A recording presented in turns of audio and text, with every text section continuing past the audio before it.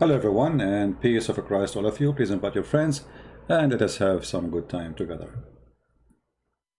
Usually my videos speak only answering Muslims. Today I'm going to answer both Muslims and Hindus. Here in front of us we have a person, his name is Sadhguru, and supposedly he is a guru. Guru supposedly is a spiritual leader, a master of religion, something like that. Like the Muslim, they call themselves sheikh. Now, the difference between the Hindu guru and the Muslim guru, if we can say, that the Muslim, they have their own fantasy, and the statement of Muhammad, they repeat it, which is funny and stupid, and we will go for that later. The Hindu are different.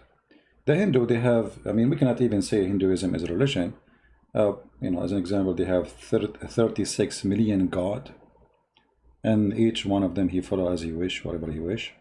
So we cannot say really there is a religion as much as just a belief, kind of a system, a philosophy system. And today is a great example, of this philosophy, where this philosophy can take us. Does it provide answers? And in front of us there is a title here. It says, "A Buddhist asked question to Sadhguru." And Sadhguru, if you see down in the text, it says he gave a brilliant answer. Brilliant. Well, we are going to see how brilliant the answer of Mr. Sadhguru. Listen carefully. What is the question and what is the answer?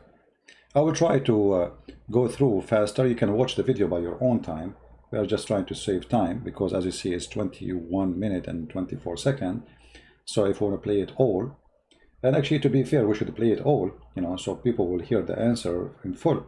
But you can still hear it by playing the video, which is in the info credit for the video. We are just trying to get into the core of the topic. So a person, he asked question, and let us see what is the question. Waste your time, the decent thing for you to do is,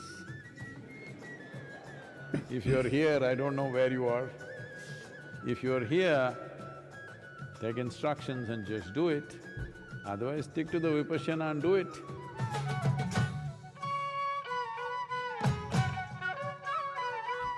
Okay, we let us skip this dancing part, people dancing. I don't know what the point of this, but yeah, let us go to the question. But everybody said that no one can be Vipassana teachers and a practitioner. Recent Diwan. Whoa. Respected Guruji, I am a Buddhist and a Vipassana practitioner. I have a question which I have asked many Vipassana teachers and other gurus, but everybody said that no one can answer this. Here you see, this respect. You see, you're a guru with long beard. A person is asking question. Let us say he's naive. Let us say even he have half a brain. Let us say he is just stupid. You don't laugh at people like this. This is the start. He is not from, he is a Buddha. He is speaking nicely, and you are there supposedly to teach him. And that's why he is asking you. So what is the response? This is like Mimi Hijab is making mockery of David Wood. The difference is that David Wood is a smart person, Mimi Hijab is the idiot. But here, supposedly he is the smart person, and that one, the kid, is asking questions. So why we are laughing? Okay. Because he said nobody knows the answer? Well, telling you, he asked many people, and nobody gave the answer. What is funny about that? Disrespect. In one of your videos you mentioned, and also it is said in Buddhism, that rebirth is due to our unfulfilled desire or karma. I accept this, but then a question arises. Let us suppose I took birth for millions of times because of my karma desire, but before my very first birth, there was no body, no mind, karma, desire, or nothing of me existed. Then why and how that very first birth came to existence? See, smart question actually. This is a question, checkmate for the Hindu belief. You give us a speech about karma, the pre-existence, and this guy is asking you a question. Okay, where was my karma before I exist anyway? Let us see what he will say. Let us see now who is the smart. The one who asked the question, which they make mockery of him, or the one who's going to give the answer, which is going to be no answer. Listen carefully and you will see. He will speak forever. He will say nothing. Give us the answer.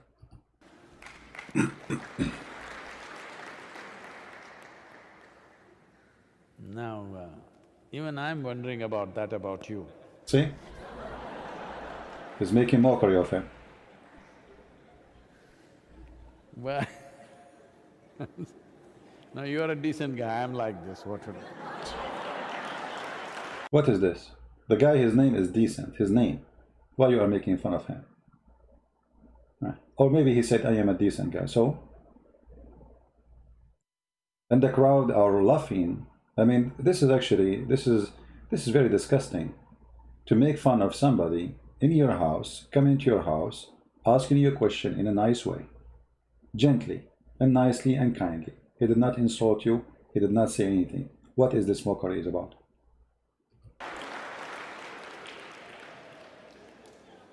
Let's take that question further back. It's not just about yoga. Well, in the yogic culture,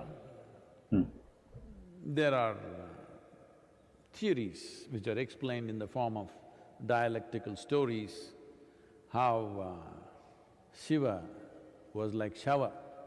Shava means a corpse.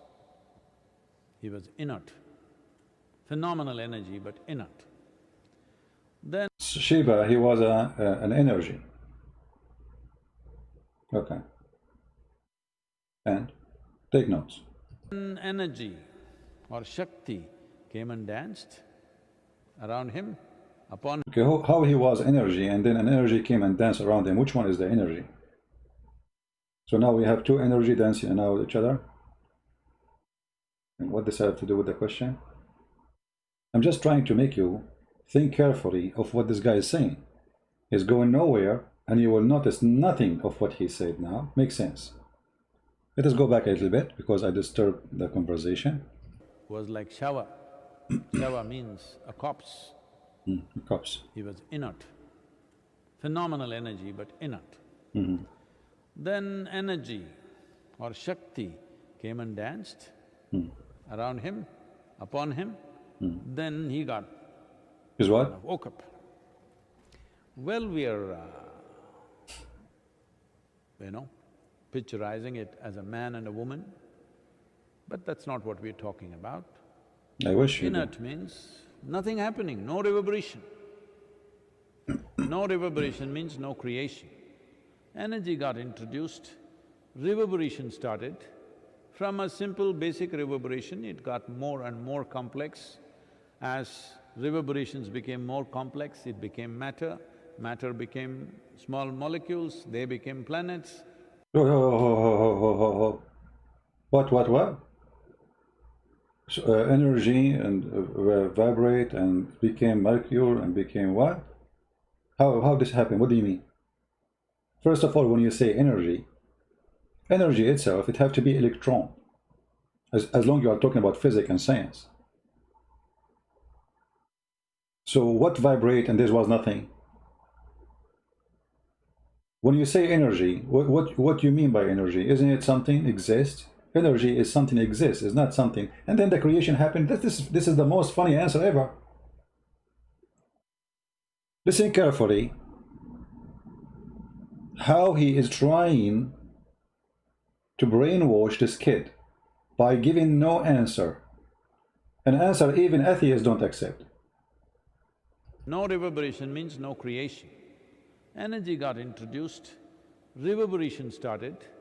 From a simple basic reverberation, it got… What reverberation? Where is the energy coming from? I mean, the guy is asking you how creation happened. Shouldn't you ask, tell him who created the energy? The energy you are talking about isn't a creation. Either this energy is a creation by itself or it exists. I mean, someone created or it exists by itself. Is that God? But he just said there is no creation happen. So if we put now energy in a place, now next to it, tomorrow we will find something created just because there's energy next to it? In which science is that? In which logic? In which philosophy? You have a microwave full of energy. I'm going to turn it on, and tomorrow next to the microwave I will find a chicken.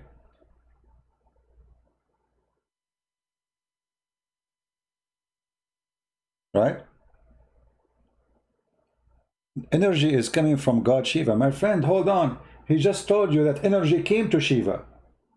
Not Shiva, he made the energy. Are you listening? Energy came around Shiva and started dancing. What's wrong with you? Listen carefully again. Let me play it for you again. Here we go. Let's take that question further back. It's not just about your birth. Well, in the yogic culture, there are theories which are explained in the form of dialectical stories, how Shiva was like shower. Shiva was like what? Who's a Hindu here can help us? And then energy came and danced around him. So the one who's saying energy is God, that's funny. So who's Shiva? Shiva means a corpse. He was inert. Phenomenal energy, but inert. See? Then energy or Shakti came and danced around him, upon him. So now we have two energy. If Shiva is an energy and other energy came, so who is the other energy who came and danced around him? And later he will tell you it's a woman. So there is nothing but from the beginning we are talking about women and men now. So the energy who is dancing around Shiva is women. He will say that in a second. Then he got kind of woke up. Well, we are, picturizing it as a man and a woman, but that's not what we're talking about. Inert means nothing happening, no reverberation. No reverberation. No reverberation means no reverberation. creation. No creation. Energy got introduced, reverberation started. From a simple basic reverberation, it got more and more complex. As reverberations became more complex, it became matter, matter became small molecules, they became planets. Well, hold on. Matter became a small molecule. If matter exists, which one is going to exist first, the matter or the small thing? Matter became a small… What?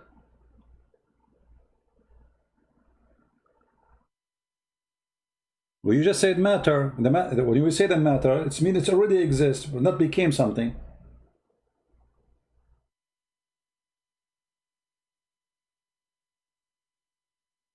And the small molecules, if they came after the matter, that would be crazy. I thought they don't come after. I think they are inside it, I never heard that matter come first and then the molecule come after. And this is the answer of a guru. Okay, so now, okay, tell us more wisdom. Reverberation started. From a simple basic reverberation, it got more and more complex. As reverberations became more complex, it became matter, matter became small molecules, they became planets, planets became many things, life happened, variety… They became planets.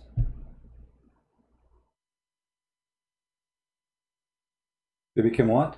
They became planets. Well, how they multiply themselves to become a planet? You see, this guy, he just believed in the multiply. Because they were nothing, it was energy dancing around energy, and then matter and the molecules, and then they became more complex and then became a planet. So from a small thing to a huge thing. They are growing in number. They are giving babies. Okay. Variety of things, you know the evolutionary theory from there on. Evolutionary theory only starts after life has started. or at the beginning probably, but if you go back, creation itself, we may not know the exact trajectory of how it happened, but we approximately know how it happened, even as per modern science. We don't know how it happened. You just told him how it happened. So what you were talking about, energy, what is that? You just said the evolution is about the, like life changing, evolution of life, which means after life is exist. But you mentioned before that, already you did. Itself, we may not know the exact trajectory of how it happened, but we approximately know how it happened, even as per modern science. So in the modern scientific parlance, the same thing is said today that if you apply energy, not even into it, just around it. Suppose you create vacuum in a container and apply energy not into the vacuum, just around it, virtual protons and virtual neutrons will erupt. That means creation begins to happen. That's false. That's not a creation. If a proton, electron, they are moving, have nothing to do with the creation. This is movement of energy. It is the conduct of energy. This is what electricity is about. We create a current, but we are not creating electron. So the energy simply, it exists. We are just moving it. You see, even the earth, everything we have, the energy we have, we are not really creating energy. We are using energy which exists, either the energy of oil, gas, electricity which exists in the earth already, or the energy of the sun. Even trees, they take energy from the sun and they convert it into their own food and supplement. And this is the energy. The food we eat is energy. So when this guy is talking about creation by moving electron, that is a false statement. There's no way or anyone who is a scientist, he will agree with this. Right? His belief harms no one and should be respected. For those who don't like me speaking about this guy, you can leave. I don't care. He's a Hindu or what, who cares? Anyone he speaks false, we are going to speak about his false. He can be Christian, he can be a Hindu, he can be a Jew. I have videos against people who claim to be Christians.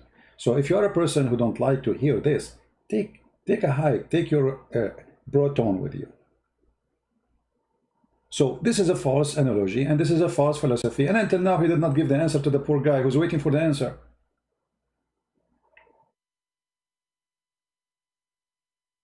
Until now, all what we hear, this guy is just talking about energy, energy, energy. But where the energy came from? And what is energy? Shouldn't you define the energy before you talk about energy? So we can understand what energy you are talking about. Is that a heat? Is that a moving power? Is that what this is energy is about?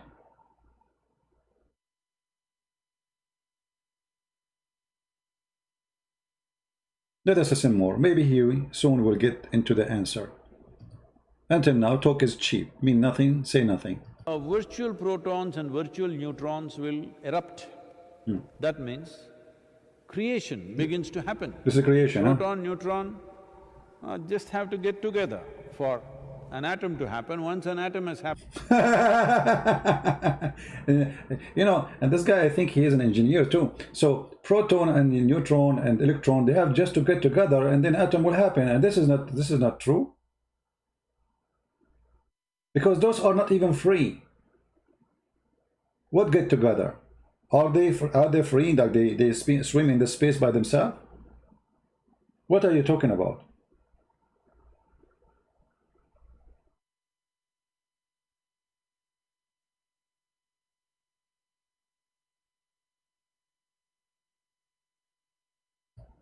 Creation has started. So similar things are said in modern science. What else? I don't want to go into any theories, but obviously creation began somewhere. Somewhere means it may not be within the projections of human mind in terms of time, because it's not one, but in the yogic system, there have been estimates that there have been 84 creations till now, 83 creations till now, this is the 84th one. And up to 112 cycles of creation can happen. Beyond that, creation will be… Who is the one who is giving you those numbers? I mean, what those numbers is about?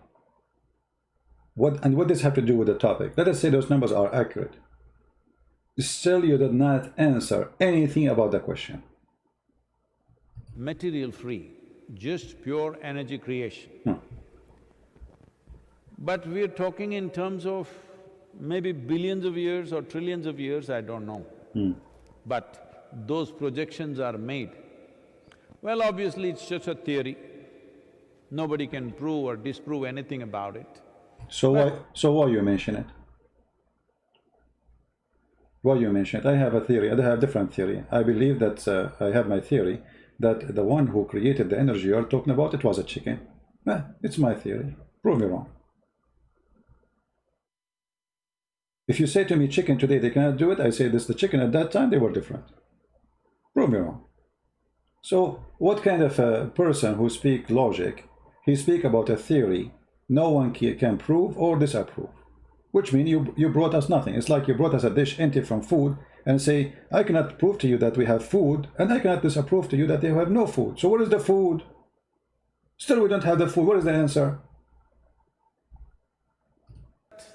It looks like a plausible theory because the markings of 83 creations are there in our system, right, in various aspects of life around us. The markings of 83 and this being 84 are there. See, the same that we hear from the Muslims about number 19. You remember number 19? And they fabricate stories about number 19, the Quran and number 19 and etc. and all those garbage, you know? Okay, this is the same. Listen to this. There for those who look very closely at it. So how did you, such a decent guy, happen? And now he's making fun of him because he said, I am a decent guy, I have a question. Okay. Well, so this question doesn't go that far as I took it just now. It's talking about if I did not have karmic substance, how did I happen? That's a question. Actually, here's the problem. He asked you about the karma substance. What is that? What karma substance? The guy, he exists because simply his mother, she had sex with his father. What karma substance have to do with this? I mean, do we need to complicate the whole story? So, if you are talking about this guy, how he was exist, the answer is very simple. His dad, he went and have sex with his mom. If you are talking about the first man, then here you are in trouble. What karma and what is the karma? If there is nothing, this is the question.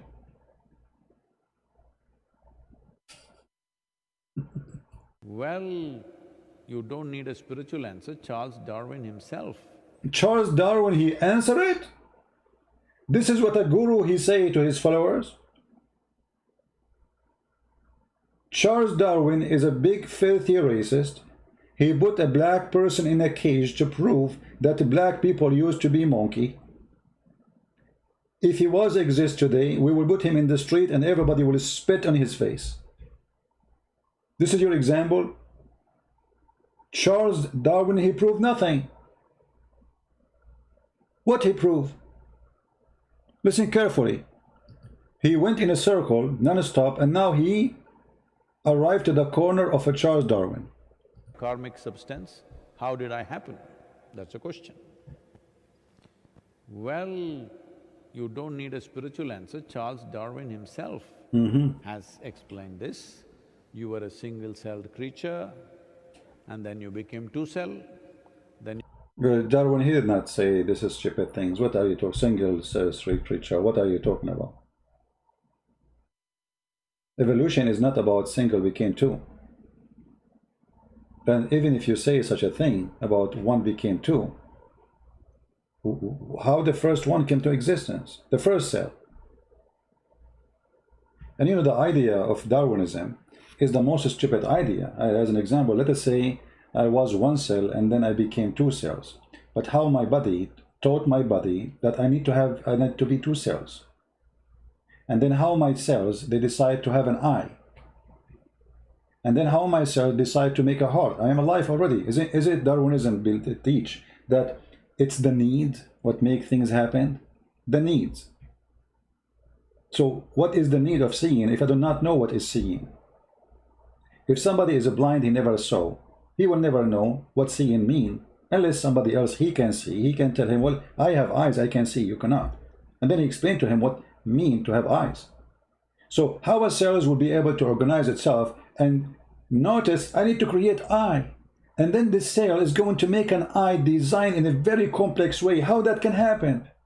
You know what? I like to fly. How come I was not able to fly when my cells, they knew inside me I like to fly? Can I wake up in the morning, I have wings? Why my cells is not doing that? Why the cells of a human being after all those millions of years, as you claim, did not come? As you see, a human being is desperate to fly to the point he made airplanes. Why his cells did not create for him feathers?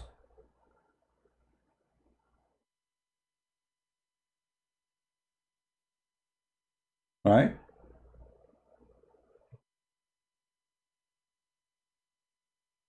Diversion isn't about that. It is just about the change of genetic and environment.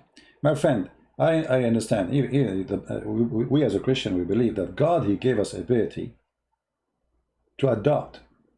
So if evolution is about adopting situation, we believe in that. As an example, if you're a human being who live in the mountains, you will notice that those who live in the mountains, they have wide shoulders, they have big chest. Why? Because they have less oxygen there. That is possible.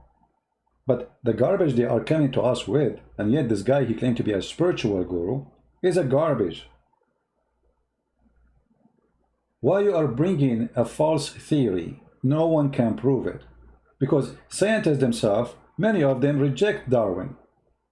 There is some scientists accept Darwin. There is many that reject Darwin. Scientists, not me and you, religious people.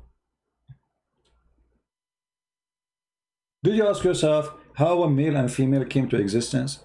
I mean, how a cell convinced itself, I'm going to create two cells, one have penis and one have vagina. That is impossible.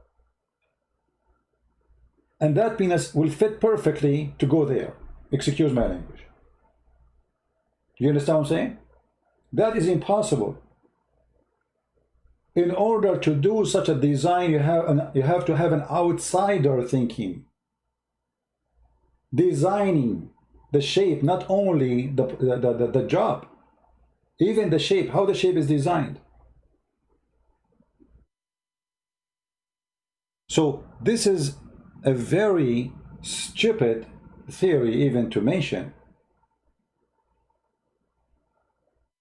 And you notice here, he contradicts himself from the beginning. In the beginning, there was nothing, supposedly, it was energy. Now he's talking about cells. And one cell became two cells. Okay, hold on, forget about the cell. What about rocks? How they came to existence? How about sand? How about all kinds of material? Forget about living things. Where is your explanation for them? The sun was a small sun and then became two sun, and they became 50 sun and million sun.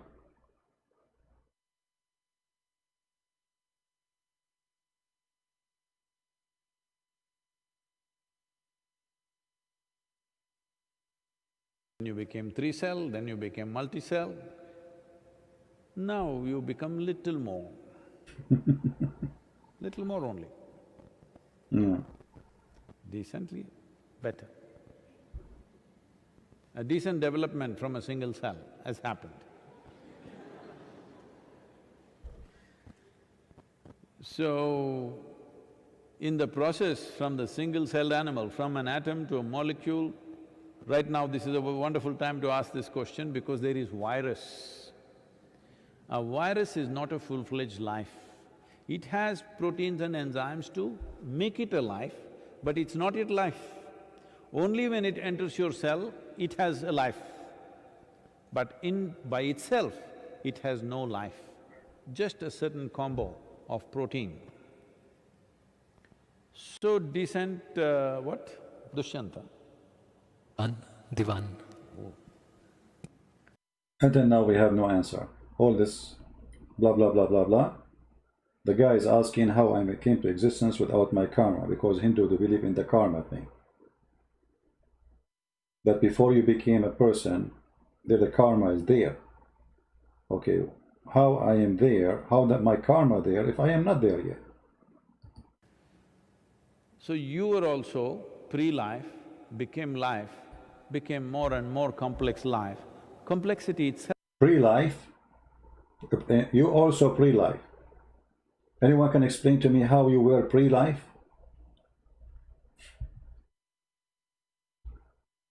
Is he making him an enzyme? And then the enzyme will put it inside the cell, and then the cell, and that enzyme will become alive inside the cell? This is what life is about? But you do not explain how the cell came to exist.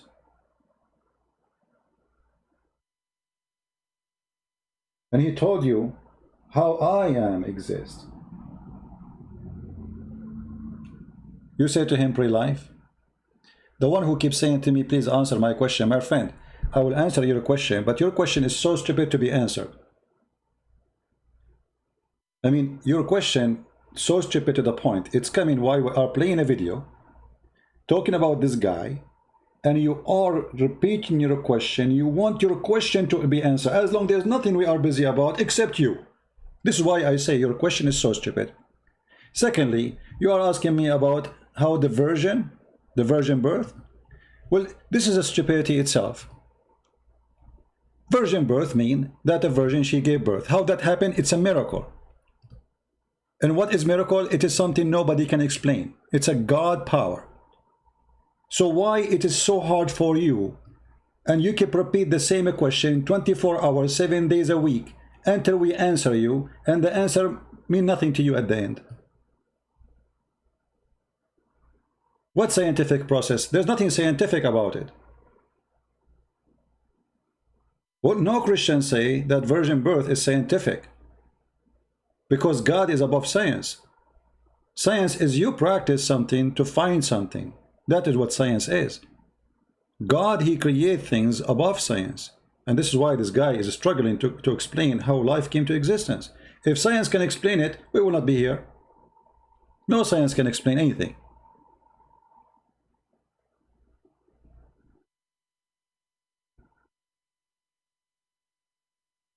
Some people, they are so stupid, so foolish. We Christians, we don't believe in science. We laugh at science, actually, because most of science is something changeable. Today they believe in something, tomorrow they discover they are wrong and they switch their opinion. This is what science is. Not long time ago, scientists themselves, they used to believe the earth is flat. After that, they found that they are a bunch of donkeys. Not long time ago, scientists, they believe in all the theory of Einstein. And not long after, they found that they are donkeys. Because some of the theory of Einstein is true. Or let us say, according to them is true. Not all of it. Or Newton, etc. So science is a temporary possession of knowledge that can change depending on the discovery. So as long we have, this is a limited discovery, we don't have the full knowledge, that is not really a science, this is temporary knowledge. This is why you see scientists today, they are so much in struggle to fight a little tiny virus. Because this science is in disability. Why? Because they have limited ability and limited knowledge. So all the science they have come to be a joke. What is your science? People dying by thousands.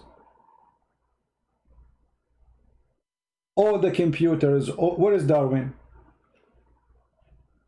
Can Darwin help us? And now what they do, they are practicing drugs on that virus, and that practice will teach them about the response of the virus, which means there's no science really. It's just a laboratory. You know, they call it science, but it's not science. I bring an ant, I put salt in the ant did not like salt, so I write down this ant did not like salt. That is their science.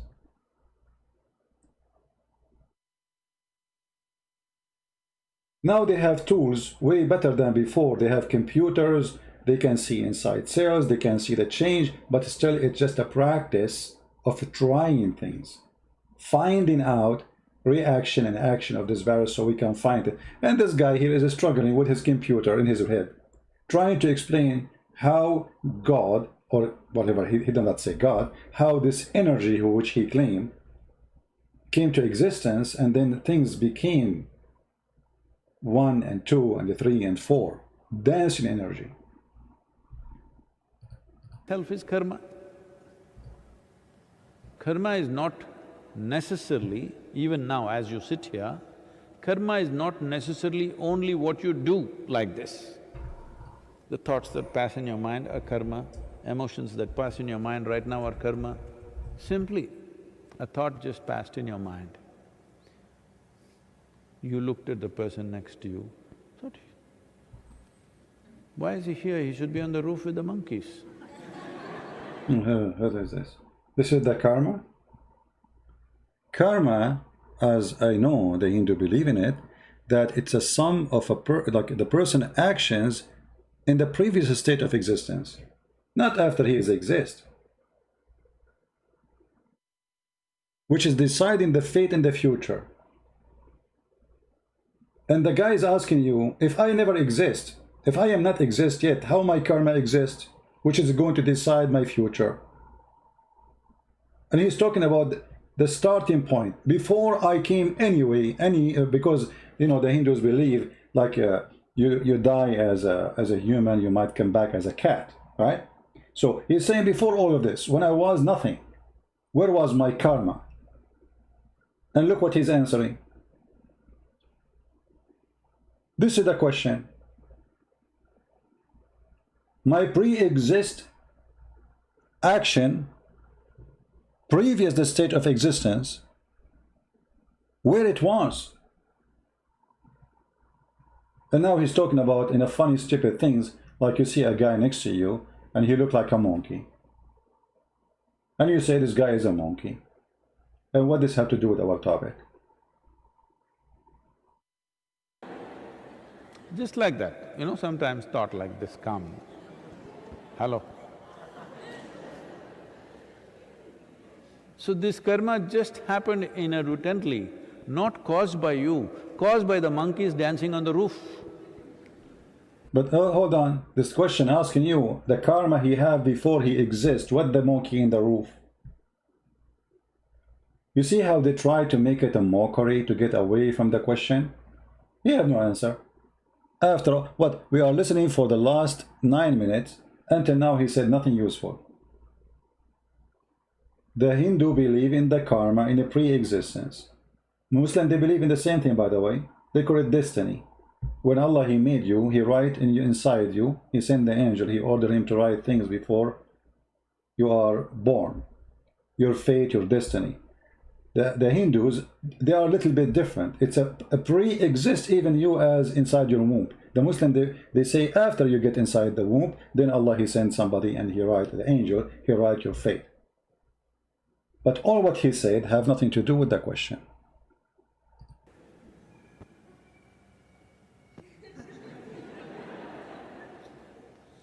So, because monkeys came there, you looked at this guy. At a certain angle, he looked a certain way to you. Maybe it's the lighting, maybe it's the way he sat, maybe something, and a thought came and went. Now you performed a karma. That somewhere you look at another human being and you think he's a monkey. Now this won't stop here, you understand? Now you looked at him and thought you're a monkey. Tomorrow we changed your department and you're in the monkey department. Can you believe that this is an adult conversation? And you can tell the one who they are listening, they are a bunch of shallow people, like the fan of Mimi Hijab.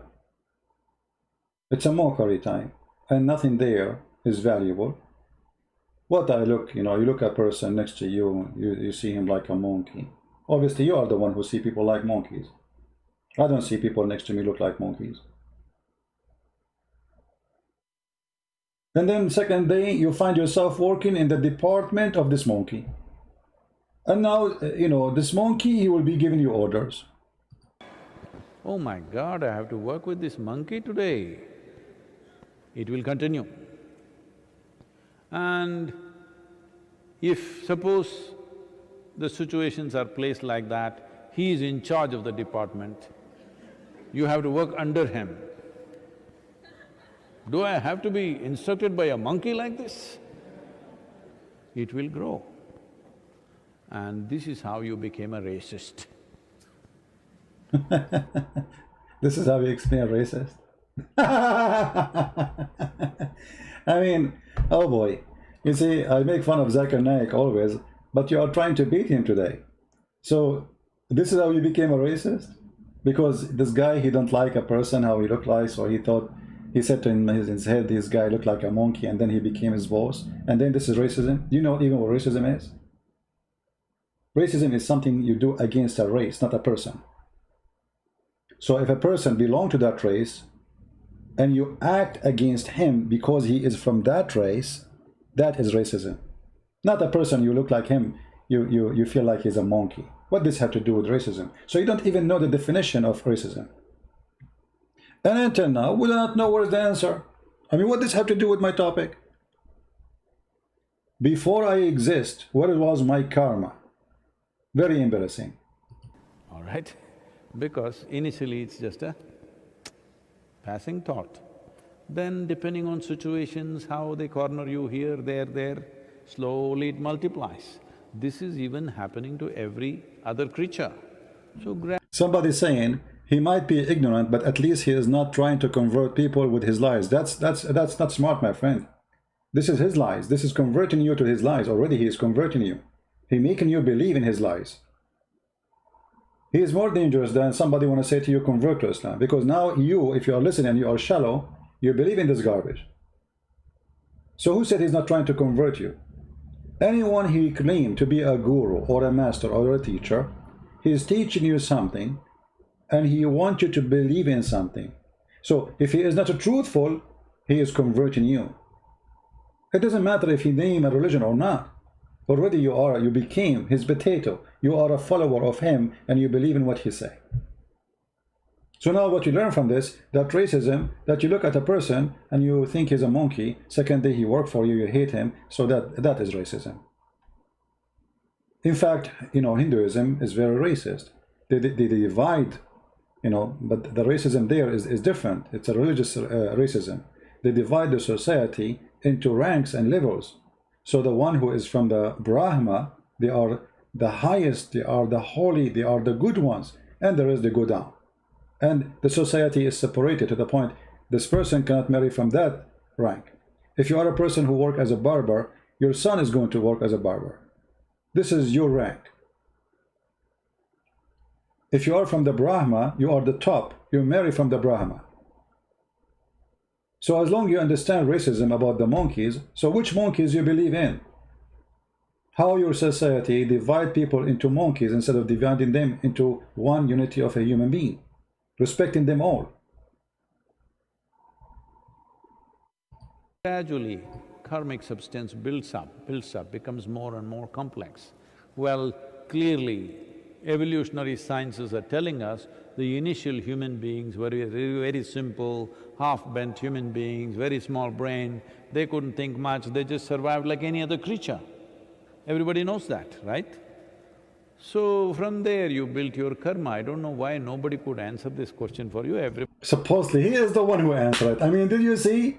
From there you built your karma. You see a guy second next to you, and you look at him, he looked like a monkey. This is where you build your… The guy is saying to you, before I exist. This is a guru.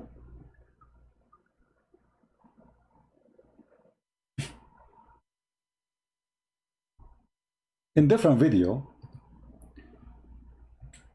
a person asked him about why Hindus, they don't allow women to enter temple. And by the way, I understand that religions can be different and they have reasoning for some women, or let us say women, not to enter a certain place. So I will not consider that as a discrimination, but the answer he gave is horrible. Listen to this. Oh, women's rights, yes. About Shani Signapur, see, first of all, you have a misunderstanding that Indian temple is a place of prayer. Indian temple is not a place of prayer, I want you to know this. Different temples were built in different ways for specific purposes. Shani temple is built for occult purposes. Occult means, you know what's occult? Black magic. So all this is spiritual. And would you believe in a black magic and you practice a black magic in your temple? Do you believe it? Look at this. Why the women cannot enter that temple? Because this is the temple of a black magic. Temple is built for occult purposes. Occult means, you know what's occult? What is the Telugu word for occult? What?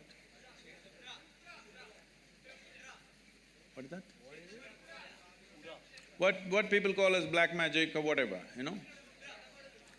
There are certain occult practices where if the occult practices are being done, women in state of pregnancy, in menstrual cycles, it could seriously impact their life.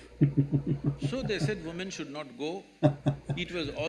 This is the guru. So women, they cannot go to this temple because they do black magic there. I thought only Muhammad the dummy, he came with the black magic, and Harut and Marut, and he built a temple in the Babylon to open a school of Holy Butter. But here we go, the guru here saying that we have a temple for Holy Butter. And the women should not go there because they might get hurt by black magic. Different video. This is a video the Hindus posted, Sadhguru Zakir Naik, what there is in heaven, Hindu heaven. Okay. You will leave your body here and go to heaven. You went to heaven without a body. What are you going to do with good food and virgins? This is what I want to know. When you don't have a body.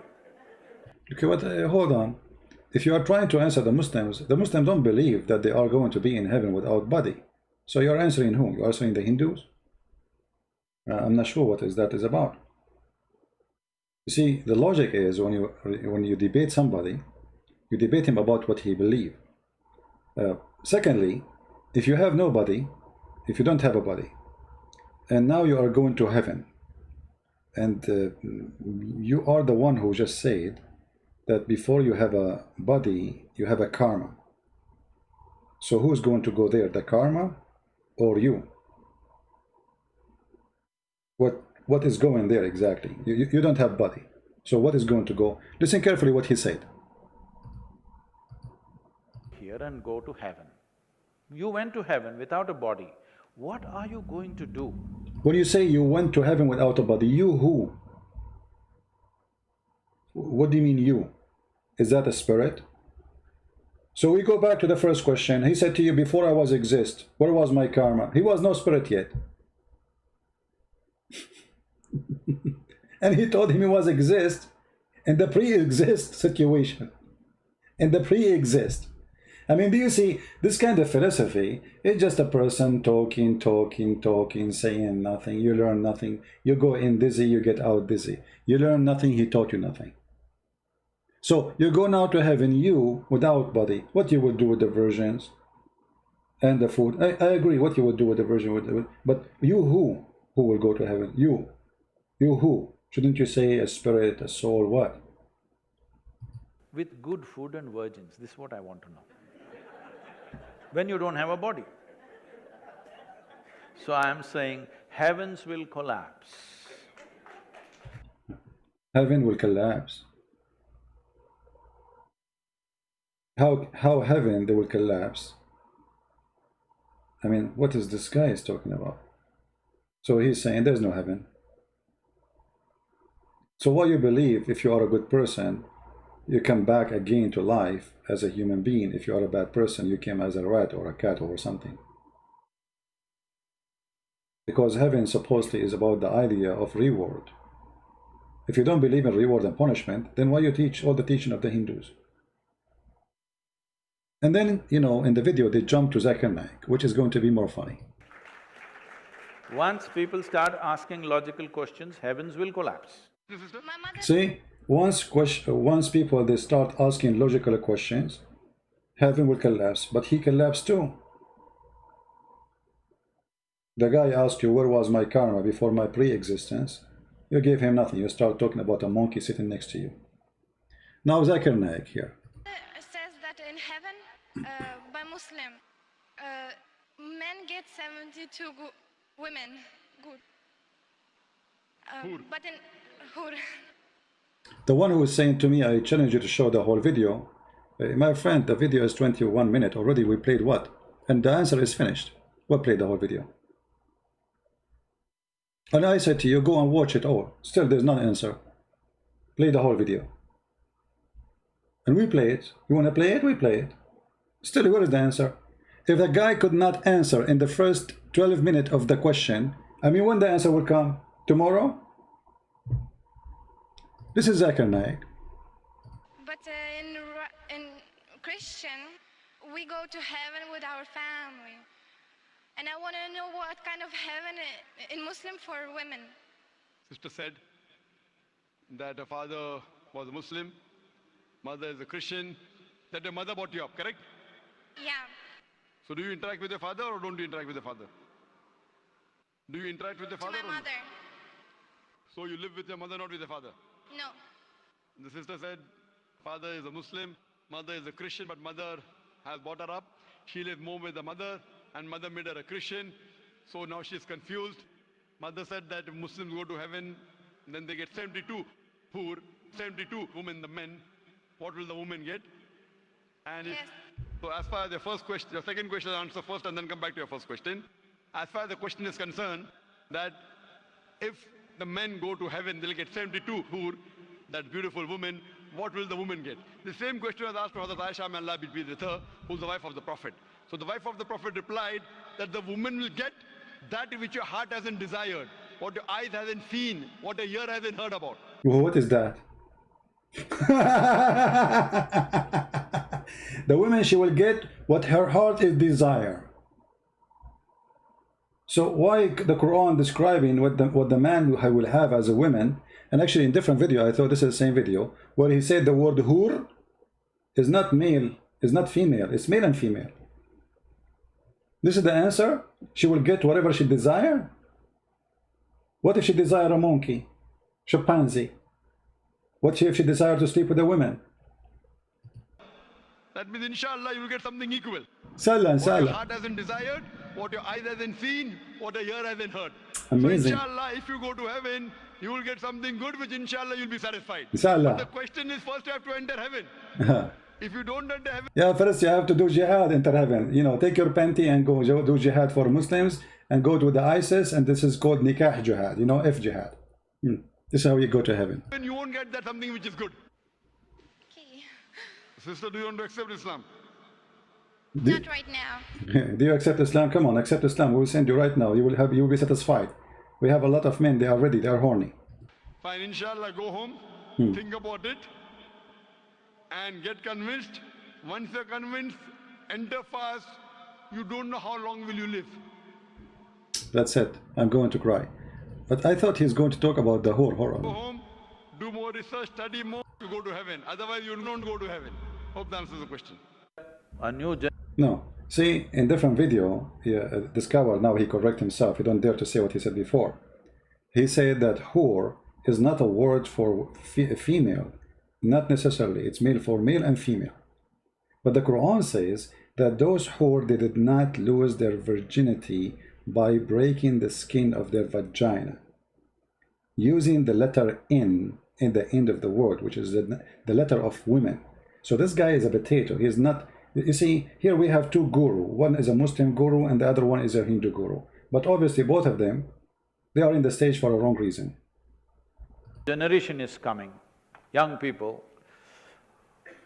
whose thought process, whose way of looking at life has changed in many ways. Today, for the first time in the history of humanity, more human beings are able to think for themselves than ever before. So why they are coming to listen to you? If people, they can think for themselves more than ever before. If this is true, nobody will be sitting, listening to you, asking you questions. And especially we're not asking you about explaining this verse or that verse. You are giving us philosophy of life. So if they have the answer, they will not need you. You are going to lose your business, my friend. Because then people will say, well, we can answer ourselves. We do not need you. Let us go.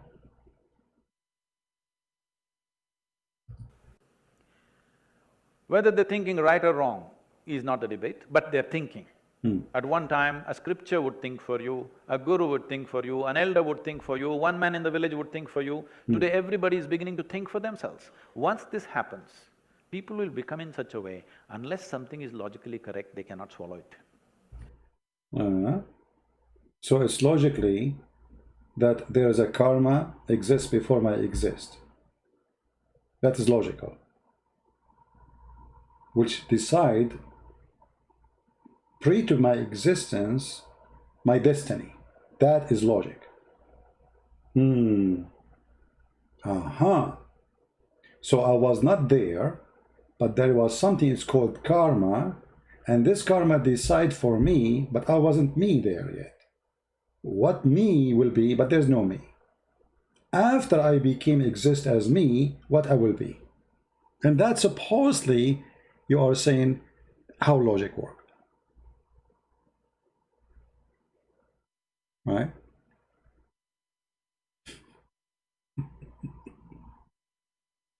So, conclusion, and where is the guy who said to us, I challenge you to play the whole video.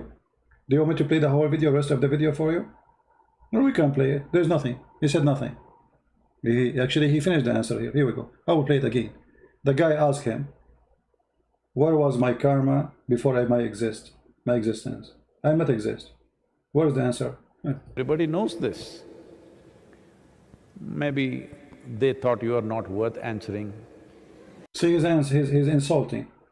He's saying nobody answer me. This he said. Maybe they thought you are not worth answering. But did he answer? The Hindu who's listening, be honest, did he answer where was my karma? Before I exist? What is my karma? What is this karma is? Can you explain to me what this karma is? If there's nothing exists. What is karma which is deciding for me what I will be? And what kind of logic that is, that the karma will decide for me what I will be? Which means, you believe, that I am not a free person. If I commit a crime, it's my karma decide for me to be a criminal. If I am a good person, it's not me being a good person, it's my karma decide for me to be a good person. Is that fair? Is that justice? Is that the logic? So why we have jail? A person who went to jail because of a crime, he should not go to jail. The karma should go to jail. Correct? The one who made him do it is the karma. So why don't take the karma to jail? The guy is a victim. The same as Muslims. Allah, He decides for you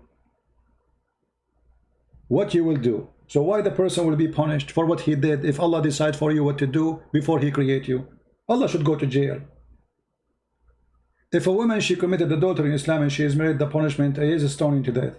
But it's Allah who decides for her to do adultery. So we should stone Allah.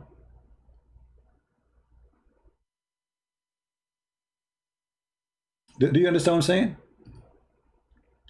Those people who come with their own weird philosophy, doesn't matter what religion it is. This is all weird philosophy and stupid philosophy.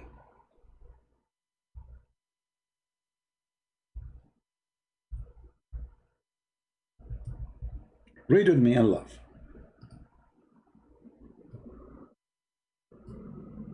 Verily Allah has fixed the very portion of adultery which a man will indulge in, and which he of necessity must commit. So why you want to punish him for adultery?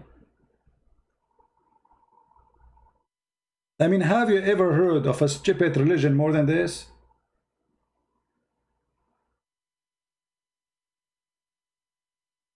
So the guru bringing us a stupid stuff, Muhammad bringing us a stupid stuff, and there's no logic. Because now, both of them, they believe that it's not you who do good things or bad things. It is for the Hindu, the karma who decide for you. A certain energy, which is very weird energy, decide for you. How energy can decide for me? And how energy can write future? And what is karma? How it work? Is it implanted in my brain? And if it's implanted in my brain, is it implanted in your body? Because in order to make something happen, you have to make it happen for everybody around me, not only me. You know what I mean? Let us make it simple. If they say that karma is the reason for things to happen, it's a pre-existence, previous states of existence. It is a sum of the person action. Okay. So I wasn't exist here yet.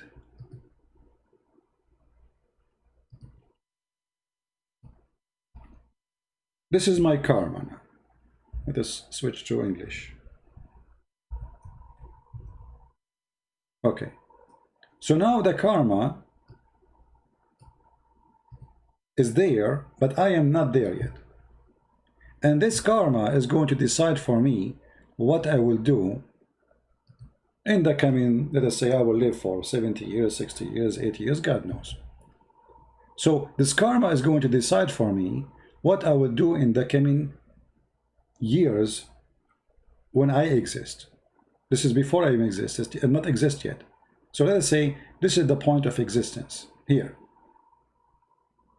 And then you have a journey after the existence, and this journey is going to fulfill the karma, which is the karma decide for me. But in order for this karma to do to me what is supposedly planned to do, it have to be the same karma for those who will interact with me. Let us say when I was 30, let us say in this stage here, let us say I was 30 years old. Okay. I was driving my car and I fought with somebody with me in the car and I killed him. All right.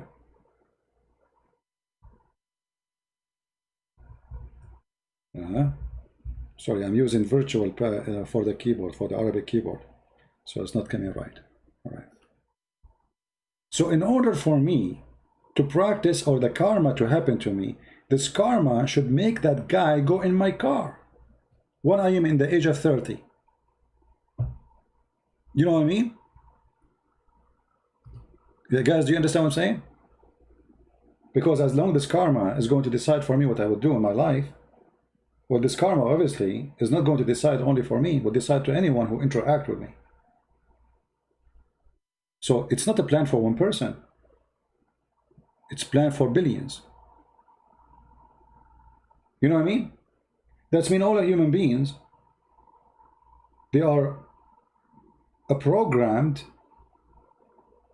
let us say viruses or something like that, and they do a machinery behavior pre-decided by the karma. It's like the movie we see that there is a brain or like an eye, you know, a fiction movie, a computer, big computer is controlling every human being.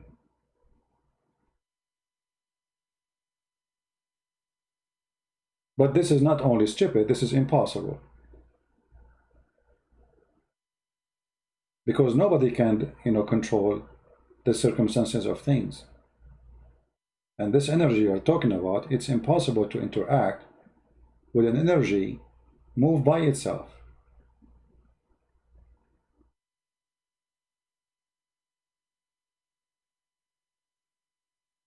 So this is very stupid.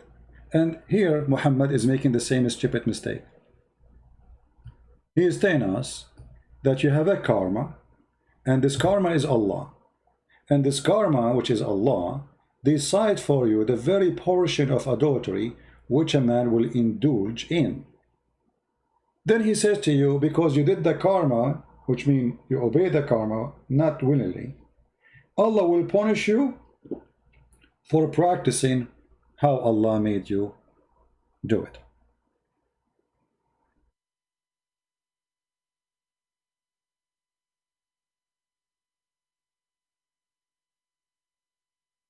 So here we see that we don't have people who they are giving us answers. This is a stupid philosophy, confusing philosophy, make no sense. It is stupid, coming from a stupid human being, trying to deceive you, trying to make himself superior from you.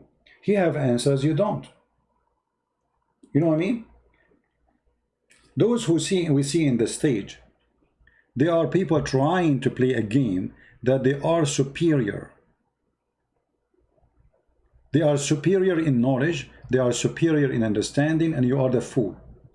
And now we are going to explain to you how life works. The Muslim, they have a big fool, his name is Muhammad, he claimed to be the big guru. And he is superior of all mankind. And whatever Muhammad he say, he have to accept because you are a fool. He decide for you, he think for you. You should not think. Thinking is not allowed.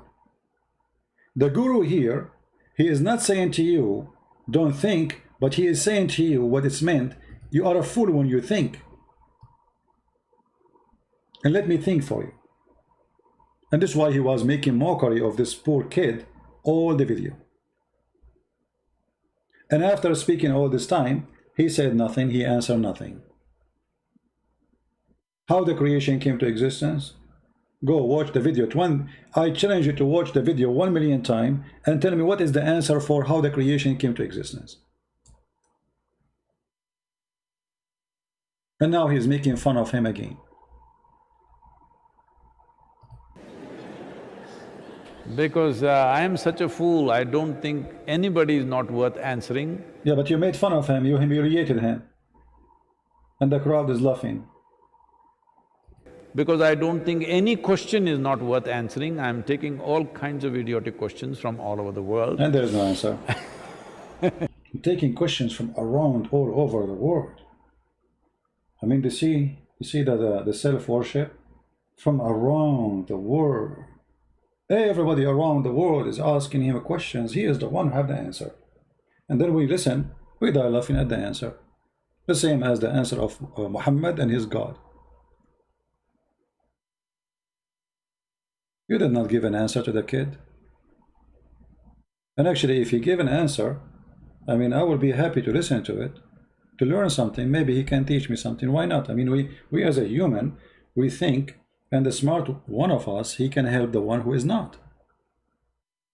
But I see here that somebody claiming to be something, someone, he have nothing to say except playing with the words. He have skills of talking, but he have no ability of answering. So, this is also because maybe you have some conclusion of your own. It's not really a question. You're testing everybody with your question, so they might have said, this happened. See, this is exactly what Muhammad did in the Quran. In chapter 5, verse 101, he said to them, ask not questions. Verse number 02, it says, why? Because the previous generation asked the same questions and they left Islam. So he's saying to him, maybe you have the question because you have a conclusion inside you. He's accusing him now. He's a guilty. This guy now is a guilty. He's a bad person. If you have a conclusion, he will not be asking you because he did not give you the conclusion yet. He's saying where I was. How this can be a conclusion?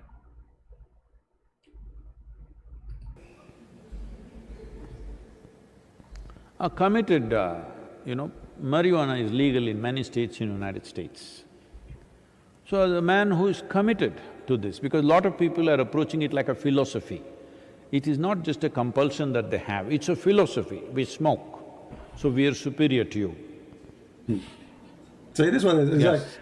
this is exactly… This is exactly what I said. I did not see this part of the video, by the way. Imagine this guy, he knew now that people, they are going to think that he is claiming to be superior. But you are the one who just said a second ago, people, they ask me from around the world, why you are mentioning this if you are humble?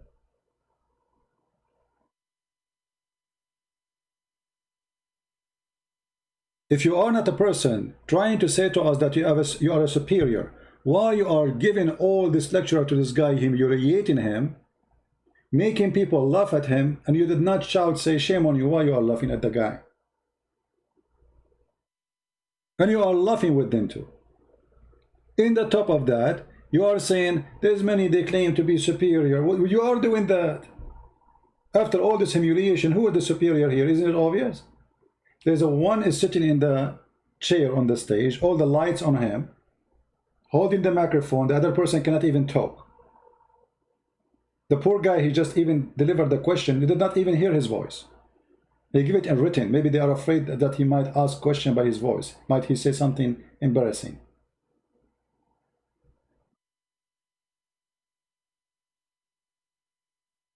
Something called as endocannabinoids that you can generate within your own body. That means whatever the cannabis does, you can do it in your brain and your body. That is why cannabis receptors are there. Because you are a malfunctioning system. What? What? Malfunctioning system? What? All right. I think we are done with this. So, you know, as you say, both are the same. They are doing business. The Muslim mullahs, they are a bunch of liars, and this guy is not better than them. But let us say he is a guy, he, you know, maybe if you are a person who like to hear somebody speak too much, he say nothing.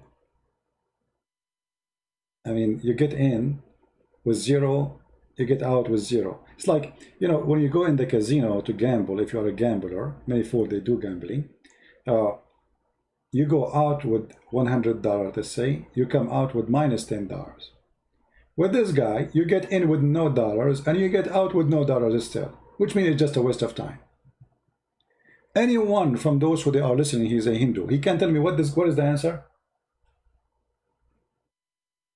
Anyone who is a Hindu in the chat, he can tell me what is the answer in this video for the question.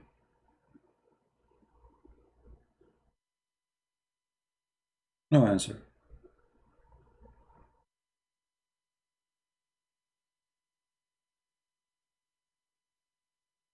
Confusion, you know.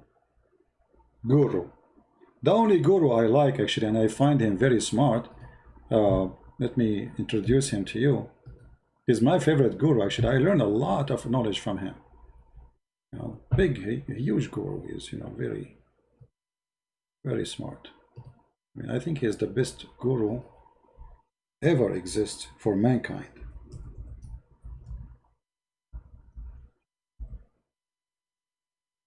You know? Yeah, this is the guru. I think he is the best between all the gurus. That's a real guru. I mean, are you kidding me?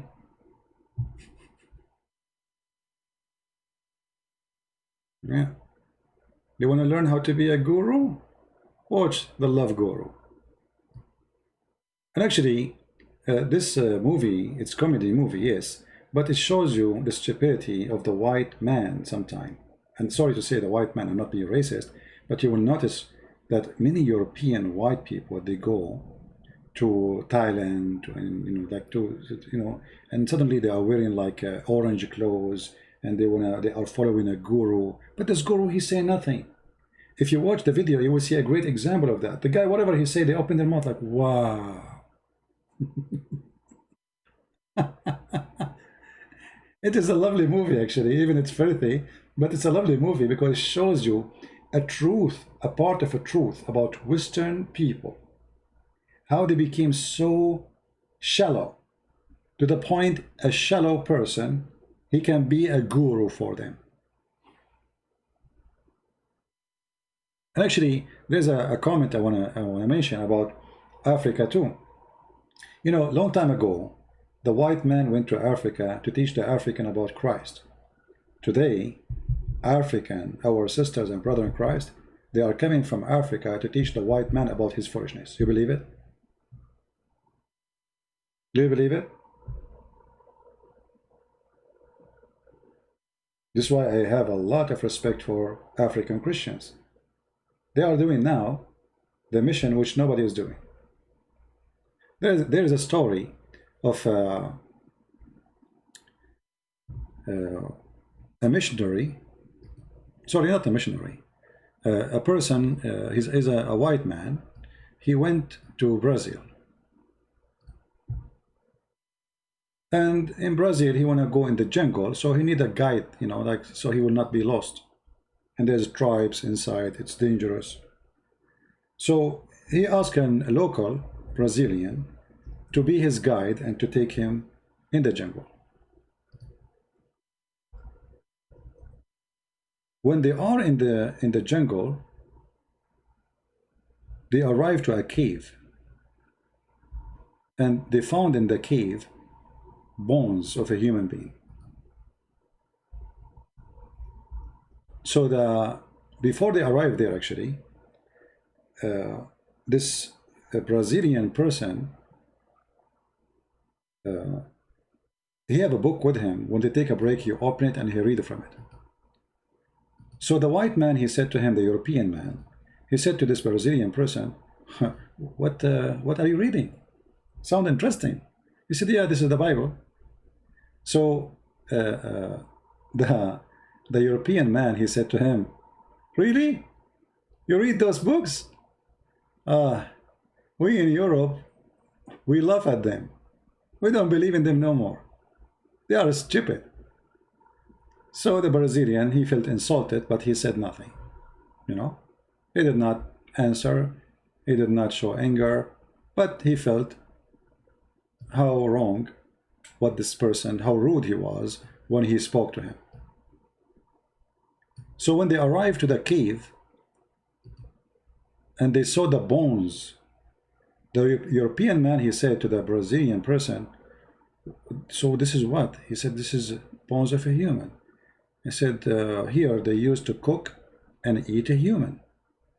He said, really? They eat them alive? He said, yeah, they kill them, they cook them, sometimes even they eat them alive. He said, and now they still do it? He said, well, in the way, when we are coming here, you ask me, he said to him, so now they are doing it? He said, no, and this is my tribe actually. I am from this tribe. My tribe used to eat people. So he said to him, now you are not doing it? He said, no. He said, why? He said, you remember the book you made fun of when we are coming in the way? Because of this book, you are not in my dish today. If not this book, which is the Bible, I will be eating you with my family.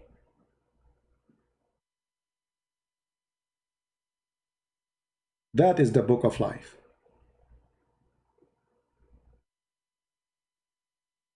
The Hindus, not long time ago, they used to burn the wife when the husband he passed away. It was the Christian missionary who fought against it, and they stopped it. Not the Muslims, not the Hindus. It was the Christians who stopped burning the wife alive. The women, the man he died, they burned the wife with the dead man alive. In Brazil, it was not different. They used to eat each other alive. The Bible changed the life of many. This is what our book can do. Our book provide answer, provide solution, provide love, not philosophy. Philosophy will not feed you. Jesus said, I was hungry and you feeded me. I was thirsty and you gave me drink. I was a prisoner and you came to me, you visited me. I was a stranger, you took me in. That is a Christianity, not just philosophy. God, Spirit, this is philosophy. If there's no action of God. If this God cannot change your life, this God does not exist. If this God cannot change your life to be a better human being, not change your life to be a terrorist, because that would be the devil. For there's two gods. There's God of this world, that is the devil, and there's God of heaven and the universe, and he is the one we worship. The God of this earth, he will change your heart to make you evil, terrorist. The God of the heaven is the one who will make you love a human being, be a human being again, bring you back to humanity. Love a stranger who you never know.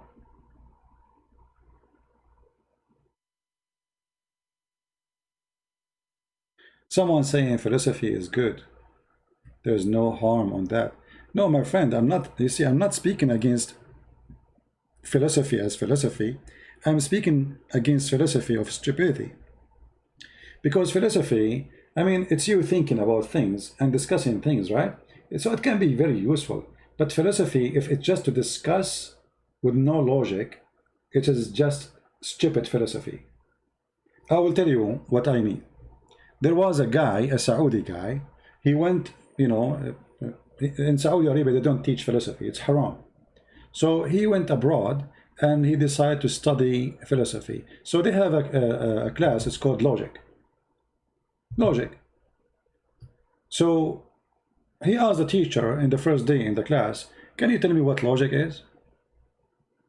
The teacher, he said, sure, you know, logic is like, you know, we have some info, and from that info, we use it in a logical way, and that will lead us to more info. The Saudi guy, he said, I did not get it. What do you mean? He said, okay, as an example, I will ask you now a question. From a simple answer, I'm going to understand more things about you. I said, okay. He said, do you have in your home, do you have a dog? He said, yeah. He said, as long as you have a dog, you have a chain. I said, yeah. He said, as long as you have a dog, you have a chain, obviously you have a yard. He said, yeah. He said, as long as you have a dog, you have a chain, you have a yard, you have a big house. He said, yeah. He said, as long as you have a dog, you have a chain, you have a yard, and you have a big house, that's mean your mother, she is a wonderful woman to take over cleaning all this house. So from the chain and the dog, we were able to find that your mother is a wonderful mother. The Saudi guy, he loved this logic. Wonderful. So from the dog and the chain, we were able to find that his mother, she's a decent woman. So he went in the street and he asked the first one he saw in the road. He's saying, do you have a chain? The guy, he said, no. He said to him, your mother is a whore. Because this is what he got from the logic. He just learned from the teacher that the one who have a chain, his mother is a decent. The one who don't have a chain, his mother is not. But this is not the logic. This is his stupid logic.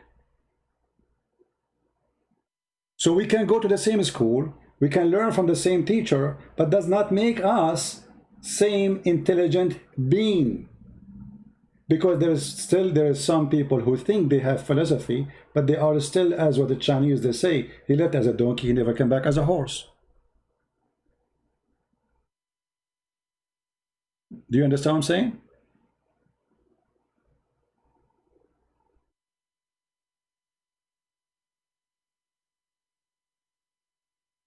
So when people they speak about philosophy, you need to ask yourself first, what is philosophy? The Greek philosophy, which is discussing nothing, saying nothing, talking about nothing forever. The Greek philosophy is the joy of thinking, not for the purpose or target. It's just the joy of thinking. So like we create situations and then we think about those situations and we enjoy talking about them. But there's no result of this thinking. This is let us say a waste of time philosophy. You know what I mean?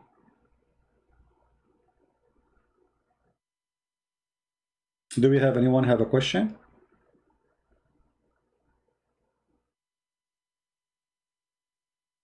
So those ones they call themselves guru, they present nothing to you. I advise all Christians. I cannot tell people who are not Christians what to do, but I can help my brother in Christ. And for sure, I'm asking everybody, not only the Christians, avoid this garbage like yoga. Yoga is just a stupid practice. When they say to you, yoga can help you, go and see the life of Indian people, how much depression they have in their life. Where is the yoga then? How come the yoga is not working there? It's the same like when a Muslim, he says to me that Islam means peace. So why you don't have peace in your life? Which country, which state, which village in Islamic country have peace?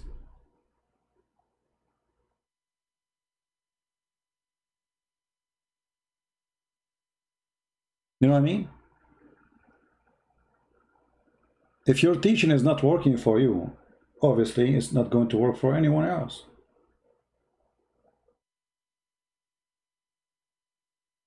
It's too much relax? No, yoga is not relaxed. Actually, yoga will make you more tired. Secondly, it's a selfish practice. If I ever, let us say, meet a woman and she tell me I practice yoga, I will never be engaged to her, because this is a very clear sign that she is a person who concentrates in herself. She is selfish. Never marry a selfish person, no matter who, if you are male or female. A selfish person is somebody he focuses in himself and he forget about the whole world. That is yoga.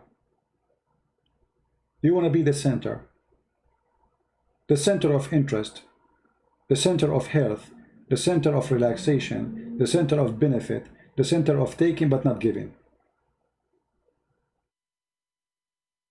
And the second you became that, it's the same second you became a bad person. You see, Jesus is the opposite of the yoga. He is for everybody, not for himself. For God, he loved the world, he sent his only begotten son. God, he can do yoga and have you enjoy the yoga, you know, like relax. God, our Lord, he don't want yoga, he want action. He sent rescue. He sent the Messiah so you might be saved.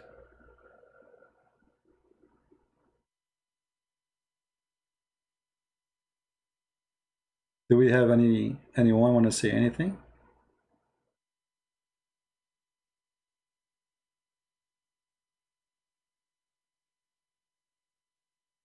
And you know, when the people they speak against the Trinity, I see some people speaking about the Trinity, I find it very funny, because if the Trinity for you is something not right, well, what is right? Can you tell me what? I mean, you have to bring me a solution. What is not right? Why the Trinity is not right? You see, if we look around us, we will see the fingerprint of God and everything is created. The water is a Trinity, 2 oxygen, 1 hydrogen, the source of life. The golden ratio of a beauty is Trinity. The design of trees. Even a house will not be beauty unless it's based on a Trinity design. Will be ugly. Try it.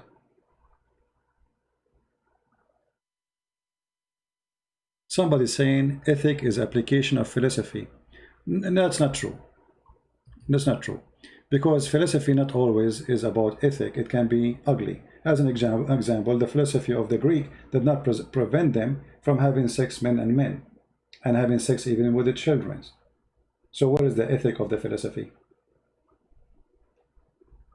If that philosophy failed to give you ethic, that's mean what you are saying is not true. Ethic is not application of philosophy. It can be the opposite. Look like, you know, some people, they go and they search and they get the definition and they copy paste. Use your brain, don't copy somebody else definition. Any other comment?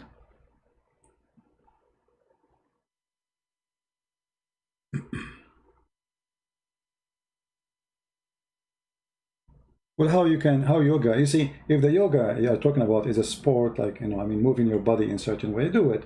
That is a sport, don't call it yoga. If you like bending your legs, stretching your body, if that is the yoga, this is not a yoga, this is a sport. Yoga is something else. Do sport. And actually, if you want my advice to have a healthy life, walk. The best health practice for a human being is walking. Not running, not yoga, not sitting, not anything. Walking. People who walk a lot, they will live long healthy. Walk. Walking helps your brain to function perfectly, circulate your blood, make you get rid of poison in your body, make you get rid of a stress you have it through because of the life, bad energy, and you sleep very well. It's perfect. Same time, your heart will not be pumping blood, which will make it go so crazy and so fast, and maybe you have heart attack, or you will die faster because you're running. You are exceeding the, you are forcing your heart to pump way more than it should in normal day life. Walking is the perfect sport. I have my grandfather, I don't know, he lived I think 112, 13, I don't know. He walked like a young person as if he is 20 until he died. He don't take a taxi. You want to go somewhere, he walk. If you walk with him and you are young, you will not be able to catch his steps. It helps you to think, it helps you to reproduce energy, because your body, there's a kind of a positive sport which make you lose energy, but at the same time you win another kind of energy.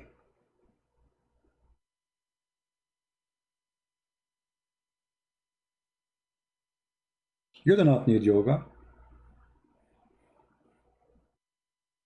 Yoga is a person who is, he decides to be lazy and he don't want to think and do things.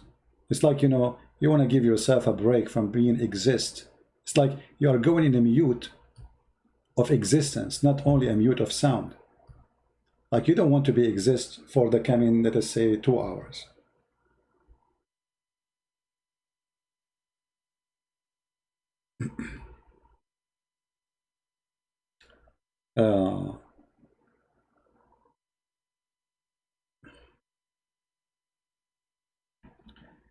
Do we have any Muslim have a question, or any Hindu?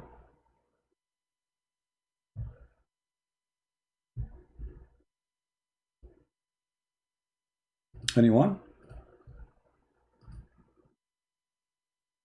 So the conclusion of what we are saying today, that those who claim to be teachers, examine whoever, anyone, he tried to teach you something.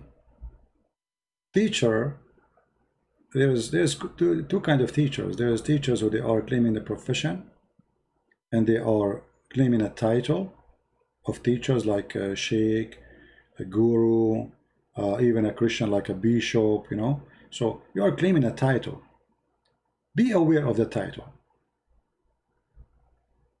because most of those who have titles, they don't belong to that title.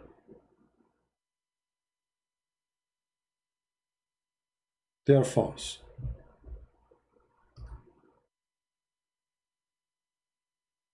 Very false. Any question?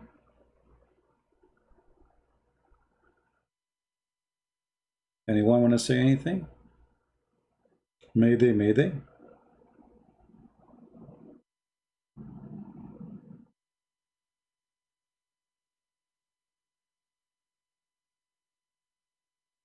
And you will notice that yoga is a kind of a popular between people who they have like luxury of life. Like a Hindu or a Buddha priest who don't work. People, they work, give them donation, they eat. Like when I was in Asia, I saw some Buddha priest, and I saw how selfish they are. There's people begging for money all over the place. Women, they are working in prostitution in Thailand. The Buddha, they walk by and they bless everybody and take donation. So this is your job in life. They eat, they pray to Buddha, they collect donation, and they don't care what's happening in the country. Those poor girls, aren't they all your daughters? Where is the yoga? Shouldn't they get help? Human trafficking? Isn't it hurting to see young, beautiful girls used and abused for sexual entertainment? in a country full of a priest, Buddha priest. Where is Buddha?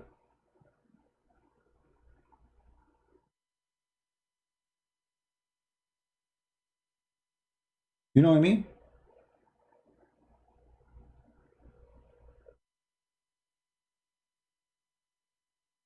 Where is Buddha? Where is the good ones? Instead of doing yoga, go and help those poor women. A guy, he come from Saudi Arabia with some dollars in his pocket. He sleep with your daughter. He spread AIDS. A man coming from America, a man coming from England, men coming from everywhere to use your daughters. Where is Buddha?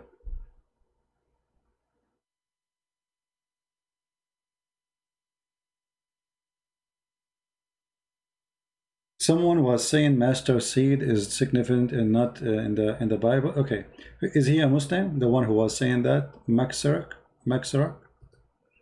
the one who's talking about the master seed.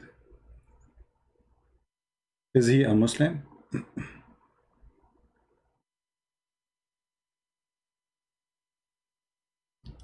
You know, Muslims are very funny.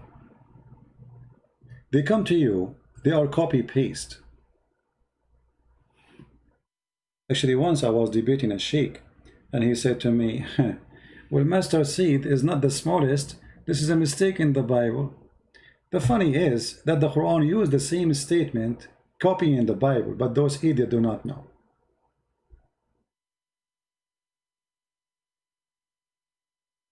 It was a Hindu, no problem. You see, when the Messiah, he said, a master seed, he's talking about what people have in their houses, not something they do not know. What, he will tell them about electron and a neutron? Is that how God, he speak to people? What they have in their houses, what they see every day. So what he will say to them, neutron, electron, proton, what they are expecting. And then people, this is a parable, so my people understand. So the purpose of it is not science. The parable is how I make you understand. So this is a very stupid argument. Very stupid argument. Because we go after the purpose of the parable, why it exists. Nobody was saying, and Jesus did not say, this is the smallest thing in the world. Nothing is smaller than it. This is the smallest thing in their world.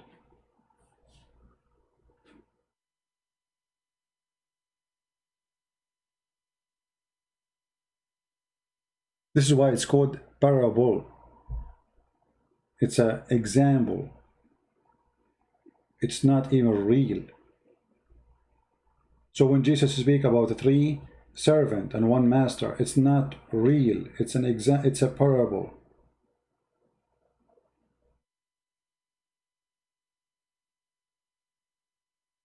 So, you know, when somebody trying to find something wrong in the belief of somebody, he can explain it as he wish. We don't do that. You see, when I was listening to this guru, I was listening to him to the end to see where this is going to end. There's no answer. Same when I debate Muslims, I show them their own interpretation. But if you want to debate me, you don't show me your own interpretation to my book.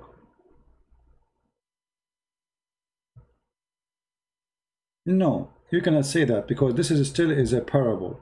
It's not about something for real. It is a parable for you, you might understand.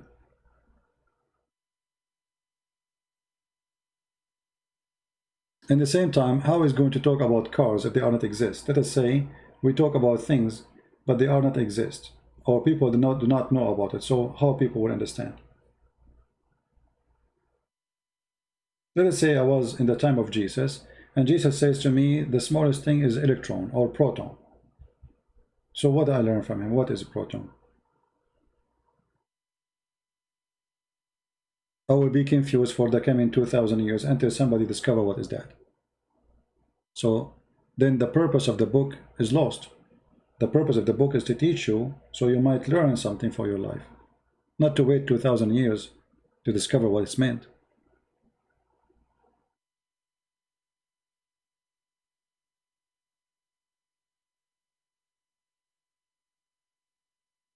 The Bible is a spiritual book. It's not a scientific book, have nothing to do with science.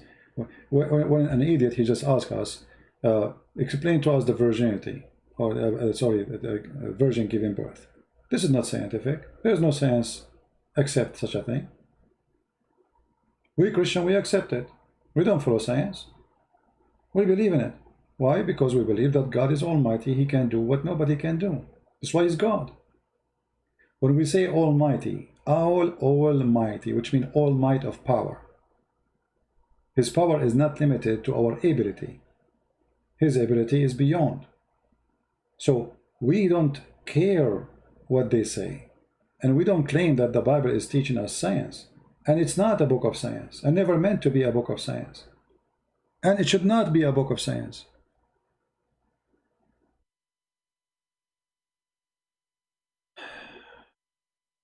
What about the lost years of Jesus? Who said they are lost?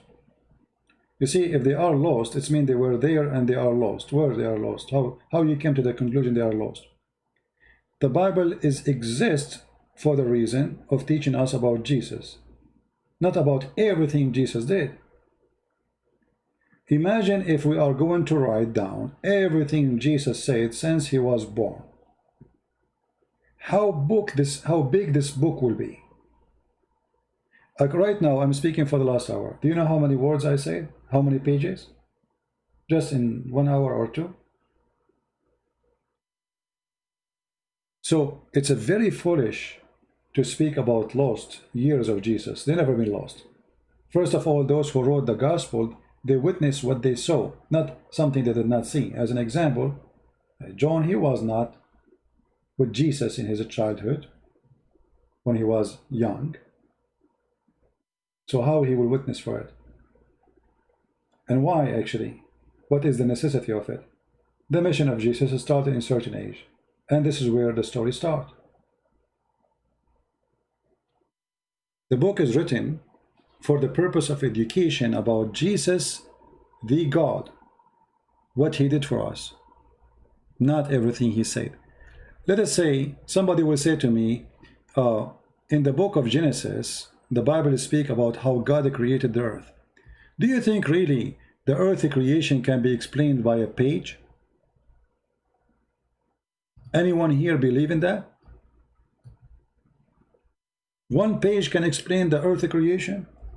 That's impossible. And nobody can accept such a thing. But we accept the book of Genesis because it's not meant to be a scientific book to tell us all the details. If the book will write even how the eye alone, just the eye of a human, or an eye of an insect, or an eye of a fly, is created, you need thousands of pages. But if we go in the Bible, we see in the beginning, God created the heaven and the earth was without form. Very simple words. An easy layout story. It's not meant to be scientific, presenting science. It's just about everything created come by God. Otherwise, if God, he want to give us how he created the manual of creation, we should have a books of millions of pages. We have trillions of species of insect. So imagine each one of them need a book. You know what I mean? So people, when they, you know, if they try to refuse something, they refuse it.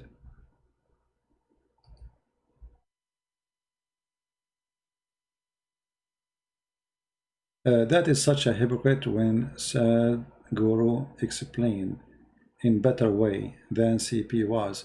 Mr. Avi, do you like to call me and explain to me what Sadhguru said? Guys, Avi is a Hindu, obviously.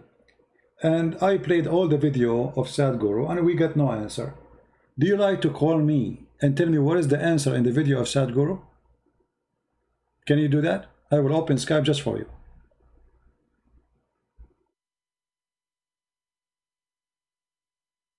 What do you think? Stop complaining.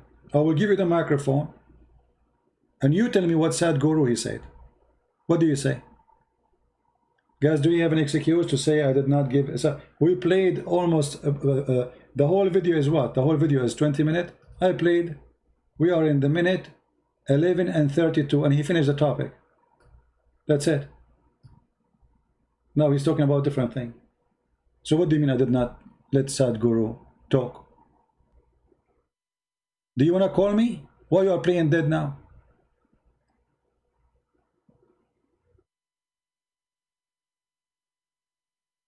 What do you mean show us verses about what you said about regard? What is that? What verses mean? What do you mean? Like what? You see, look how he changed the topic. A second ago, Sadhguru, he explained, and now he switched. You don't want to talk about Sadhguru no more.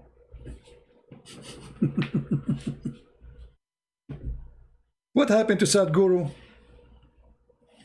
You were defending Sadhguru, and now we ask you to call us and explain to us what Sadhguru. You want to change the topic. You are faster than a Muhammadan. You know, Muhammadan is slower than you. They changed the topic after a few seconds. It did not take you 2 seconds to change it. What about you call me and ask me all the questions you want? But starting with what Sadhguru answer was about where was my karma before my existence.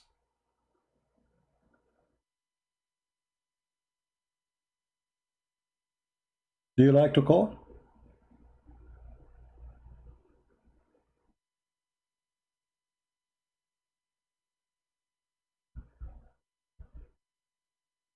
So why you are complaining? Here we go. You yourself, you cannot explain. If you yourself cannot show us where he gave the answer, it means there is no answer.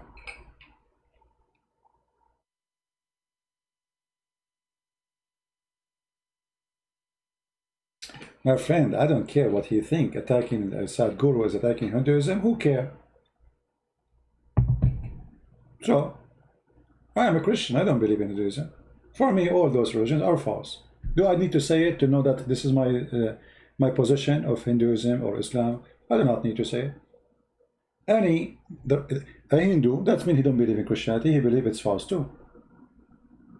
If a Hindu person, he did not say it to me in my face, doesn't mean he don't believe in it. He believes that Christianity is false. Well, you're right, no problem. So why you get offended?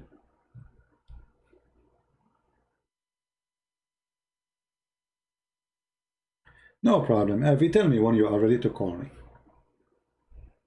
No problem. Download the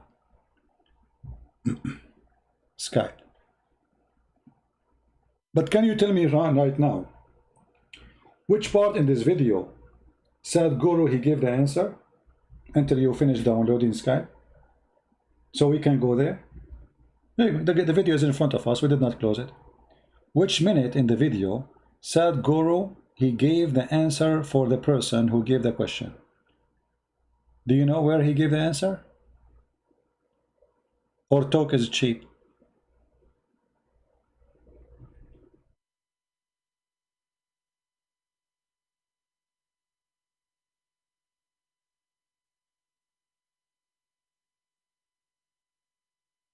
Where to kill women or yoga? This is guys, where it says kill women, go and search it in Google. I mean, you are a Hindu, you do not know.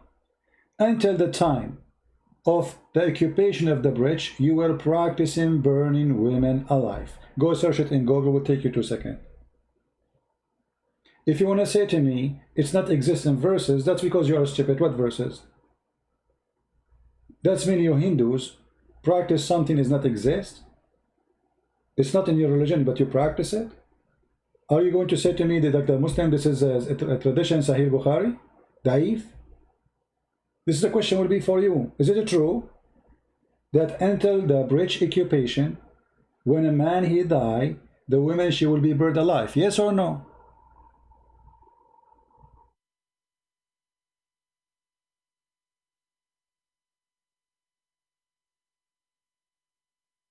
And the funny, Mahatma Gandhi, he said to the bridge that they are, you know, they are not Christ-like. So you are, how come Mahatma Gandhi did not speak about burning women? The one they speak that he was a great man. Where was Mahatma Gandhi? He was waiting for the Christian to come and save the women from being burned alive. Actually, this family, the Gandhi family, is a represent of the Hindu religion. They are the Brahma, and the rest are down. They are the gods of India.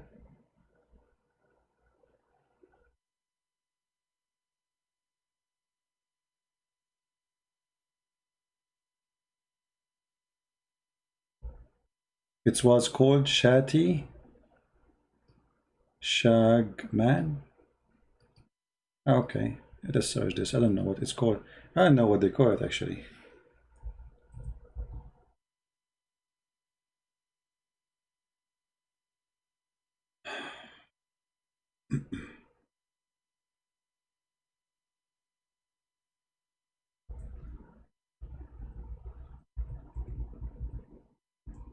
Did you download the Skype, Avi, or not yet?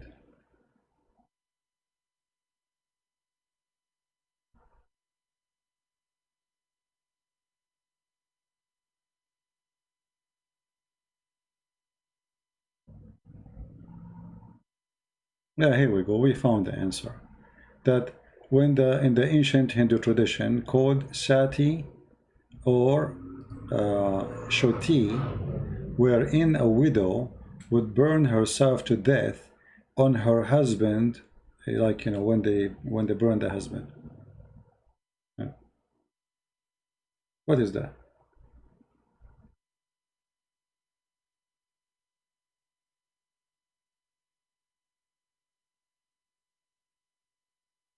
In which logic we can accept such a thing? That a man he died, the woman burn herself next to him, regardless if you force her or she do it. But you made it a tradition. That's mean if there is a pressure on her, if she don't do it, she is the bad woman, obviously. Why she have to burn herself? I mean, what this is about? And burn herself alive? I mean, this is evil. Like, did she commit a crime as a punishment? No. That just the husband, he died.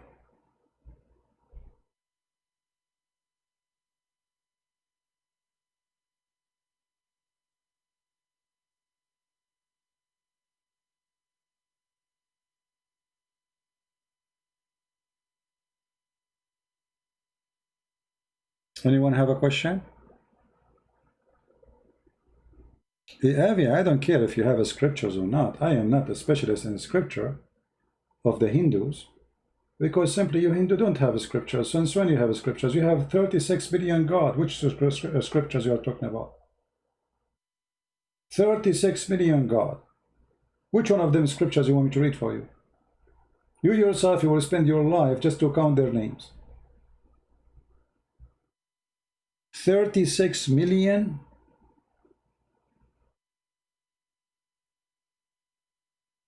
Million. And you are asking me to quote the scriptures?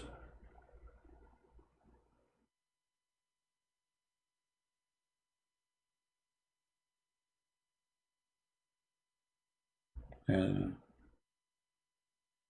for me, I don't have much knowledge of the Hindu, but what I see in front of me, nothing encouraging. And here we go. This is your best. The guru, he is just saying stupid stuff.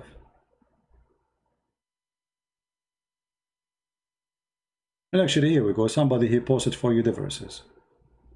It's called the Vishnoshamarati, chapter 25, verse 14. And that's what it says.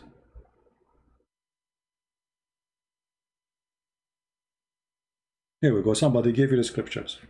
Are you happy now?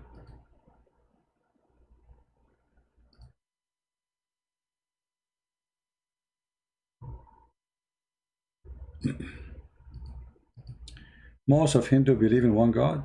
Well, I don't know. You see, I learned from Sadhguru. He is the one who said we Hindu, we have 36 million God. So what do you mean all Hindu worship one God? He said that. He said we are rich. He said we have 30 million God. We are rich country.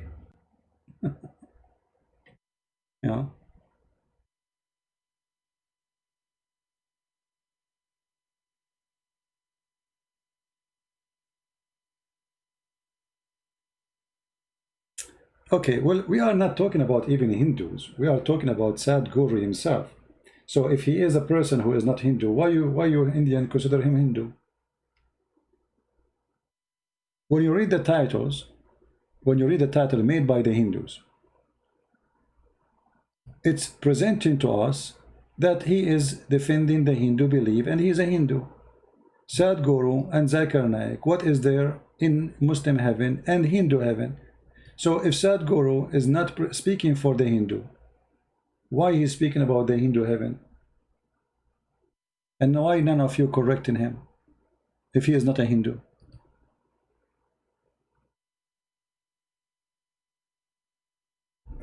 Somebody wanna call? Let me get my Skype. Hold on.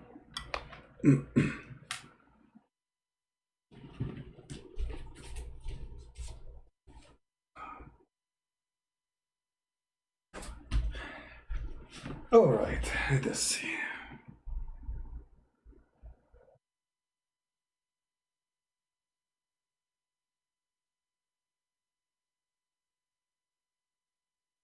Are you there, Avi? Are you ready?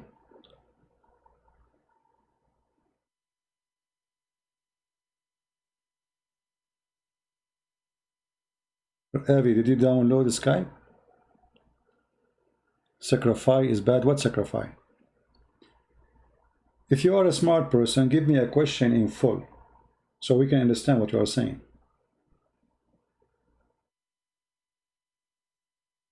The word sacrifice have a beautiful meaning, but it can be something ugly. Like as an example, a father, he sacrificed himself for the sake of his family. That's a good thing. So what do you mean sacrifice is bad? Can people make a smart question? Is it hard?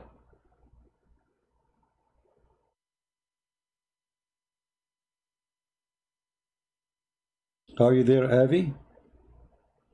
I don't know why Skype is not loading. Hold on. Let me close it.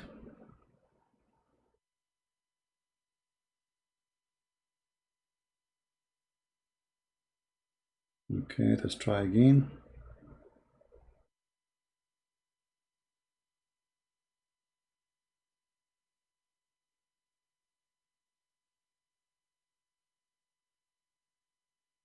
Are you ready, Avi? I am almost there.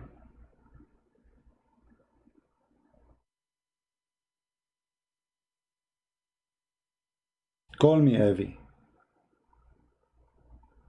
I am live on air, my friend.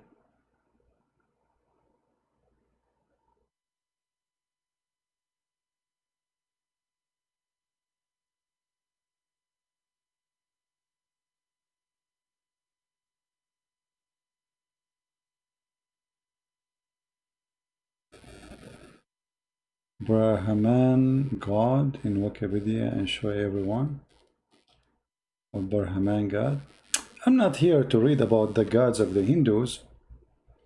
This is not my target, but I'm just responding to this guy. Somebody asked him, you people, do you think he's a big shot? Look, there's a million view of this video. For what? He said nothing. I'm not here discussing the Hindus. I am not a scholar. You see, if I want to debate somebody in Hinduism, I have to learn about it first. What I know is very little, but it's not encouraging. 600 or 4,000, and this is supposedly this guy, the guru, gave a brilliant answer. And this is my challenge for those who support this guy. Where is the brilliant answer in this stupid video?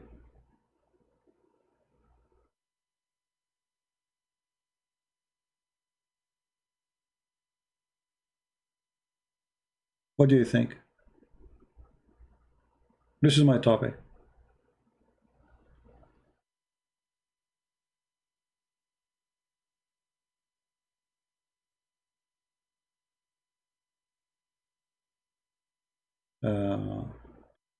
You are getting feedback in my microphone. How is that? Let's see. What about now?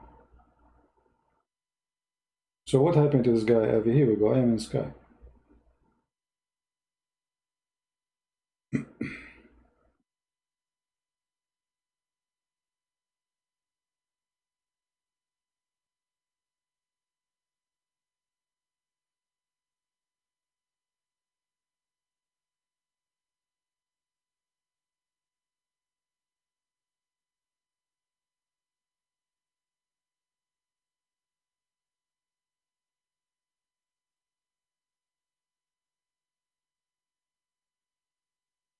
Anyone?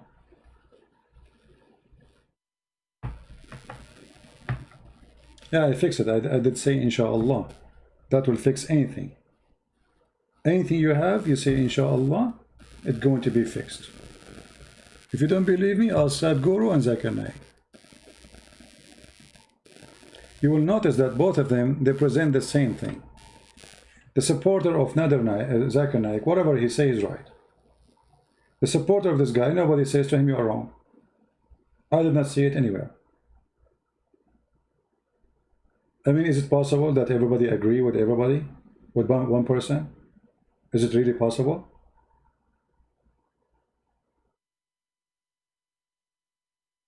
The mic is buzzing again. I don't know, from my side I have nothing. No problem. Buzz buzz. I don't know why it's buzzing.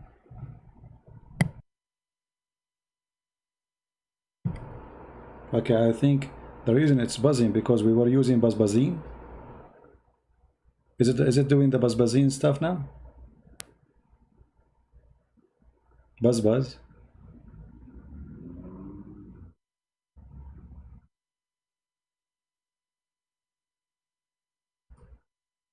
Let us go back to zero, just for the comedy's sake. Waste your time, the decent thing for you to do is… Yeah, and they show you people dancing. Yeah.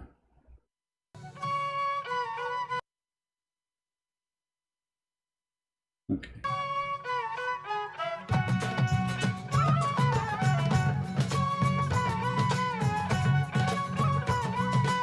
That's the yoga, supposedly.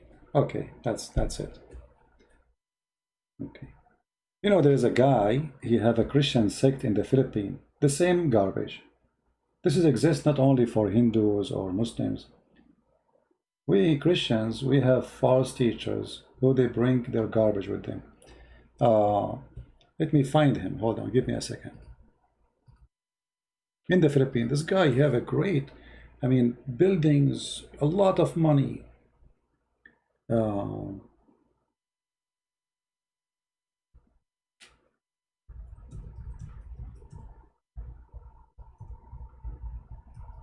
And actually, we contacted them and I offered them to have a debate. The coward, he ran away. But this guy, you know, he can kill you literally. This guy is very powerful. He have millions of followers. You believe it or not? And look what he called himself. He called himself, I am the Son of God. Can you believe it? This garbage exists everywhere. I am the Son of God.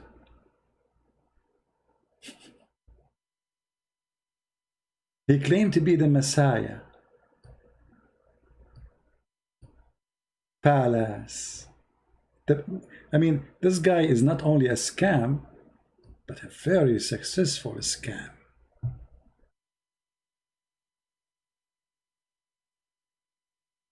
Oh. Once I was sitting with a group from his false church, and they supposedly, you know, they heard about me and they came, they said, can we talk to him? They talked to a group talked to me, blah, blah, blah, blah. And then they came and they have a tablet with them and they want to show me some videos. Let me see if I can find you.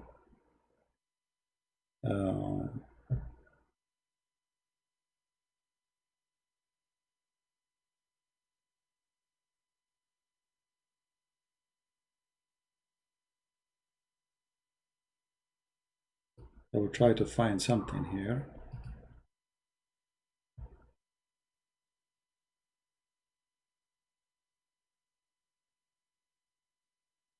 I'm trying to remember the name of their church. False church for sure.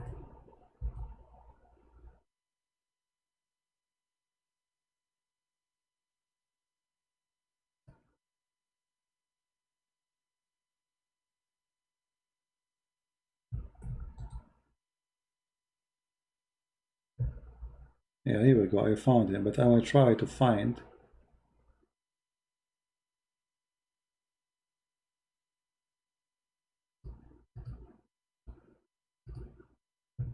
some videos. If you go to their, if you see their videos, they have a very professional TV station, and always those who sing, they are very good looking, and the camera only in a very good looking women and handsome men. Not a single person in this false church is not good looking. So anyway, those people, they came to me and they were like asking me if I like, they invite me actually, they offer me free accommodation, meet the Son of God.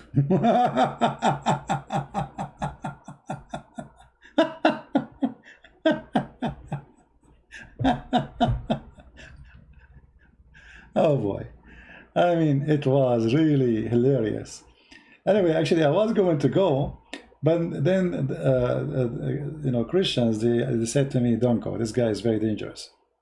If he knew you're going to do something, you might end dead. You know, you have a big mafia. He's for sure he's a very false person. Let us see.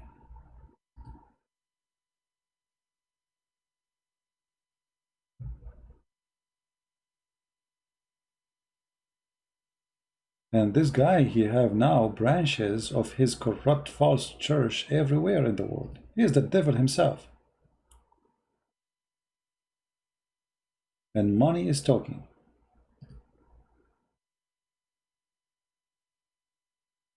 Money is talking.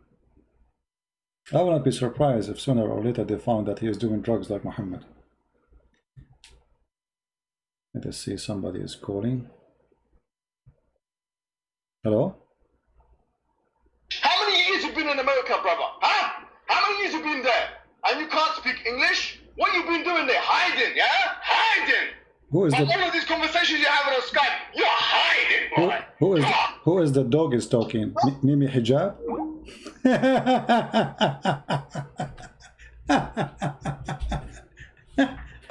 You know, the first I thought it's a German shepherd, but it turned to be Mimi Hijab. But the coward, he hung up on me. You see who is hiding?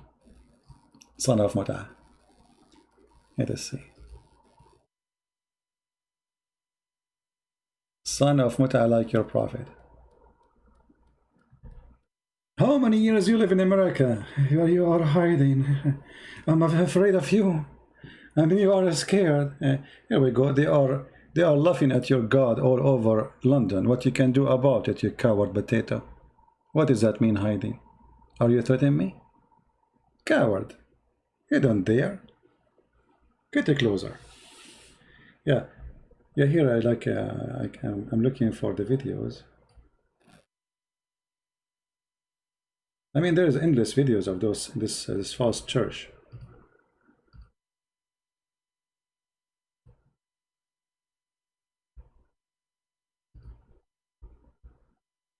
You see? This is the guy who he claimed to be the Son of God.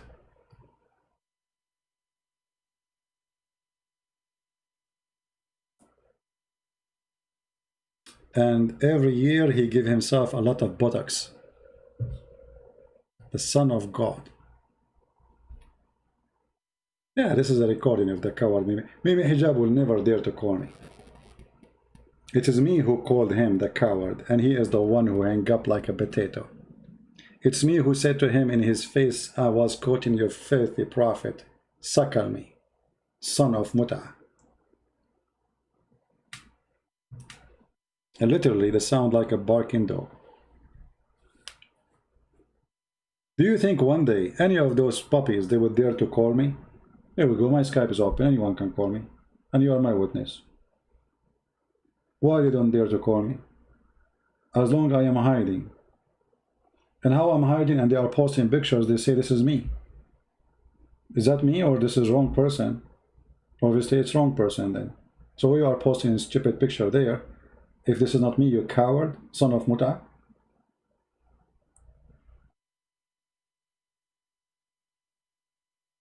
Do we have any brave Muslim?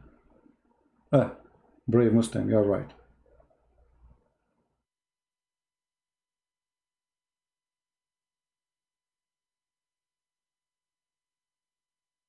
But you know what, just for fun, I'm going to call him back. What do you think? We want to have fun. Let us chase him. He called himself a Christian prince eater. The coward is not he's not answering. He's a Christian prince eater. They want to eat me.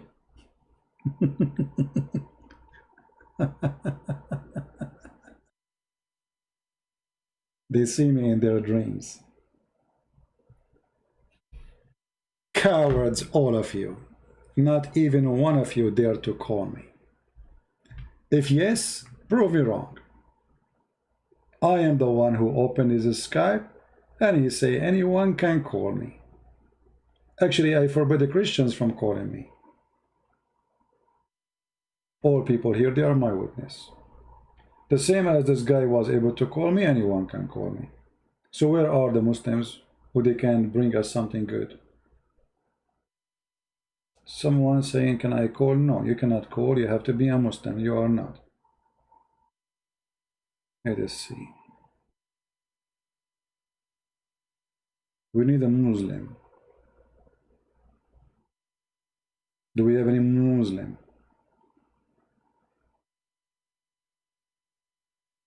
No, this is a Muslim. Ah, this is the guy who left Islam already. I decided to leave Islam. That's wonderful.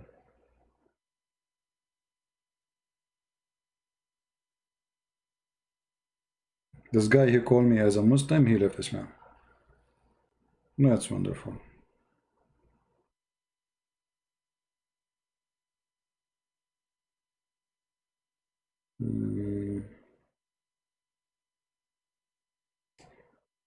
Islam media.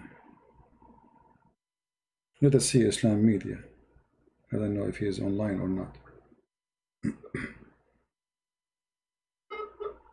Islam Mulia. Islam Mulia. Oh, this is a different person calling. Hold on. I think this is Avi. Avi is trying to call.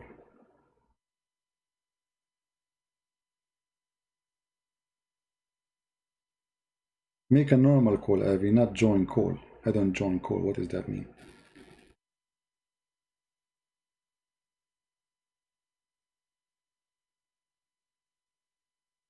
Here we go. I'm calling you, Avi.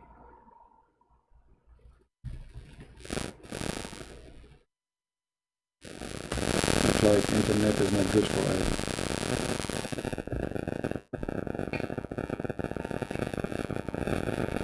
What Christianity teach? That's very weird. Hello? Yes, hello. Hello? Yes, Abby, how are you now? Hello? Go ahead, you're live on air, Abby. What do you like to say to us? Hello? Hello? Yes, Abby, we hear you. Yeah, now I'm getting your voice clear. Okay, no problem. Go ahead, what do you like to say to us? Yeah, so, I've been following you since past 1 year, and I'm a big fan of you actually. I mean, I've been following you since a lot of time, and I appreciate the way when you speak something, prove it with logics, you prove it with verses, and that is what I like about you, and that is the correct way to do things as well. I mean, if you say something, I will believe you if you show something, like certain things that you said. Hello? Yes, I hear. We are listening. Go ahead. Hello? We hear you. We hear you. Yeah, I mean, today, CP, I normally felt bad because of any Sadhguru and other stuff. The way you talked about Saudis and Americans and Britishers coming and doing sex with Indian girls and I did not say Indian. No, I did not say Indian because I never say Indian. I spoke about Buddha priest. I said I went to Asia and I was speaking about Thailand, and I saw how Buddha priest. You did say that it's in this video itself. So no, I did not. I never said India. No, don't say it. India is not a tourist direction for sex. I was speaking about Thailand. I never been in India all my life. I never been in India. I said I was there, and I saw how a Buddha priest, not Hindu priest. Buddha priests are located not in India, they are located in different places. So I saw Buddha priests, they are walking by this prostitution place, and all what they care for is collecting donation even from those poor prostitutes. Yeah. I hear you, go ahead. I can't hear you, your voice is echoing. I was saying, I did not say Indian girls, I was saying Buddha priest. Buddha priest. You can go play my video again. I never been in India. I never even entered Indian airport all my life. I cannot speak about India. CP, can you call me back? I mean, I'm not able to hear you, and I'm new to Skype, so I might not be able to do it. Can you call me back? All right, no problem.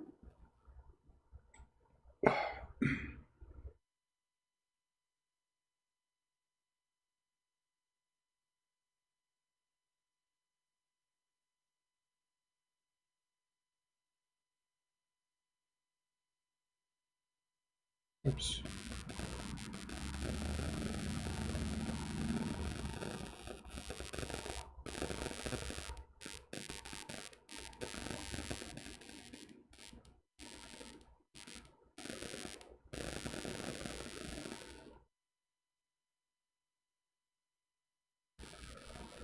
All right.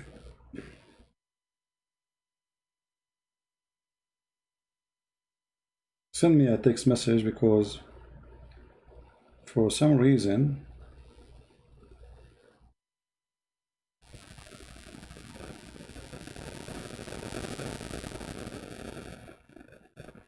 I don't know.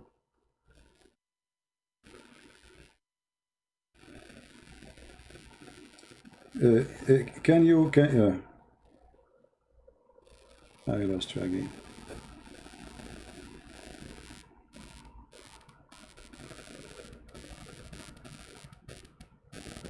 Don't do the group thing. Don't invite me to a group. Just make a call.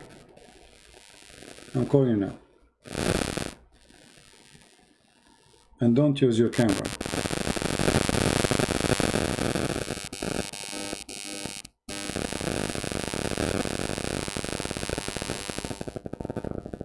Nothing is working.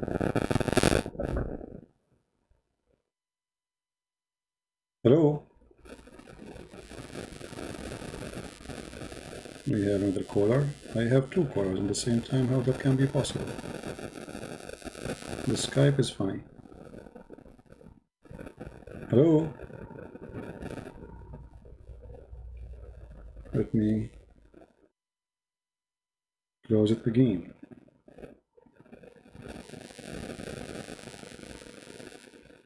The Skype freeze. You received two callers for some reason. And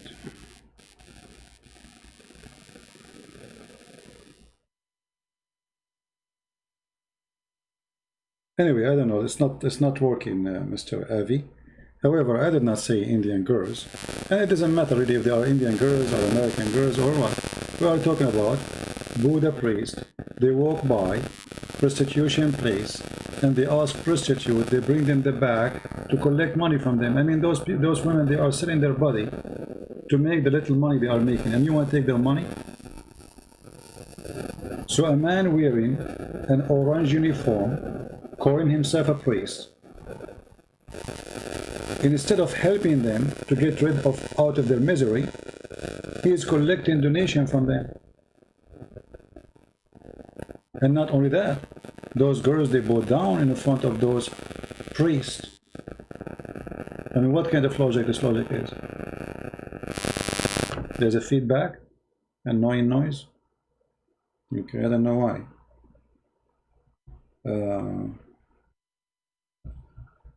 Let's see. We have somebody try to call. I don't know who is he. Let us see.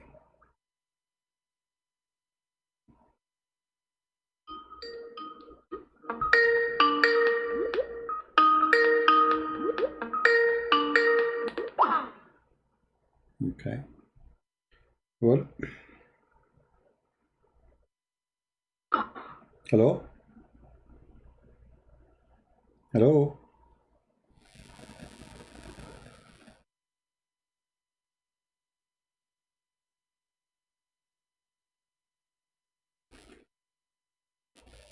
Hello?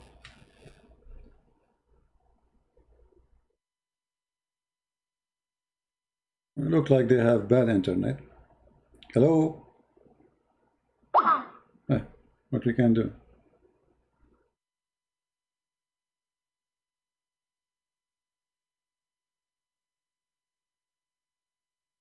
Let's try again.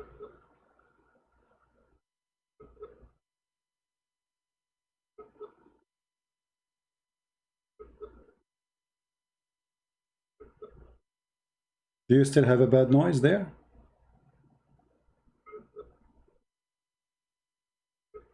See, I'm trying to call them, but it's not working. What I can do? It doesn't matter what, you know, a window burning things, if he's upset or not, my friend. I'm not against you. I'm against wrong things. You see? And yes, actually, we found the scriptures speaking about that. Or let us say what it's called, scriptures for the Hindu. You know? It's called Vishnu Simriti, chapter 25, verse number 14. So yes, it's true. It exists in the teaching of Hinduism.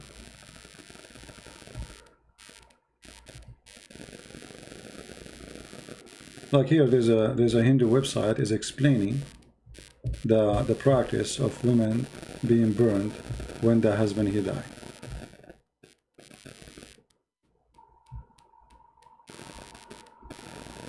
And if this is just a tradition, so why the priests allow it? Because, you know, remember, in villages, in towns, nothing will happen unless the priests allow it and approve it.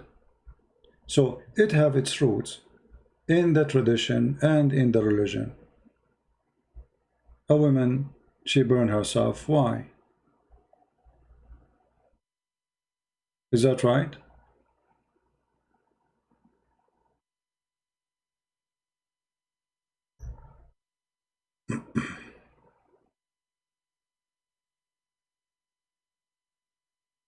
Let us see.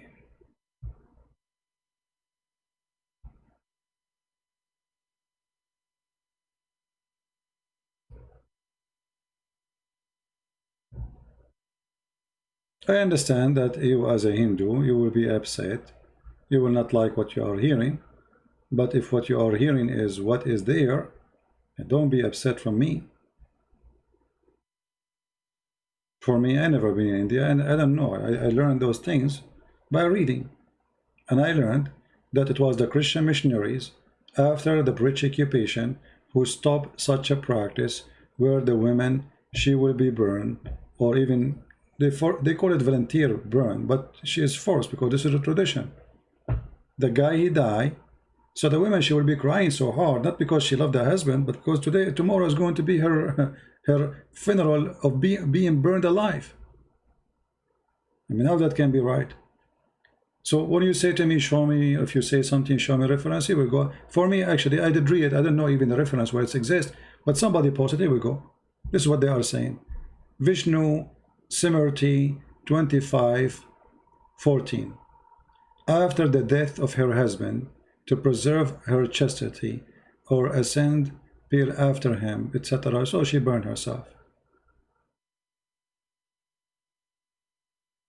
So you asked me for reference, here we go, this is the reference.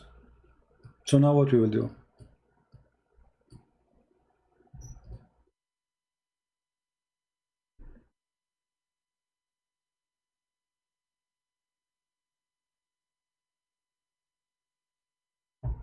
Do we have anyone want to say anything?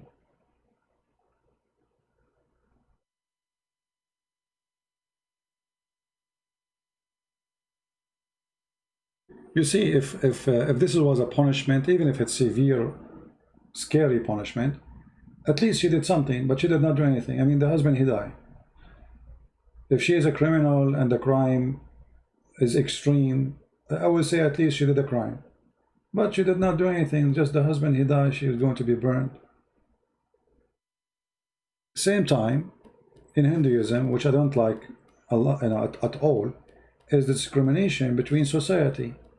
So there's people who they are going to live poor, stay poor, and even if you get rich, by the way, like now, because of technology, etc., so you might be from a poor society, your son became a software engineer, he made an email or software, he became a millionaire, still you are going to be considered from the low society. Because obviously Hinduism discriminate you, the same as the Islam discriminate. Islam discriminate, the Arab are the highest, the rest are just servants. Why Osama bin Laden became a leader in Afghanistan? Because he's an Arab, he's Saudi. Why the Arab, they are not equal? Because even Arab are not equal. Even Muhammad, he said it clearly, that Allah chose from the Arab tribes. He chose from the nation's tribe. And then he chose from those tribes, from the Arab, certain tribes. And he is the best of his own tribe.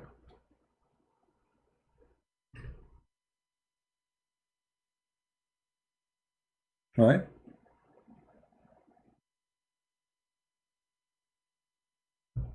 Do we have any Muslim?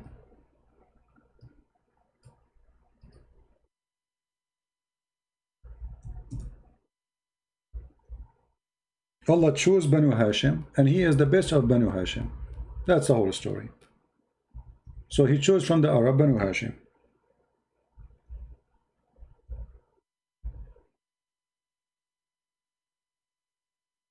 And Muhammad supposedly is the best of mankind. You see, when the Bible speaks about choosing people, Bible does not make the Jews holy and the rest are not a human or less. God in the Bible says God is with those who they are with him. The rest of the world were not worshiping him. As simple as that. This is what chosen people mean. When the Jews themselves, they are against God, God was against them.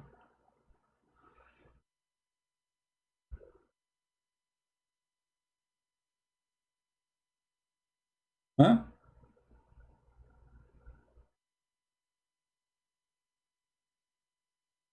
Any Muslim?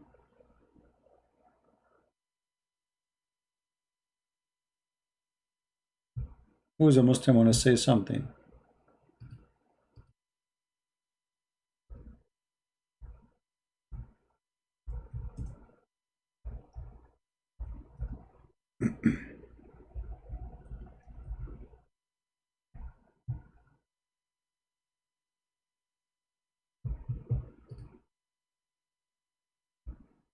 Nobody? So if you are a Hindu, my friend, don't be upset. For me, I speak anything against anything I see wrong. I'm not even speaking against Hinduism. I'm speaking against this guy who is saying things does not make sense, presenting himself as he's a guru. So if you are a person who believes that this guy don't present you, we'll make a video, show the Hindus that he is not what he claimed. Right? Everyone here knows. Like as an example, there's a person, he claimed to be a priest. His name is James White. I made many videos getting him busted. But he is a priest, supposedly. He is a priest in a church. He have a PhD. He's a doctor. And he say he's a Christian. And he debated Muslims about Christianity. For me, I believe that this guy is very dangerous. Nobody should listen to him. So it's not about you being Hindu. It's about wrong or right. There's a person, he claimed, what's his name? I forgot, Toriva Singh or something. He's a rabbi, a Jewish rabbi. I'll whip the floor with my shoes with him. He's a rabbi, he's a Jewish rabbi. It doesn't matter. All right? So it's not about you being a Hindu, it's about being wrong.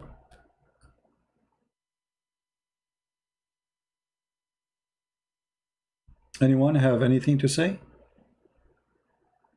As an example, this guy to Via Singer, he will never dare to debate me anyway. But he is a hypocrite who lives in Indonesia. He's married to Indonesian women.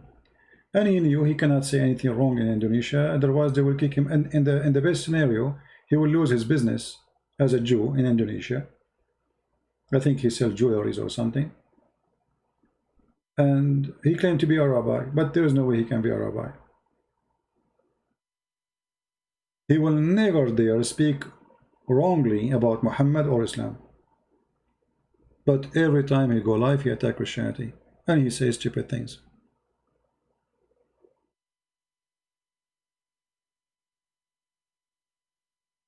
The Hindu have 5,000 God?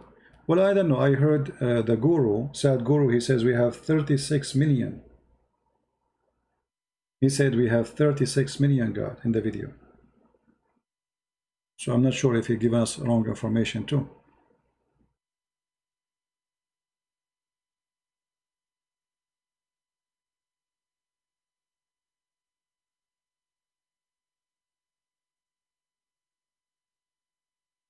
Any Muslim? Any guru? Any guru want to say anything to us? We take calls from gurus and we take calls from Muslims.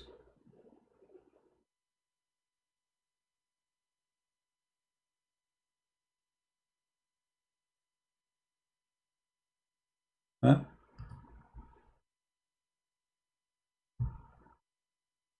And what I find it embarrassing, that in description in his channel they say, or whatever this channel present, he gave a brilliant answer.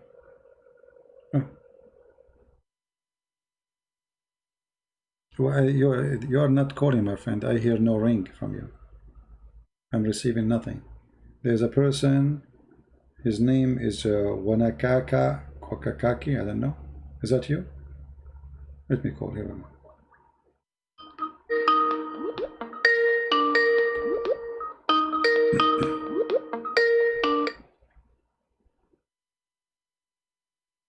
Hello? Hello? Yes. Hello? Yes, go ahead. You are live on air. Pardon me? You are live on air. You are calling me. Yes, yes. All right. I'm not Muslim. I'm not guru. I'm just calling to just say, hey, Bo, I champion you. Continue. You're doing an excellent job. And I really, really was touched by the guy from the French Muslim who you really spoke to so cheerily. And I want to say, we are praying for you. We are backing you. You have you're not politically correct, but you're God-fearing and you're doing an excellent job. So I just wanted to say that. Thank and you you very have much. people who are just backing you in prayer, and just keep on. And God will protect you and bless you. I just praise God for the many who will come to know Christ through what you are doing, and many Muslims who will come to know Christ through what you're doing. Bless you, Christian. Thank you very much. Which country are you from, if you don't mind to say? I am from the, I don't want to say, but it's from Caribbean. Caribbean. Oh, okay. I like the Caribbean. That's it. You have to empty your house. I'm coming tomorrow. I will give you where I live. You stay here for 2 months. I go there. All right? We exchange places. I will give you my computer, my microphone, even my show. You go and talk as much as you want. Just give me the beach there. Deal? Deal. All right. All right. Take care. God bless you, sister. All right. Take care. Bye-bye. Thank you. Bless you. Bye-bye. Bye-bye. I mean, you are from the Caribbean. You are listening to me. Go to the beach. Like, hello? What do you want to say? Go to the beach.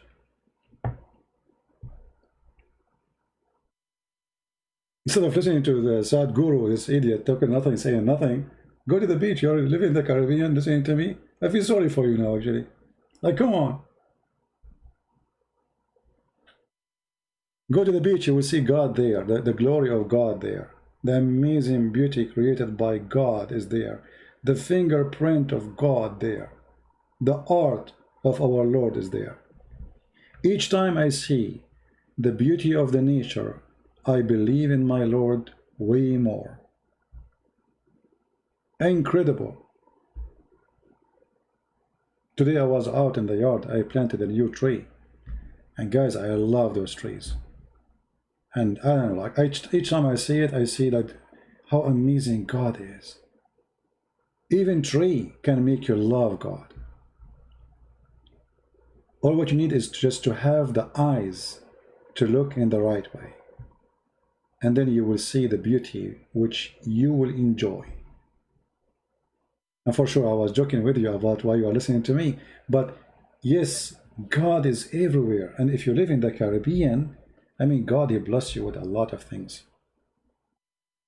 And you will believe in God way more when you see His handwork.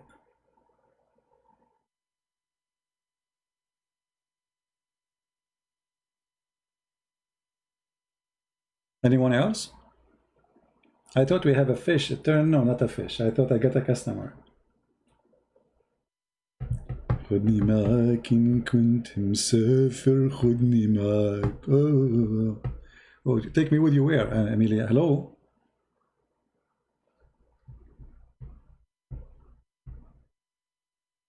If I go, I will go alone. I will not even tell anyone where I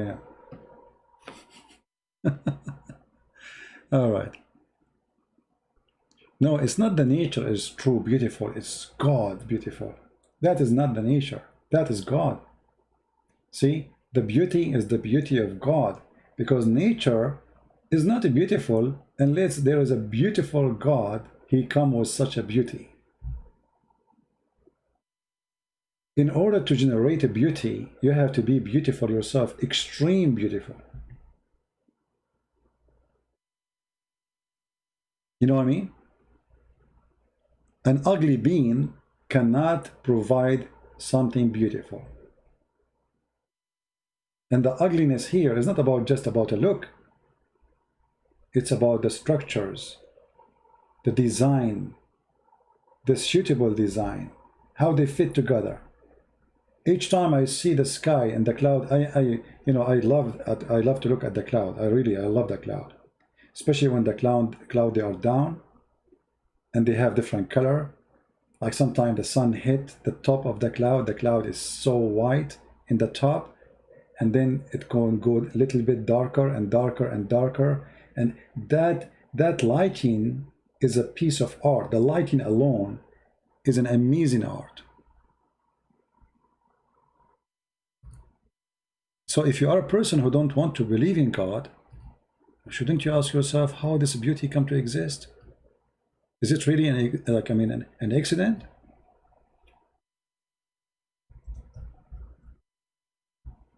That is impossible. This is a kind of a very high quality designed. I mean, look at this cloud. I just searched for a picture. Let me put it for you on the screen.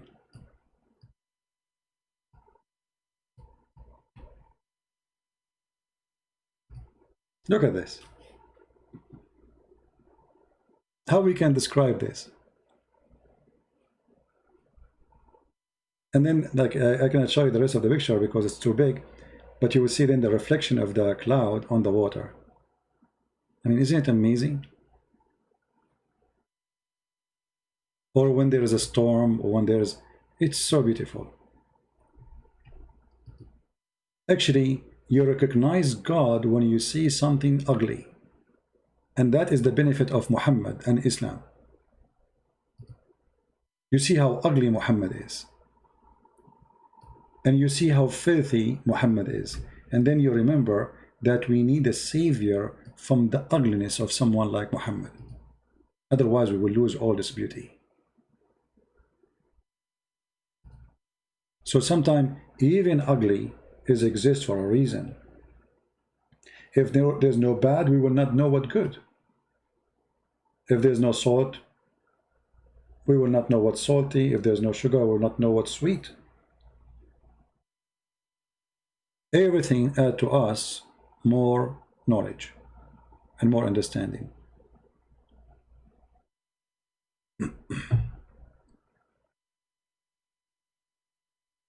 Do we have any Muhammadan? Want to say anything?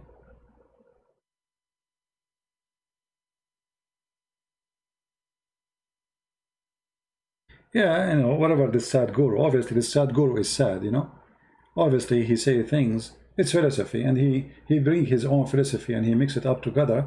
And actually, if you watch his videos, he say things contradict what he say in previous video. He's the same as Muhammad somehow. But you know, people, they like to listen to those who they have, let us say,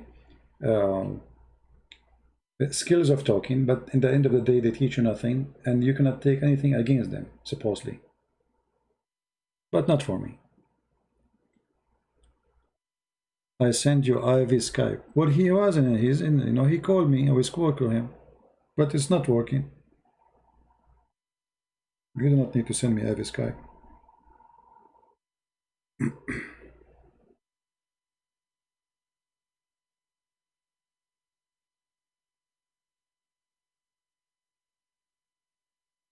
Yeah, it's not working. Anyway, I don't want Avi to be upset, but Avi, I don't take a side. You can go search right now. You will find Christian Prince making videos against someone who claimed to be Christian. Christian Prince making videos against someone he claimed to be a Jewish rabbi, refuting Jewish people. I don't take a side, my friend. I don't care if you are a Hindu or not. With my respect to you, I take a side of the truth. Anyone he speak wrong, he says something stupid, I will be against him. And especially, and I'm talking about against him as what he said, not him as a person. Otherwise, I have no problem with this person. But isn't it embarrassing that tens of thousands of people, they sit and listen to this guy saying this rubbish? Isn't it? And why nobody from the Hindus make videos to expose his lies? Do you really accept as a Hindu what he said? That there's no creation, there's no creator? Is that what you Hindu believe? So what the word God mean for you? If there's no creator, that means there's no God. So what God? What is this word idea of God then? What make him God if he created nothing? You know what I mean? When this guy in the video, he made it clear that there's no there's no creator. Then why you believe in God? Why you claim that you have God? And what is God then? Is God is somebody like he is an officer working for a company or something for you? Because this is what he said. If we go right now and we listen to the video again, you know, which is boring, I don't want to annoy you, but we can listen to it again. You will find that, you know, the answer is very silly and very stupid. There's no God. But yet he said we have 36 million gods, 36 million. So what is God then for you?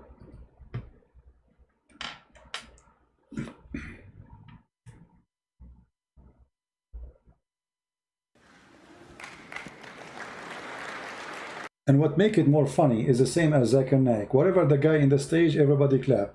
Like amazing, so good. Doesn't matter what he say. The guy, even if he sneeze, they will clap with their hands. That's true. Allahu Akbar. Now, even I'm wondering about that about you. Making fun of the person. Well, no, you're a decent guy, I'm like this, what should I…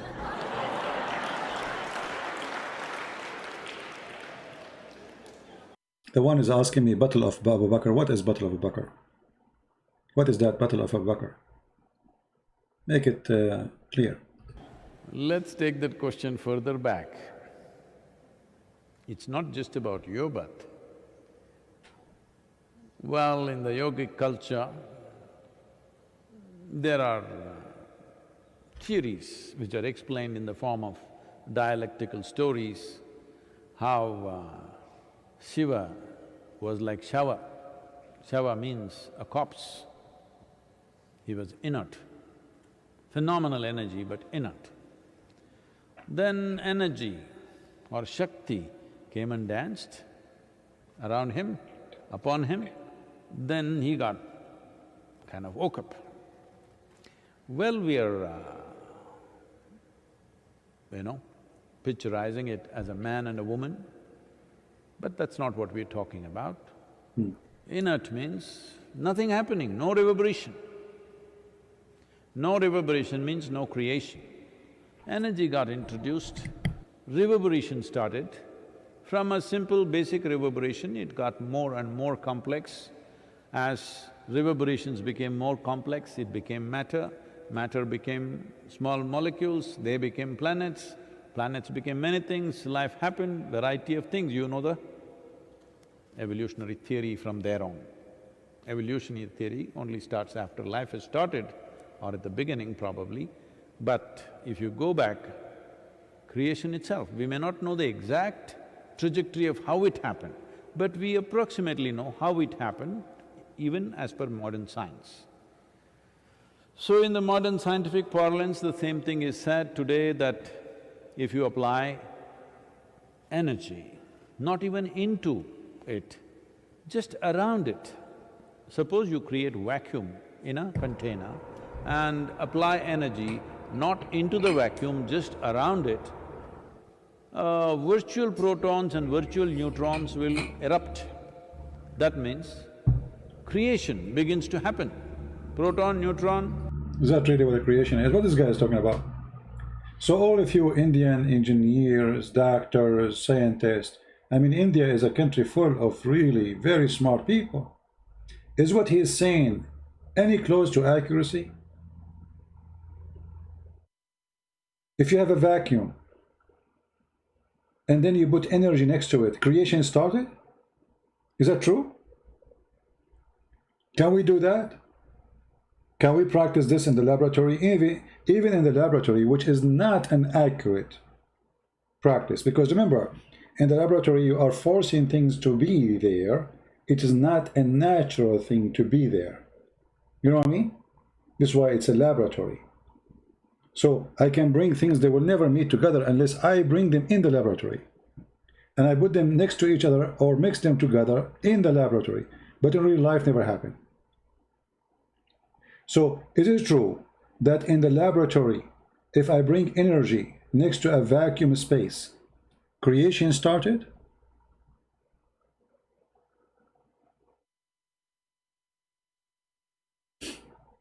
You know what I mean? That's not true. That's a person throwing words. And if you go back in what he said about the creation, you would die laughing. No, even in laboratory, they were not able to do it. You see, they tried or they created a machine to resemble the Big Bang. I don't know if you heard of it. Cost them I don't know how many $1 million. I forgot which country. I think in maybe Norway, Sweden. I forgot. It's in Europe. So they made this machine simply because they want to create. They want to do the Big Bang. After all the money they spent, they could not create even an electron. They created nothing. Right? Nothing.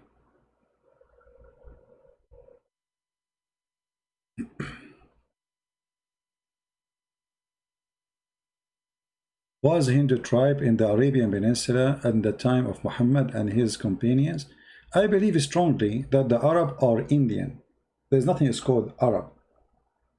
I believe all the Arab are originally Indian. And I can prove it to you very easy actually. As long as you're asking this question. If you look at the map, you will see how close India is from Saudi Arabia. Very close. Extremely close. But I will prove it to you in a different way.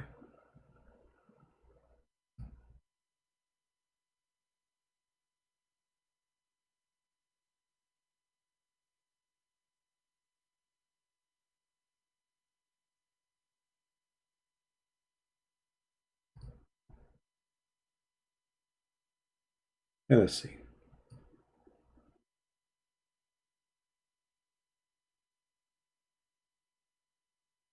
Take a look. If you see this guy in Pakistan, are you going to notice that he is an Arab or he is a Pakistani? He is from Pakistan. He is 100% from Pakistan. Those are Indian. There's nothing is called Arab.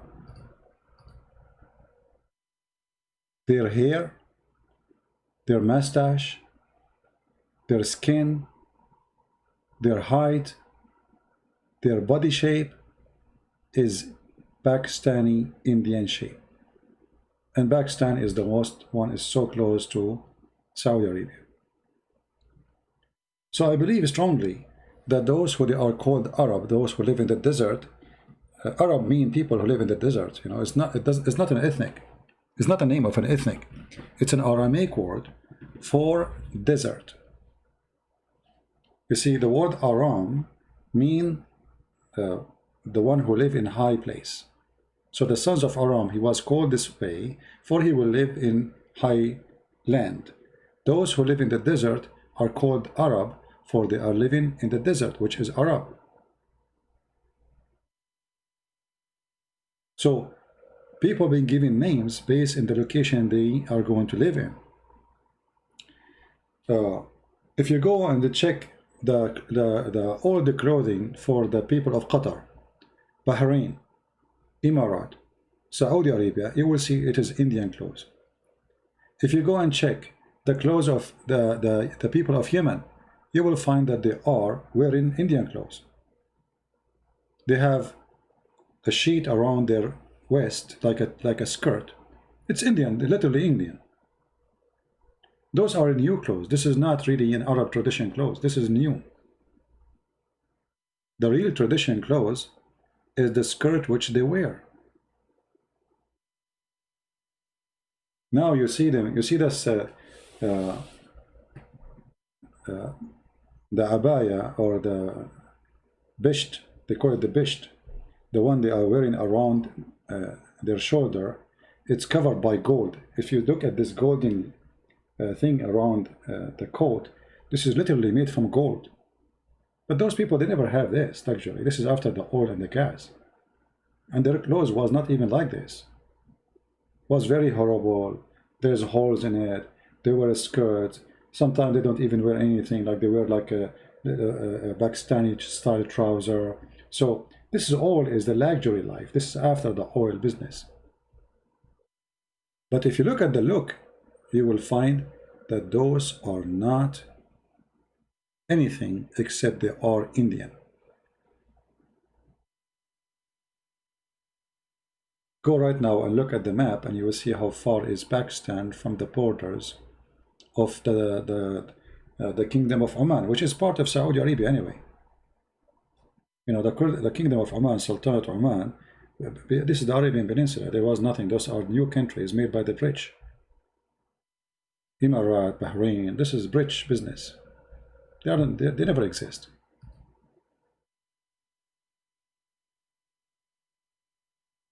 All right. So there's nothing called Arab today. Anyone who speaks Arabic, they call him Arab. Today, this is how it is today. But Arab are not an ethnic. And actually, even Muhammad, he proved that to us. If you remember, Muhammad, he said, Allah, he sent the Quran in 7 reading. What does that mean? They say to you 7 dialect of Arabic.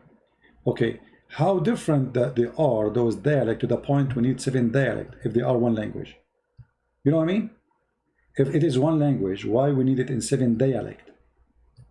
I mean, if the difference between this and that is 1 letter or a pronunciation of a letter, what a big deal. So why we need 7 dialect? Because they are not one nation. If I go right now to Yemen, I will not understand what they are saying. I will have no idea what they are talking about.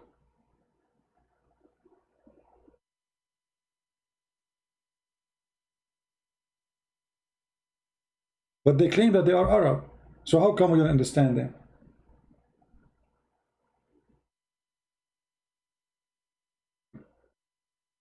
What is the crown? A gal. They call it a gal. This is just to, it's a weight to weight up your scarf so it doesn't fly with the wind. It's not really, I mean, it's just, all those things, by the way, is made by the Aramaic. This is a clothes given to them by the Aramaic. Those people do not know how to dress. They never make even clothes. The Arab, they used to buy their clothes from the Aramaic. They exchange with them their animals, and the Aramaic gave them the clothes. They didn't know how to make clothes, they didn't know how to make swords, they didn't know how to make anything. Even Muhammad himself, he used to go in trade business with all the way to Syria. And the trade business is very simple. They take animals, palm date fruits, whatever they have from the nature, and they exchange it in Syria with swords, clothing, jewelries, etc. Why the Saudi fight in Yemen? Because the Yemeni controlled by the majority, which is the Houthi. Houthi is a form of Shia. They are kind of Shia. So the Shia, they are taking over Yemen, and that is a big risk for the Saudi, who they are Sunni. Which means if the Shia of Houthi, they took over Yemen, that means Iran is in the border. That means Saudi Arabia is surrounded from many directions by the Shia. And that will be the end of Saudi Arabia. So if you look here at the map,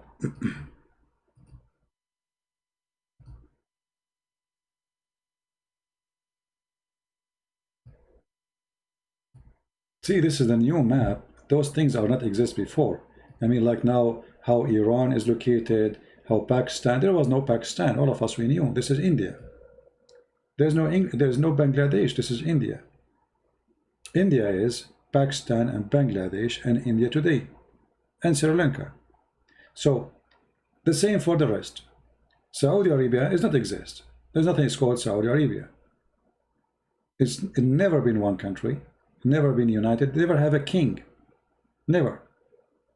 So when the British, they took over, and the French people, they took over most of this territory, especially the British in this area. They divided, and every sect took over a place. As an example, for a certain time, Egypt was all of it Shia. All of it, imagine. This was in the time of the state of Al-Fatimiyyin. If you remember before, I mentioned to you the story of Al-Hakim bi Amrullah Al-Fatimi, which means the ruler by the name of Allah, the Fatimi. Fatimi supposedly come in from the descendant of Muhammad daughter. Those, they were Shia, and they are the one who built the Azhar University or mosque, which now is the center for the Sunni. What happened is that those Shia, they depend in some fighters' slaves, and then those fighter slaves, they took over the ruling, and they converted into the Sunni sect. And by converting to the Sunni sect, they forced all the country to become Sunni. So you can say overnight, Egypt from Shia country became Sunni country. And then Yemen. The majority of Yemen is Shia. And this is Iran. Iran, 90% of it is Shia.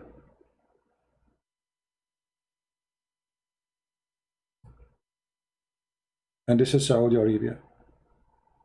So now Egypt is not Shia no more. The Shia are minority. But Yemen have a great number of Shia. So now Iran is just a few kilometers. Actually, there's an area where it's not even 2 miles or 3 miles from United Arab Emirates, here in this area. You can see Emirat by your eye. You don't even need to go and take the boat to see it. So it's very close. And there's a great number of population in the state of Bahrain, the kingdom of Bahrain. He made himself a king, this idiot. So, and this is Bahrain here. The Saudi, they made a bridge between them and the Bahrain in order to let us say change the demographic population of Bahrain, so Iran cannot claim it later, because if the Shia are able to take over this little island, then this island will be so close to Saudi Arabia. It's just 1 or 2 kilometers away from Saudi Arabia. If you zoom in,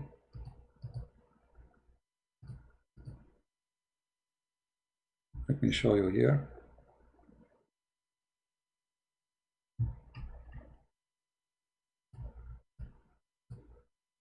See how Bahrain is? This is Bahrain. And this is the bridge the Saudi they made between them and between the island. The majority of the population in Bahrain is Shia. This is why if you go to Bahrain, you will find that the police is not even Arab, they are from Pakistan. The king of Bahrain, he is bringing people from Pakistan who they are Sunni, and he give them citizenship in order to make a balance in his island against the population of the majority Shia. The people of Bahrain who they are Sunni, the native, they are a very small tiny number of minority, and the Shia, they can overthrow them very easy. So the Saudi, in order to solve this issue, they established this bridge. Let us zoom in. Maybe we can go in the ground actually. Maybe we can go in Google Earth. We go in the ground, let us see. I don't know if we can go. Here we go. See, you see how close it is to Saudi Arabia? This is the bridge. It's not really a big bridge. Look how easy. See? That's it. This is the distance between Bahrain and Saudi Arabia. So if Iran was able to control this area because the population is Shia, that means Iran can destroy. That's very easy for Iran now. They will have a very front line on Saudi Arabia. You see it?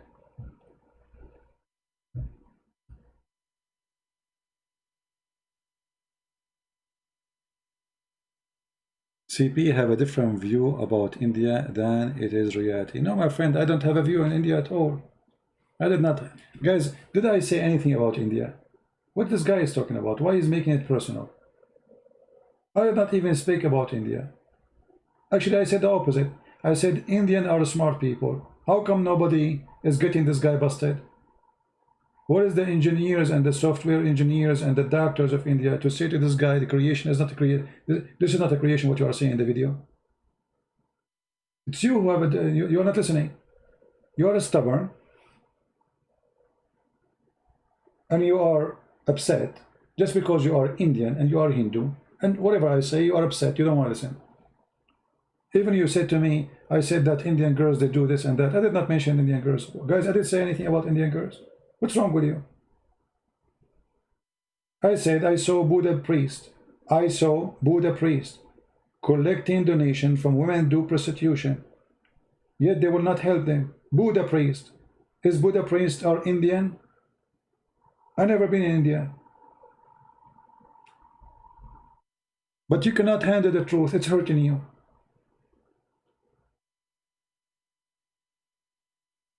Anyway. So, Shia and Sunni, there's a huge problem between them, and one of them have to kill the other one. They will never be friends. Never. And Saudi Arabia, actually, the only reason for Saudi Arabia to exist until now is, you know, the USA. Otherwise, Iran, they can occupy Saudi Arabia so easy, extremely easy. I mean, those Arab are no match to fight Iran. You know, remember, those are the Persian. Persia one day used to be the enemy of Rome, which means it was a super power. So they are no match in everything, the way they think, the culture, education, even population. So if the Iranian, they decide to invade Saudi Arabia, I assure you they will take all over Saudi Arabia in a few hours, not even in a day. The same as Saddam Hussein, he took over Kuwait in less than 6 hours. He attacked in the morning, by 11 noon time, he have the whole country. So now the Shia, they are extending their arms. They are building a military base to train militant fighters in Ghana, in Chad, in Niger, in Nigeria, in Mali, in Sudan, all over the place. And they have a huge population in the south of Lebanon, Hezbollah. And they have a great population in Iraq. So look, the things is getting really bad for the Muslim Sunni. The Shia, they are growing in number, and they are growing in power, and they are surrounding the Sunni. So this is Iran, and this is Iraq. Iraq was controlled by Sunni, by Saddam Hussein for a long time. And before Saddam Hussein was Sunni too.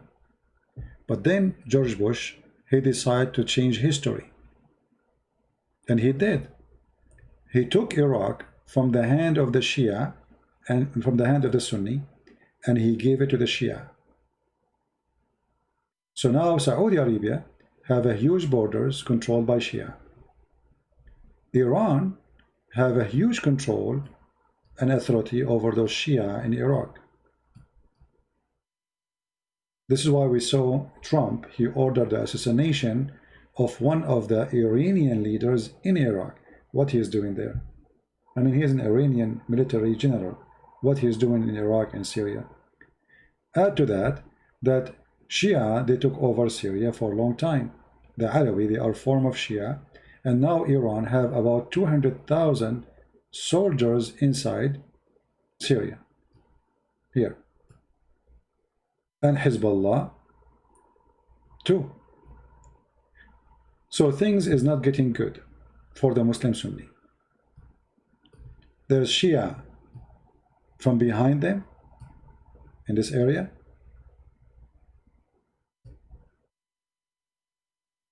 And I forgot to mention that the kingdom of Oman is a kind of a form of a Shia.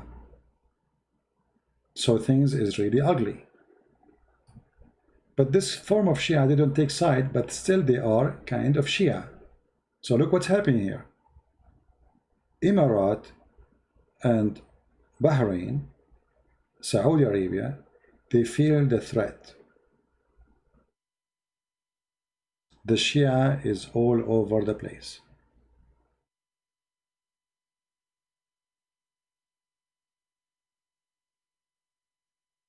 Any other question?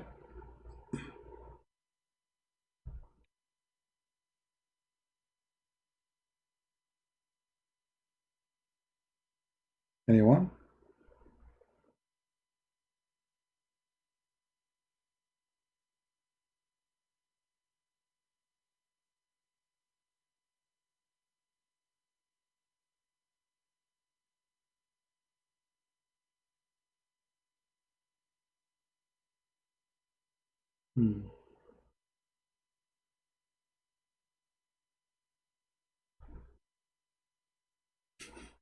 This is Budi from Indonesia.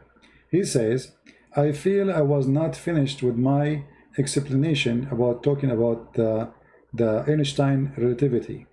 And I feel, I did not finish my explanation due to your continuous interpreting. That's why I left the debate. Thank you. That's a false statement, because interrupting you is the conversation. What do you mean interrupting you? You can interrupt me too. Nobody hang up on you and nobody silence you, but you have no answer. And that you are lying again. You did not hang up because I am interrupting you. I asked you a question, how your prophet went to the 7 heavens, behind the 7 galaxies, in a few hours and come back, as long as you are talking about relativity of time, and you run away. Shall I call him? He's online. He just posted this for me. Stop lying.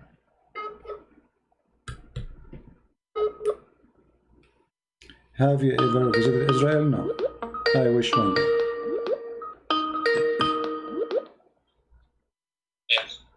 Yes, Bodhi, how are you? Hello. Yes, Bodhi, how are you? You said I did interrupt you? Yes, I'm fine. No, we are just having a conversation. If this is interrupting, that's really funny. If I say to you hello, I say hello back. This is interrupting. So you, just to remind you, you were talking about that there is a relativity of time, and this is about movement.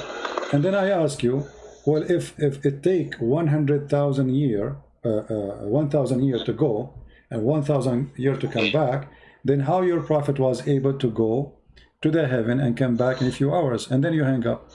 So what do you think? Meaning you mean regarding in the Islamic, right? Not what? You are talking regarding Islamic rights of the Prophet Yes, Muhammad. yes, because we are talking, remember, you are the one who mentioned the word movement. You said to me that in the Bible, it speaks about one day for God is equal to 1,000 years of your time, correct? But you said there's no movement. Okay, so what is the point? The point is movement, correct? Yes. Okay, your prophet, he was moving in which speed when he went up to the heaven with the angel Jibreel, and he come back in a few hours? Yeah, it is right, because this is the Surat Al-Ma'arij. Al-Ma'arij means the way in the sky to meet the Allah. So if you read of the scientists already said in the sky there is a wormhole. Wormhole is just to make shortcut of the way in the sky. Okay. So if for example and how many million years away this hole exist? How many million years away from us? Actually, as per scientists say, the wormhole, it will be much shorten the distance. I cannot say. This is another question. This is another question. This is another question. You see. Now you will say I am interrupting you. This is not interrupt. I'm just asking you. Try to understand how many million years this hole is far away from us. So you see, you're avoiding what scientists they say, and you misquote science, claiming it is science. Because if you want to talk about that hole, then we have to talk about Muhammad. He have to go for millions of years before he arrived there, in the speed of light, not in the speed of a flying donkey. So again, we go back to zero. In the speed of light is the speed they are talking about, yet is going to take millions of years. Your prophet, he went up to the seventh heaven in the top of a donkey in a few hours and came back, when you are the one who said that the Quran speak that there's 1,000 years to go, 1,000 years to come back. And this is in the speed of light theory, because you are using Einstein, right? Yeah. Okay, so speed of, okay, in the speed of light, 1,000 years to go, 1,000 years to come back. Okay, what speed Muhammad he used to go to heaven and come back with the angel, who is his speed maximum will be is the speed of light? CP, I was not saying that it consume 100 years. I'm not saying that. I was not saying that. No, not you saying that. The Quran said that. The Quran says that, my friend. The Quran said that it's going to take you 1,000 years to go there, right? That is misinterpretation, sir. What misinterpretation? Okay, read the verse for us. Go ahead. You give me the interpretation. You name the scholar, and I will read it for you, or you can read it for us. Once again. You are saying this misinterpretation. Get me busted. Go ahead. Yeah. Okay. I've said that maybe our like Ibn Qasir maybe already misinterpretation. They are not totally wrong. So the scholars they have misinterpretation, and you are the one who have the correct interpretation. Prove it. The scholars who speak Arabic, and they all exist for centuries, and they are the one who taught you Islam. They are stupid, and you are the smart one who have a correct interpretation. Give us the interpretation, go ahead, and how you can prove the interpretation of yours to be true. What is your interpretation for that verse? It's like this part. In the school, in the 18 years old, this lesson already studied.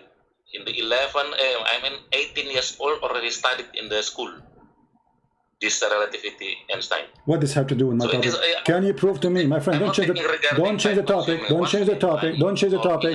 Don't change the topic. You say the interpretation of the verse, the scholars they give is wrong. Give us the interpretation of the verse. Go ahead. The verse in front of you. Yes, Ibn Qasir, it is he was alive. It is in the 12th century he alive. Now already 21 centuries. So the interpretation should be updated. So, but the Quran is updated or still the same Quran? Same Quran. Okay, the Quran is so clear. I mean, what's wrong with this religion? Are you saying to me by the change of the time we change the meaning of the Quran? That is funny. Same time, the Quran in front of us says very clear words.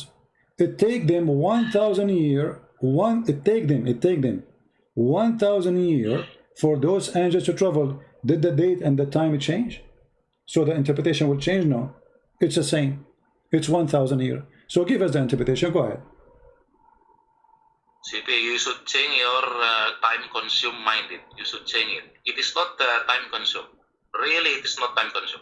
My friend, so please check. It's time consumed because it take them 1,000 years to go. So they have to consume time. They have to consume time. Aren't you the one talking about Einstein?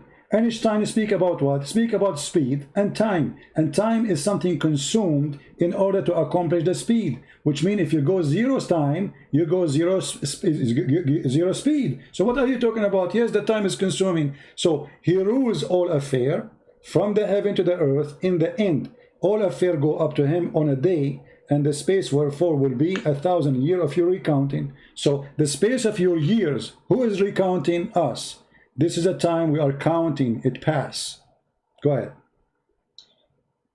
If you read the formula of the time relativity or exactly special relativity of the time, it is not talking regarding time consumed, sir. No time consumed on that formula. Well, that's mean you are using the wrong formula with the wrong verse, because the verse in front of you, look what you just said. If you read the Einstein formality, he is not talking about time consuming. So why you are using it with a verse speaking about time consuming, if it is what you are saying?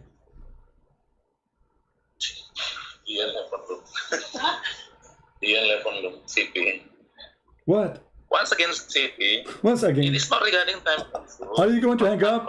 Are you going to hang up and you say I did interrupt you? Why you are using if Einstein, and this is not true, Einstein he is using the time consuming because time is about consuming. There is no time if nobody consume it. Time is exist only for the one who consumed the time. It's about when I say 2 hours, it's mean 2 hours pass or 2 hours will pass. So if there's no 2 hours will pass, this means there's no consuming.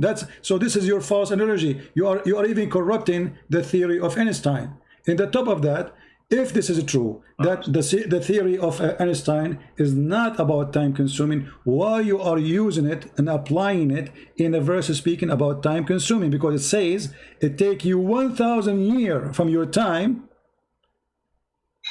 The angels will go there. Who is the one that will pass the time? Us. And who is going to pass through the distance? The angels. And how long is going to take to the angels? 1,000 years of our time. And there's time too will pass not only to us, will be passing to Allah. That means Allah is a physical being inside the rule of physics. And there's one day is going to pass for him, because now this is not metaphorical no more. If we are talking not regarding relativity, once again, if we are not talking not regarding relativity, yes, we can account regarding the distance or the time consumed. This is time relativity. Okay, can you read for me can you read for me what relativity mean? The relativity of time. Go ahead. Teach us. The equation is T absent equal to T divided per square 1 minus velocity square of velocity divided by speed of light square. Okay. So there is hold on. Okay. Did you just say divide by the speed of light? Yes, of course. Okay, and the speed of light, is it, open okay, the formula. when the speed of light run, does it consume time or there's no timing? Speed of light, the unit of the speed of light is meter per second. I don't care about the unit now. I'm not asking you about the unit of the light. The light is not the timing, but when we are going to measure a speed, do we measure timing with it, or the speed have nothing to do with measure with timing?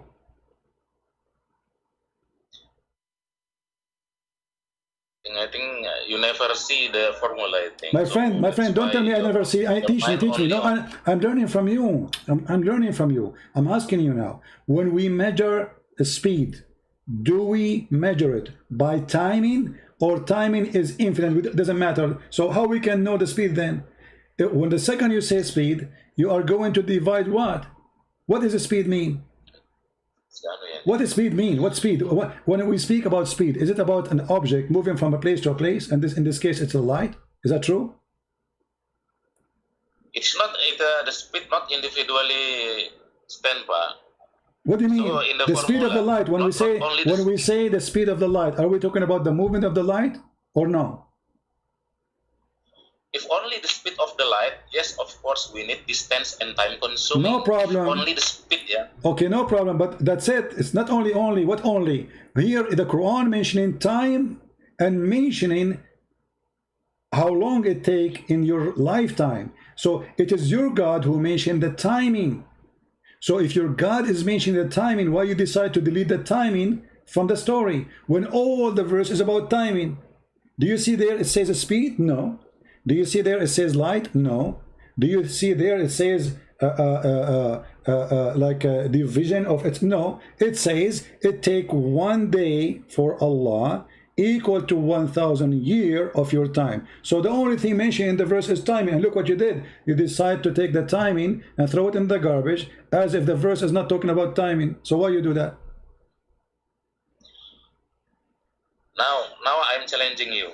Show me which formula showing the relation between this. I'm showing you the formula. I'm showing you the formula of Allah. I'm showing you the formula of Allah. Allah, He said time. He did not say anything else.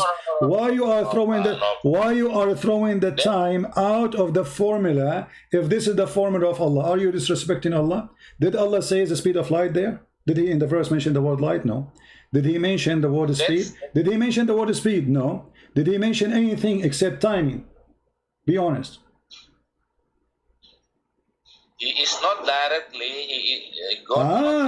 He is not directly. No, he's directly. He's directly. He said 1 day for him equal to 1,000 years of your timing. That's it. Directly. This is directly. What do you mean not directly?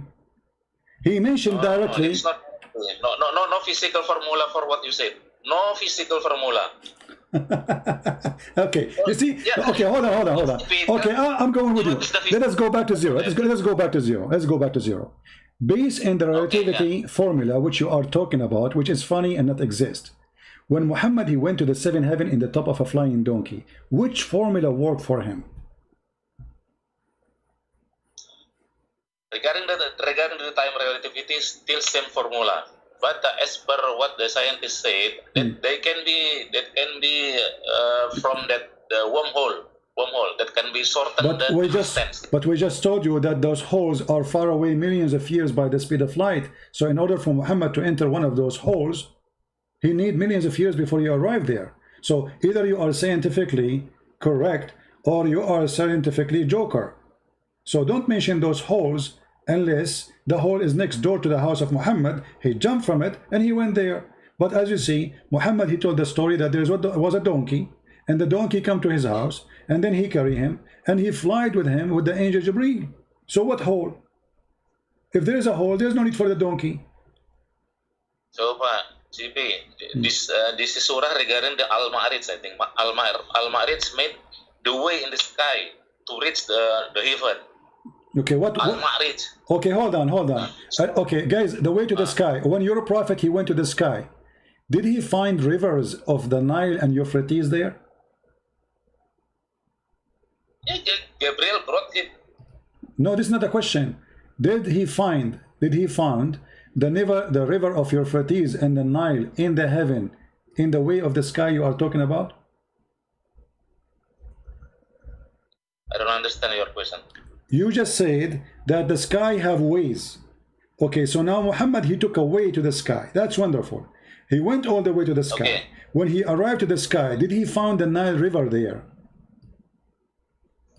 What is Nile River? I don't know what Nile River. The Nile River in Egypt, in Ethiopia. You never heard of the Nile River? Nile? Yeah, the Nile. River. Yeah, the Nile River. Did he found it in the heaven? You mean the Nile River in Egypt? Yes. I never heard that story. Okay, here we go. Let me teach you then, as usual. I was raised to the Lot tree, Muhammad talking, respect your prophet, please. And I saw 4 rivers, 2 which were coming out and 2 which going in. Those which were coming out were the Nile and the Euphrates, and those which going in were the 2 rivers of paradise, as he described. So what do you think? You're a prophet, he took a bath to the sky, and now he arrived to the borders of Allah house, under the Lupe tree. And then he found the Nile River, which is in Egypt. Your prophet did not go to heaven. Your prophet, he went to Ethiopia. Isra Miraj, including 2 words, Pak. Isra and Miraj. Isra from Mecca to Jerusalem, and then from Jerusalem to the heaven. No. So 2 words. No. Isra, your prophet, he went to heaven. Then he went to Jerusalem. But regardless, who cares? So your prophet, he went to heaven, and what he found in heaven? Because Nile River, my friend, is not, the Lupe tree is not in Jerusalem. The Lupe tree, all Muslims, they understand, the Lupe tree is in the 7th heaven or the 6th heaven. So here we go, he is in the Lupe tree, which even the angels cannot pass that point. Muhammad only can pass that point. And now he found under the Lupe tree, the river of the Nile and Euphrates. So here we go, you mentioned to me the hole. Okay, Muhammad, he took a hole, flying a donkey. He went there, he found himself in Ethiopia. Actually, now I don't want to talk regarding Nile River. I only want to talk regarding relativity of time. No, they are connected because we are talking, they are connected. We are trying to find out, Muhammad, he went where? You see, when we read the verse about it take you 1,000 years of your time to go to heaven, that is a confirmation from your God that this is the time we'll take in our time. That's it. There's no other solution. And then when Muhammad, he go to heaven and he come back in a few hours, that raised the question that there is no way Muhammad is a truthful man, because how come it take the angels 1,000 years of our time, but it took him a few hours? And then when we investigate the relativity of time, which you are talking about in the formula, we will find that Muhammad is a fraud, because he went there, not only he gave us wrong information about timing, not only wrong information about location, he gave us wrong information about rivers, where they can be found. He claimed they are coming from under the Lupe tree of Allah, which in the 6th or 7th heaven. CP, I think no need to repeat again. I mean, I have explained you that Prophet Muhammad went to the heaven using the way Al-Ma'rij.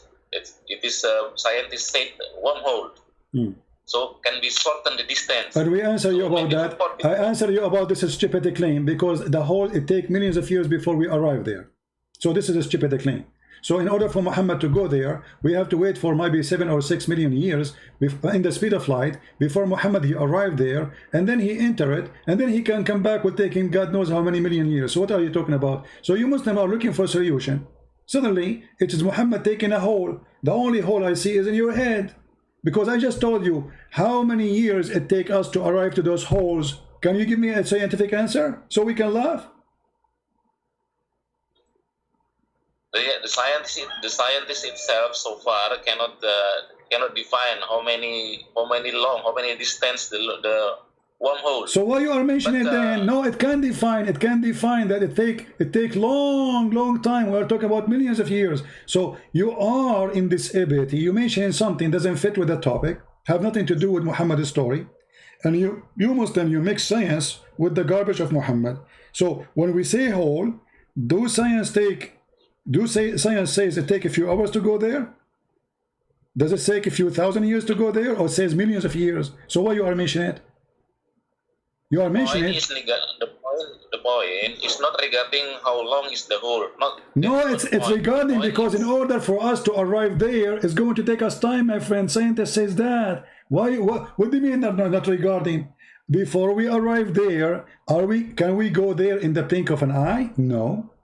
Can be there without no time? No. So why you are throwing the timing in the garbage?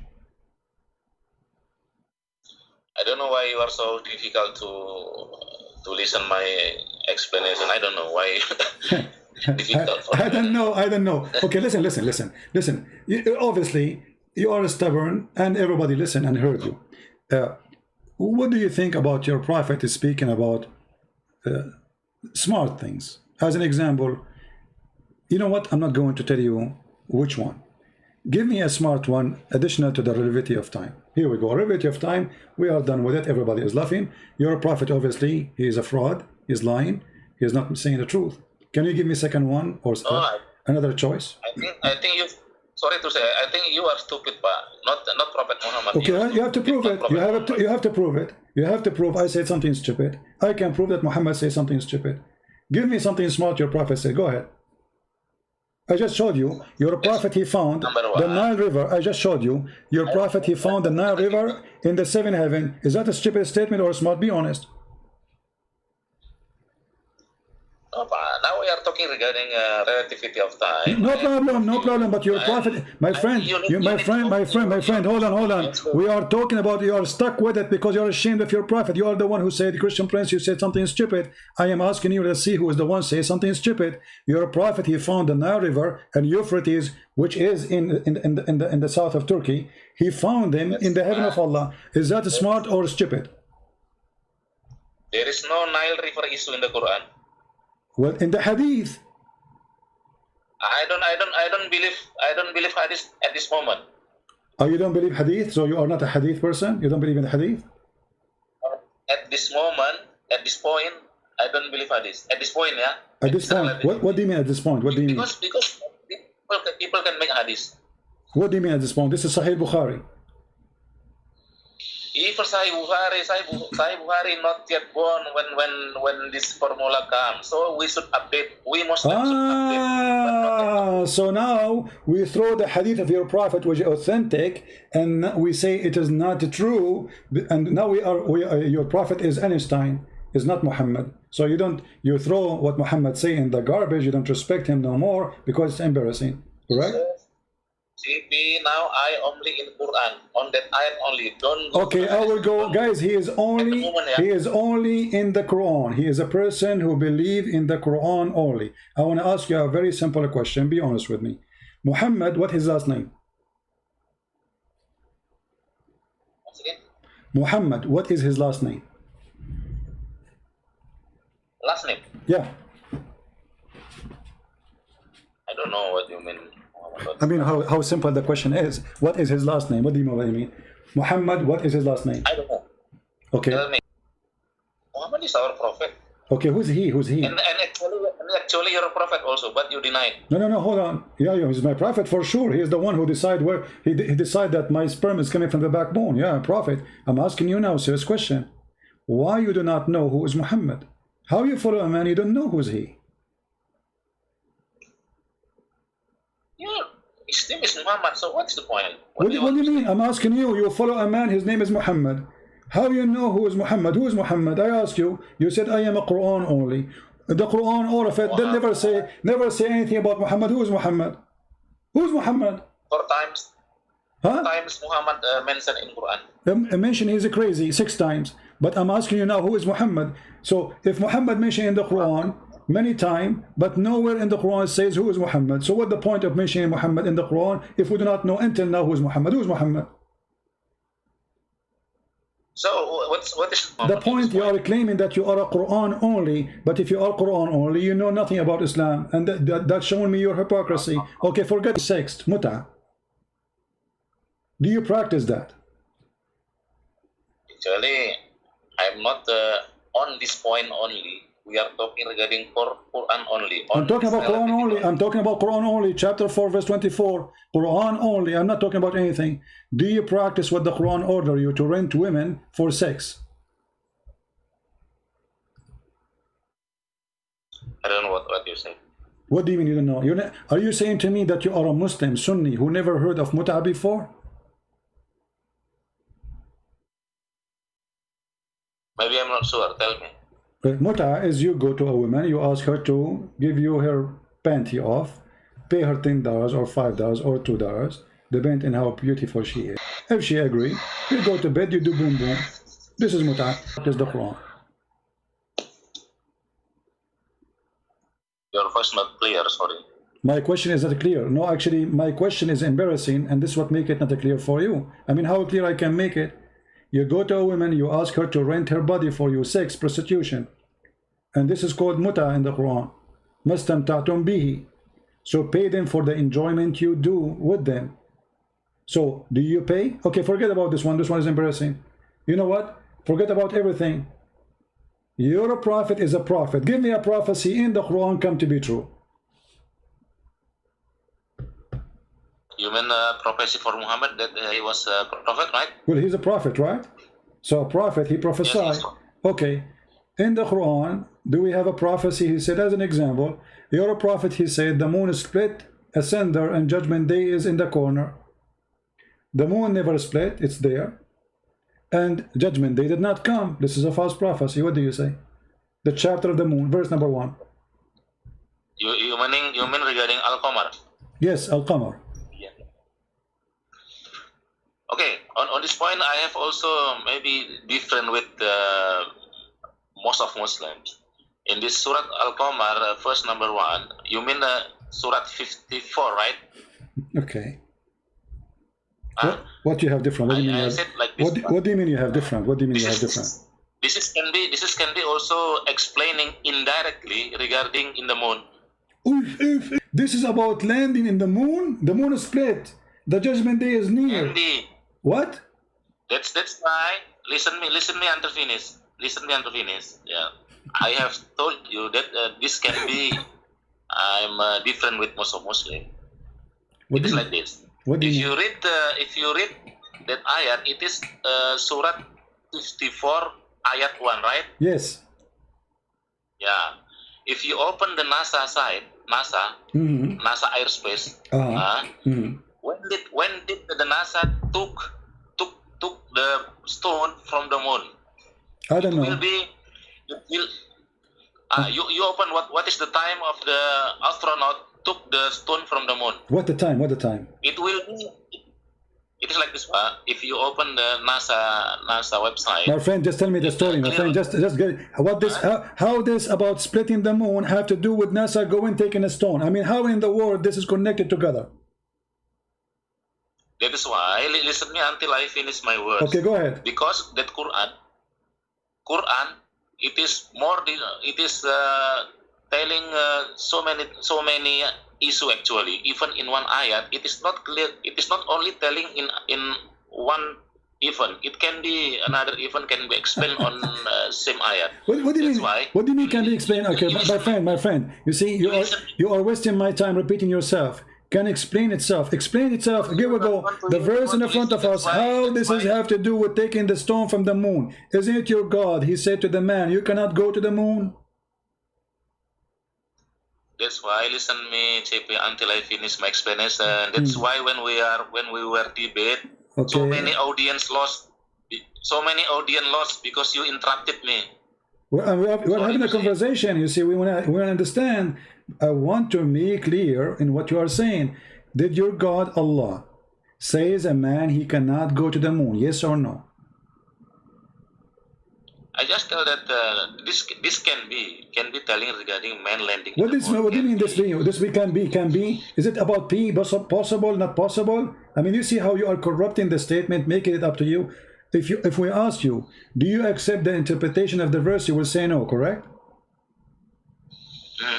Okay, so you don't accept any Islamic interpretation, so you have your own Islamic religion now. Because all Muslims in the world, they are stupid.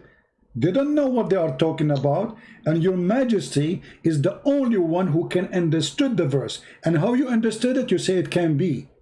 I never heard of somebody explaining, saying it's maybe. Are you saying it's maybe? It's maybe about taking a stone from the moon? as long as it is not talking regarding that there are three gods, like Trinity, there are four gods, or more than one god, no problem, we have different ideas. Okay, no problem. Let us see how stupid what you just said. There's no one single verse in the Bible says we have three gods and you are a liar like your prophet. Number two, the Quran says that Allah, He challenged mankind to go out of the zone of the earth. And you cannot pass, and if you pass, Allah will shoot your ass with a star, with fire. So you mentioned NASA, and as we speak now, there's two men of NASA, they are living in the space, and they are doing poo-poo. So your God Allah is a fraud, because He challenged mankind and the genie to go out of the earth zone to the space. So how you explain such a stupid statement from the one who is claiming to be God? That ayat on that Al-Qamar said that what is in English? In English on ayat 1, you know, it is not split. Split mean the stone on the moon itself split. So it is no. I mean, this will be the best movie. It says the moon split, not a stone. It says the moon. اقتربت الساعة. No, read carefully. Listen, kid. Shame on you. You are just a stupid kid. It says اقتربت الساعة. Okay, I challenge you to read any translation you accept. Go ahead. Read the translation.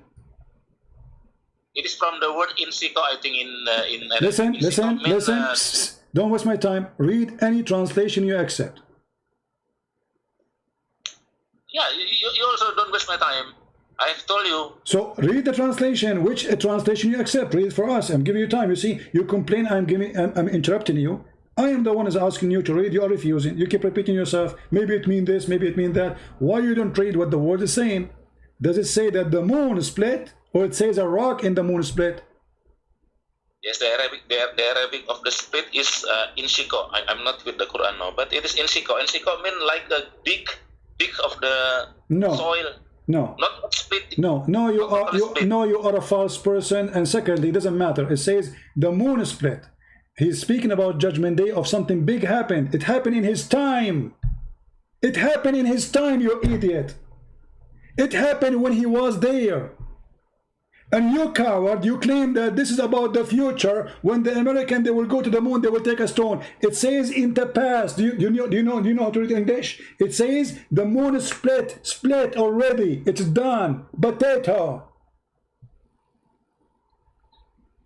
Split on that ayat is insiko. Inshaqqa in the past, inshaqqa, it's past tense, inshaqqa. It is a past tense, and the translation showing that too. And this is why you are refusing to accept any translation. Can you tell me what translation you trust so we can put it in the screen, please? And then everybody will laugh at you. Is it past tense or something will happen in the future? Now, if we see from our time, why you don't want to give me a translation? Is a true translation for you? You accept. Why you are refusing to do that? Which translation? Any translation you accept, because we want to see if it's past tense or something will happen in the future. According to you, this is something will happen in the future. According to the Quran, I speak Arabic. This is my first language, and all Islamic translation, this is something happened in the past. Yes. So as per Arabic, it is past tense, right? Yes. Yes, because we read it now. Quran, it is for until Kiamat. So next year. Guys, because we read it now. No, Muhammad, he said that in his time. It is past time since his time. So if we read it today, doesn't mean happened a second ago, you idiot. The first one who said it is Muhammad. So he said that 1400 years ago. So how you, with your genius stupid idea, you say this is about something that will happen in the future, if he said 1400 years ago, the moon split asunder in past time? It can be across the time. It can be. No, I will tell you what it can be. It can be that you are a donkey. Because you are refusing. No, you are a donkey. Otherwise, prove me wrong. Give me one Islamic interpretation, I agree with you. It says that this is not a past time, this was a future prophecy speaking about the future, and it is not a past time. Show me one. Which one? Which interpretation you agree with? Yeah, what I understand, the Quran is for a long time, for whole life of our. This is another question. Which interpretation presenting the verse not as a past time? Any interpretation, any translation you accept? None. So you are a liar. If we see that ayat now, then it is true. If we see the ayat now, it's true, guys. If we see the ayat now, it's true. So if Jesus, he said something 2,000 years ago, and he said it happened, that's mean he meant it to say it's going to happen 2,000 years after. How many? Listen, Abdul, did your God say nobody can go out of the zone of the earth as long you mention NASA? As long you mention NASA, and NASA went to the moon, and NASA, they took from the moon a stone. Did your God Allah challenge the man to go out of the zone of the earth and the heaven? Yes or no? Once again. You said that NASA went to the moon and they took a stone from the moon, correct? Yes. Okay. Did your God Allah challenge mankind and genie to go out of the earth? Can be. Jinn can be go through out of the earth. So anything I say to you, it says can be, can be. I'm asking you a question. Either you say yes or no. Don't tell me can be. Did Allah challenge a human being to go out of the zone of the earth, and he said to them, you pass not. If you pass, I will shoot you with fire. Did he say that?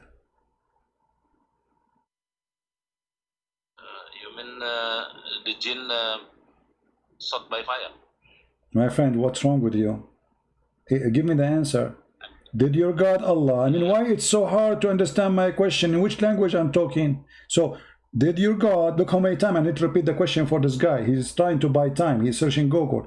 Did your God say that a human being, you and genie, cannot get out of the zone of the earth? And if you pass, I will shoot you.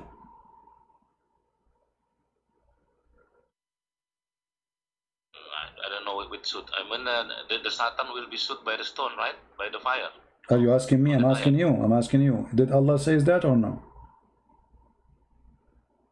Yes, Okay, as long you said, finally he said yes. Finally he said yes. As long Allah, he said you cannot go out of the zone of the earth. So how dare you to say that Allah is a liar and NASA went to the moon? Because that proved that Allah is a liar. You just, everybody heard you saying that Allah, he challenged us to go and he will shoot us if we go.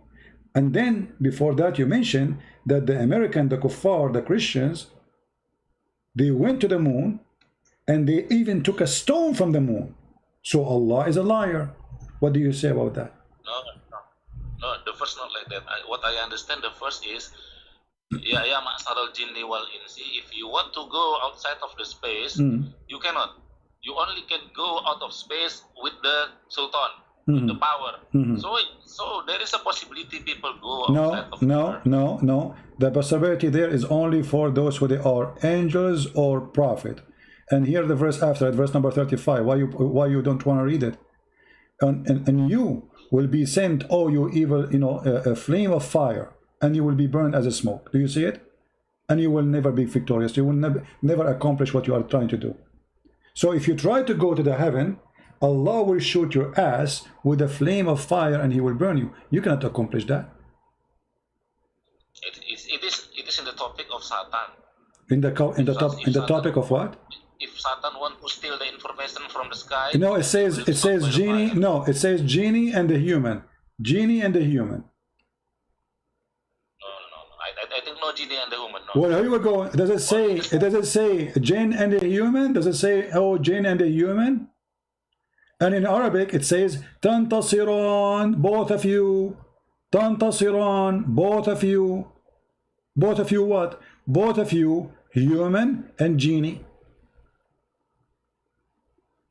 What I understand the ayat, the first say. Don't tell me what you understand. You see, when you say you don't understand, doesn't say genie and mankind in the first three words. Does it say genie and mankind, or doesn't say that?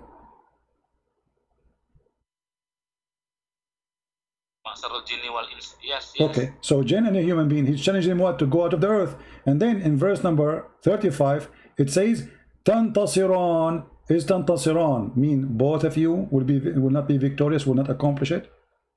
Is it for two or for one? I will check it later. Here we go. The translation says, against you both will be sent, against you both. Read it. This is your Islamic translation.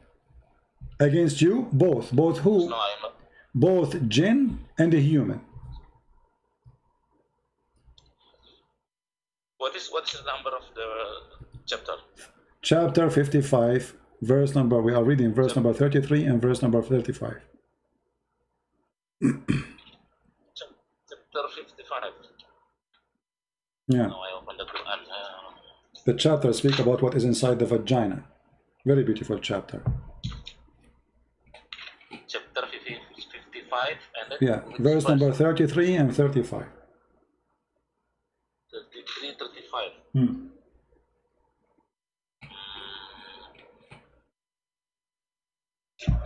Yes, a jinn, What? Does it say both? Does it say that fire will be sent against you both? Both? No, this is not talking regarding the will be struck by the fire. No, this is only talking that the people and jinn can go outside the atmosphere. No, it says that. Read verse number 35. It says that. 35. It says if you try, Allah will shoot you and you will not be able to accomplish. You will not be able. And you will not be able to defend yourself. You will not be able to do what? To be victorious, to accomplish your mission, to go out of the zone of the earth. So if you try, Allah will shoot you both. Both who? Human and jinn.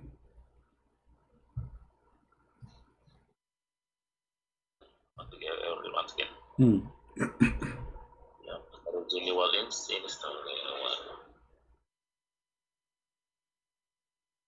35. This is talking regarding other event. I think, because I just read this. Talking about what? It seemed like talking regarding in the day of judgment. And where is the day of judgment? Where do you find the day of judgment? I mean, you are a hilarious kid. Abdul, listen.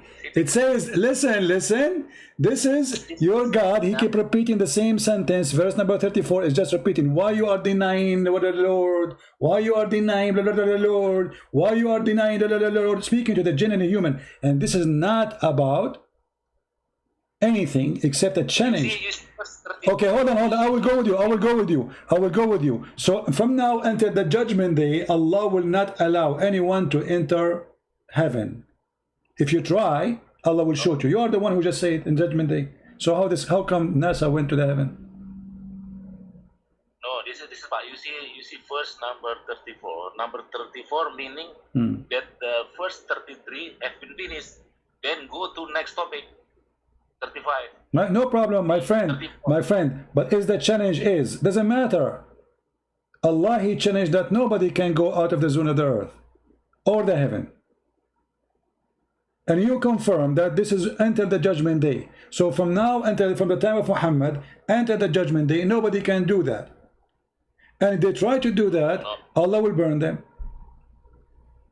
No, CP, this is different topic. Okay, hold on. No, hold on. Okay, hold on. Let us make it more clear now. Let us show everybody how hypocrite you are. If there is any Islamic scholar agree with your opinion that this is only about judgment day, not a challenge for mankind to go to heaven, anyone that agree with you? The first number 33, it is a challenge. Not the question. You see, you are running away from the question. You see, they say to you, you're interrupting me. If there is one single scholar exists in this world since the time of Muhammad until now, agree with your majesty that this verse is not a challenging a human being and jinn to go out of the earth. It is only in the day of judgment. If there is one person agree with you on that. CP, I think you are mistake. You almost same with David would make mistake. Even Arabic. I made mistake. Prove it. and you are a coward, and you are running away. Let me repeat again. If there is a single scholar exists in this world since the time of Muhammad until now, agree with the garbage you just said to me. Can you name one? Okay, wait 1 minute, yeah. You see in this verse 33, ya ma'sarul jinni wal ins. Inis mean if. This if mean it is possible. Inis mean if. Yeah, what I understand in bahasa Indonesia, it is a kind of if. If here is possible, not like law. Abdul, it says if, Mr. If. First of all, why you are not answering my question, and then you can read. If there is one Muslim scholar exists in this garbage earth, agree with the garbage you said to me that this is only about the judgment day. If there is one, agree with you. Listen to me, CP. Listen to me, CP. Why you don't want to give me one scholar? The answer is very simple. Because you are a fraud and you are trying to change the meaning. Because all of them, they will get you busted. Okay, prove me wrong, get me busted. If there is one scholar, agree with you. Get me busted right in the spot. If there is one scholar, agree with you that this is only about a judgment day, not about now and every day. Sorry to say, you are Arabic. Your mother language is Arabic. Why you cannot see that this word is using inis, not law? What in? What in? What? Okay. I will tell you something. Like Mr. David Wood saying that. So sorry, I want to say another story. Just short only. No. Focus on the verse. Don't change topic. Don't change topic. What in? No. For a while only. Okay. For a while. This has relation also to this ayat. David Wood said that Prophet Muhammad was killed by the girl of the Jews, and then he quote the verse from the Quran, and on that Quran using that law. I cannot see. I will see the words. Law mean if, but that if it's not possible. But here this ins mean possible. So it is no need to wait until Judgment Day. Okay, hold on. First of all, why it is not possible? Why it is not possible? Why it is not possible? I mean, this is the most stupid answer I heard. It says, وَلَوْ تَقَوَّلَ عَلَيْنَا بَعْضَ الْأَقَاوِيلِ.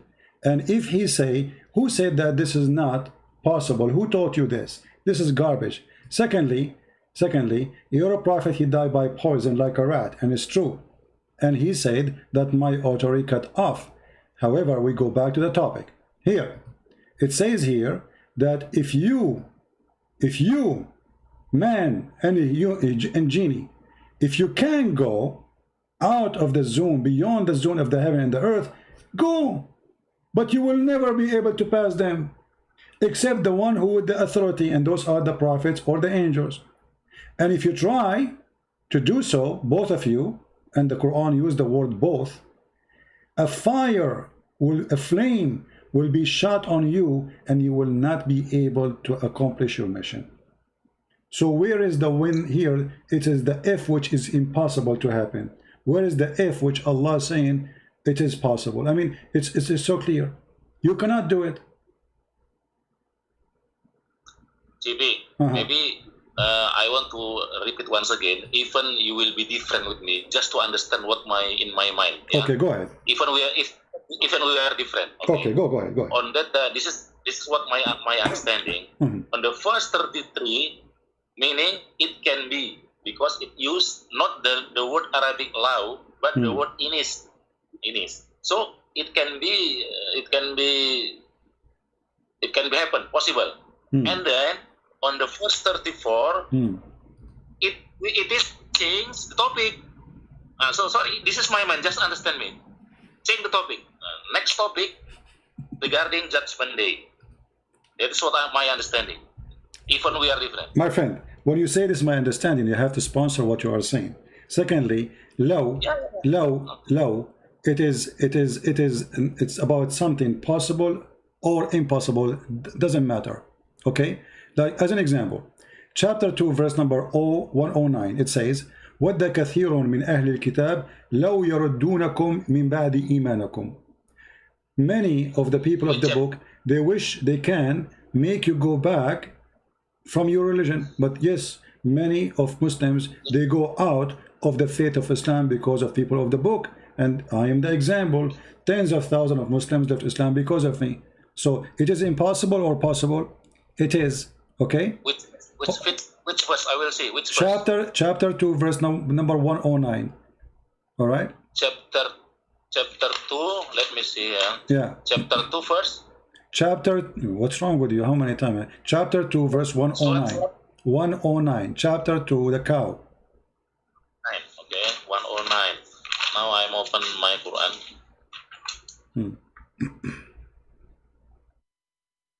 109.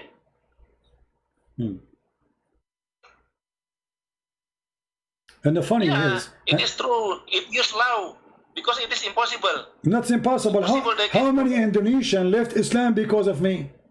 If it's impossible, that's mean your God Allah is a fraud again. If it is impossible, that's mean the language is wrong, because many Indonesians left Islam live on air speaking to me. You also can be convert to Muslim. Don't be, yeah, but you see, but you are the one saying low mean it's impossible. It is not.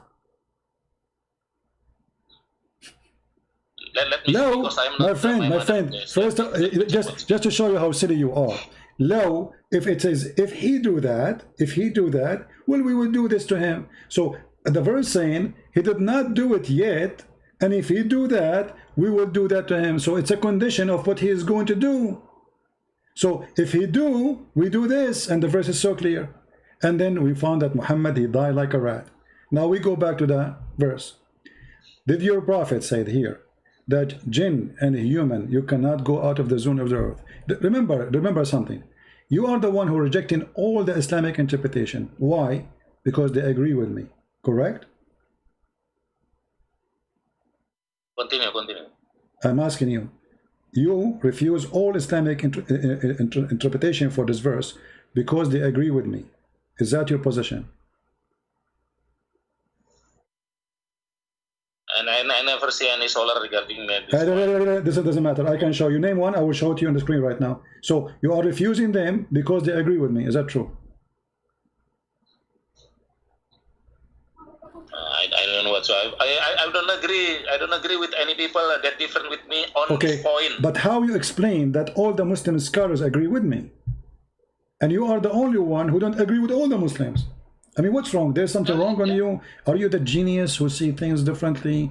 Like Jibreel, he spoke to you, he gave you the true meaning, and the rest of the Muslims are a bunch of donkeys, and you are the only smart person who understands it very well? I regret also there is a conflict between Ibn Rushdi and who care about Ibn Rushdi now? We talk about Ibn Rushdi. I'm talking about this. I'm saying if there is a single person agree with you, not even a single person, isn't it this is weird? Isn't it your prophet, he said that my nation will not agree upon something not right? So how they agree upon this? That means the false prophet. I will check further what you say. Okay, forget forget about this. So the scholars agree with me and nobody agree with you, and this is what make you genius, because the Quran as you wish, the way you want, and this is the way you are the one who can answer anything. Okay, let us make it simple for you. Can you? Okay, hold on. Okay, you know, when you say to me you are a Muslim, what the word Muslim mean? Muslim mean a kind of people surrender to the God. Okay, they surrender to God. How you surrender? What do you do? Surrender mean like obey what God say to us. Okay, and what you obey? What you will obey? Obey, for example, don't disturb people, don't steal the money, don't become a thief, and speak to the people of book politely. Okay. Okay, hold on. Then what's that? Does the Quran say you cannot be a loving person to your parents if they don't choose Islam? Once again. does the Quran say that you cannot be a loving person to your parents if they choose Islam?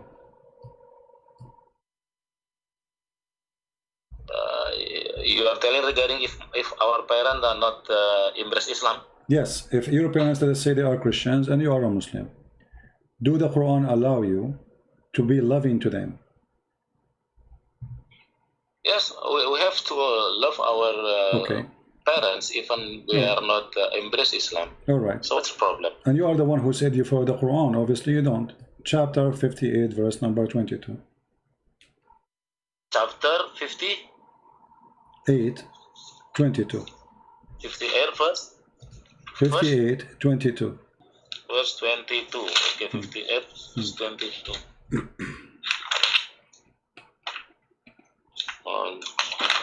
And you can tell me what translation you are going to read, so we can switch to the translation of your choice. What translation you like to read?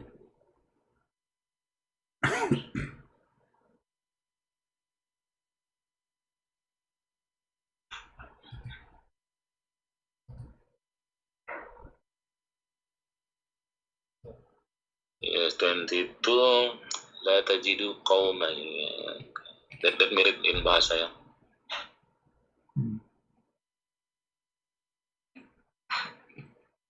So why you are giving me false information about, oh yeah, you can be nice to the Christians, if you cannot even be nice to your parents?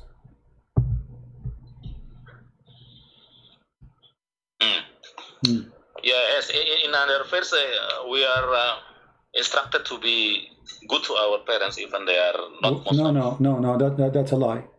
Here we go, the verse saying you cannot be good to them. You will not find a person who believes in Allah and the last day to be loving to those who resist Allah, even if they are their parents, their brothers, their fathers, and their sisters, and their mothers. The verse is so clear. Here again using the word law, yeah? What law? Okay, what's wrong with you? What's wrong with you? With the, who is the donkey is teaching you Arabic? It says walau kanu, but they are their father. It's not impossible. You see, you get yourself busted. Walau kanu aba'ahum. Okay, are they their father? Yes, they are their father. It's not impossible. Walau kanu abna'ahum. Are they their sons? Yes, they are. It's not. You see, you get yourself busted with that stupid law. So somebody, a donkey, who do not know Arabic very well, he told you law here, it is impossible possibility. But those are fathers and brothers and sisters of existence people who they are converting to Islam. So what law? Even this one, you make it impossible? So I will check for so you gave me a false information. Let us move on. What do you think about the prophet? He was accused that he stole an underwear. Sorry. Once again, I will check again this ayat. I will check about this law. So hold this topic first. Okay, go check it. Okay, go ahead, check it. Take your time. No. I mean, no, not much today lah. I will need to see any translation in Arabic and other things. So, I don't understand. So what now? Next time. Okay, next time then. So did the Muslims accuse their prophet that he is a thief? He stole a bikini. Once again, voice not clear. Did the companion of your prophet accuse the prophet that he stole a bikini? I don't know what do you mean. What do you mean bikini? He stole a bikini. You don't know what bikini? Panty, underwear. Piece of clothes. Bikini, piece of clothes. Bikini, I don't know bikini. Bikini, panty, pant, clothes. Don't you wear clothes? Short, you wear short? Clothes. Oh, yeah. Oh, bikini. Yeah, bikini, yeah. Did the Muslims accuse the prophet that he is a thief? That he is a thief and he stole a piece of a cloth? I never heard regarding what you say in this Quran. Well, the Quran says that the Muslims accuse your prophet that he is a thief, he stole a piece of a cloth, and then Allah, he sent a message, a verse, says in chapter 3, verse 161, no prophet could ever be false on his trust. If any person is so false, he shall in the day of judgment restore what misappropriated. So the translation is horrible, because here they did not say about trust, they say he's a thief, yaghul. So why Allah sending a verse saying to the Muslims, why he's trying to convince the Muslims that Muhammad is not the one who is the thief who stole the clothing? What do you think? As long as you are a person who don't follow the hadith, so what do you think about what happened? Once again, can you show me in which verse what you said? Chapter 3, verse number 161. Chapter 3. It is not for any prophet to embezzle. Yep. Who embezzles? Chapter 3, 161. 161. Yeah, it's not for a prophet to embezzle. Not for a prophet to be a thief. Okay. Who is the one who accused your prophet to be a thief? This is the embezzling. Your prophet, there's a verse about him that there's a verse about him in the Quran. It says the prophet is a thief, accused to be a thief, and the one who accused him to be a thief is his followers. So what kind of religion and what kind of followers, they accuse their prophet, their boss, that he stole money, he stole even a piece of a clothing, and then Allah he says, oh, it's not for a prophet to be a thief. Hello, what do you think about this verse? I see there is no verse on that Quran there. In which verse? What do you mean? You don't see the verse? I gave you the verse number. What's wrong with you? Chapter 3, chapter 3, verse 161. Let me read in verse.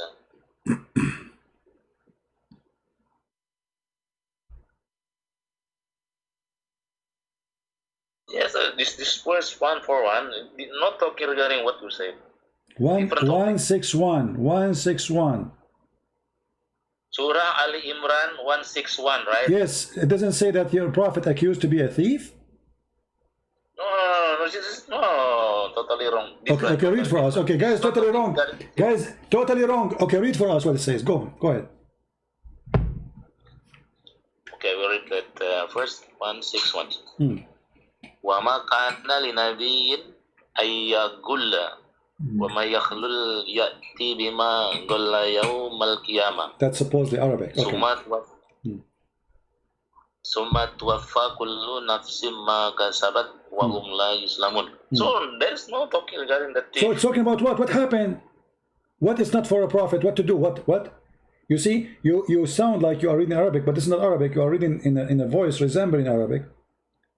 What it says is to translate for us. Go ahead, I'm listening. You are talking regarding that the prophet still the Don't stop telling me I am talking. Tell me you what it says. You are saying it doesn't say that, it doesn't say that, and I say to you what it does say, then you will not tell us. Why you will not tell us? Please go ahead, tell us what it says.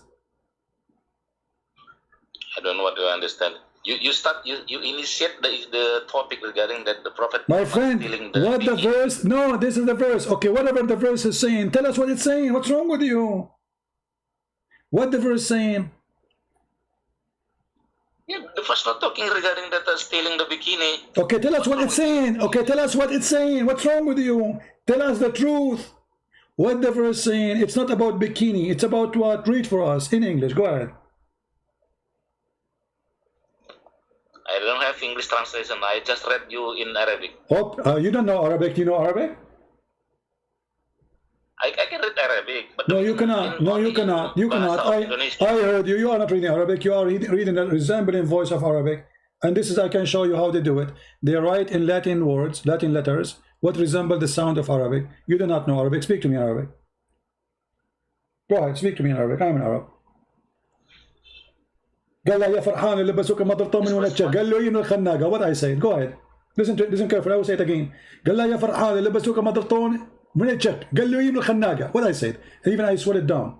I make it so slow for you so you can understand what I said. I don't know what's wrong with you. I said that a guy his name is Hamdan. He's a Muslim. He for the first time he got a pant have a zipper. So they said to him, oh Hamdan, if you wear a pant with zipper, what do you do to poo? He said, from khannaga, the one which he will make you not to be able to breathe. So you do not know Arabic. Don't tell me you know Arabic. So I'm asking you now, what the verse says, as long as you claim that you speak Arabic, translate to us in English, no problem. That even will make it easier for you. Go ahead. Khianat, what is khianat in Bahasa? I cannot speak in, I cannot tell you in English. My friend, okay, open any Islamic translation you accept. Stop playing games. Any Islamic translation you accept. Name one. I will put it in the screen. I don't know what's wrong with you. Clearly, this guys, you do not know what's wrong with me. It is wrong with me. I am spending the last 20 minutes with you, just asking you to tell us what the verse is saying, and you are refusing. I am the one who is wrong with me. I mean, why it's so hard for you to tell us what the verse is saying? You did read it. You claim you know Arabic. Go and tell us what it says. I have read the verse. I have read the verse. Okay, what the verse saying? Tell us what it's saying.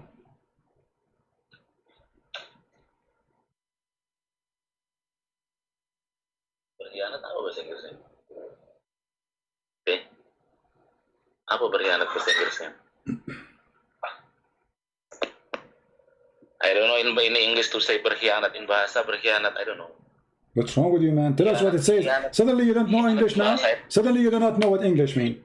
Suddenly you don't speak English. Tell me what the verse is saying. Explain to me. Go ahead, I'm listening. So it is not betray. So it is not possible for a prophet to be betray. To betray. Okay. Guys, to betray. Okay. Which translation is that? So who become betray in the Qiyamah, they will be betray also. Okay, so you are saying you are saying that the believers, they accuse the prophet to betray them. What happened? Do you know the story? Tell me. What happened? Tell me what happened. Why this verse is coming to existence? Who is the one accusing Muhammad of such an ugly thing? This verse, there's no relation with the Prophet Muhammad stealing the bikini. Okay. So they accuse him of what? What it says in Basha language? Can you translate to us what it says in Basha language? In Bahasa language?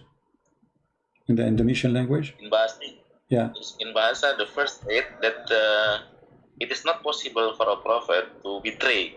Yeah. Betray. Okay. So you said you go only by the Quran. So how we will understand now what this verse is about? How this verse happened to be in the middle of nowhere? What happened exactly?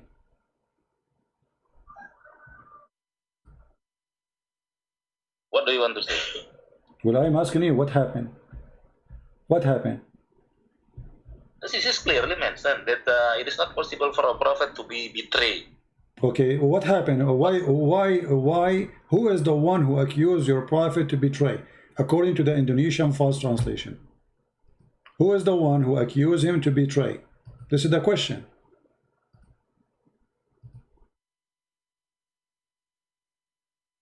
This is not regarding to be comment to be betrayed. This is only saying that a prophet will not be betrayed.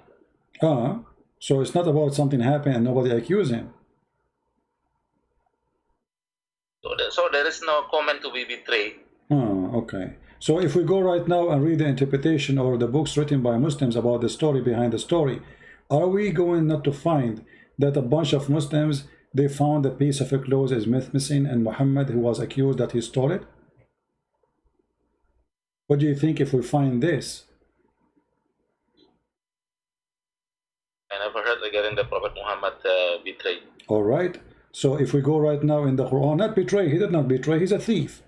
What betray? Muhammad never was a good person to betray or not. Betray is somebody, he was a good person one day, and then he became a bad person one day. But Muhammad always was bad. So let us see what the verse is saying, and everybody will laugh with me. Here we go. This is your Islamic. There is no mention in this. Exposing. Okay, hold on. Let's see if it is about Muhammad or not. Maybe you are lying, you know, you never know. You see, those Christians, they, according to Muslim, we lie about your prophet. Here we go. When some red velvet went missing in the day of Badr, some people began to say that perhaps the prophet took it. The following verse was revealed. It's not for a prophet to be a fraud, a thief to steal. Do you see it? Yaghul. So they accuse your prophet to be a fraud. He's not only a thief. From where? From where you read it? This is Tafsir al-Jalalain. Sorry for tafsir. I never read it. So why you don't? Why? What do you mean you don't read it? What's wrong? Why each time we try to prove to you something, you run away from it? So how you will understand what the verse is talking about then? And why the Muslims will lie about what happened to your prophet, say he was accused, he's a thief. I mean, and why this guy, nobody go after him? I mean, this guy is a big scholar. If he is making the prophet look bad and he is lying, do you think the Muslim will let him stay alive for one day? This is a story reported by the Sahaba. It's a true story, and Jalalain is quoting what happened. So why you yourself, you will not accept what your scholars and the companion and the family of Muhammad said about Muhammad? The filter is the Al-Quran. If there's Al-Hadith different or not compatible with Quran, meaning that Hadith I don't believe. Okay, the Quran says you can do muta, rent women. The Hadith says you cannot do it no more. You said you follow the Quran only, which means you rent women, and your daughter, she can rent her private part to anyone who want to have sex with her. Do you accept that? Because the Quran order you to do muta. The Hadith says you don't do it no more. You said anything contradict the Quran, you will not accept it. Well, this is contradiction for the Quran. I said any hadith different or not compatible with Quran, I don't believe it. Exactly. The Quran says you do mut'ah. The hadith says don't do mut'ah no more. Which one you take? Regarding the mut'ah, I will read because I am not academic in the Quran. Okay. So how come you don't answer me right away?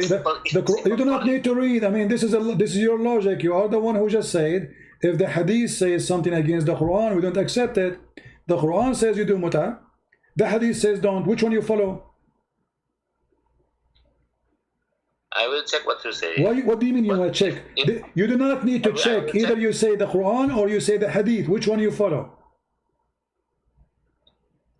Number one, Quran. And okay, course, so you do muta. So thank you. So thank you. So you do muta. And what kind of religion allowing the followers and the girls of those religion to go and rent their private part for sex? Can you explain to us?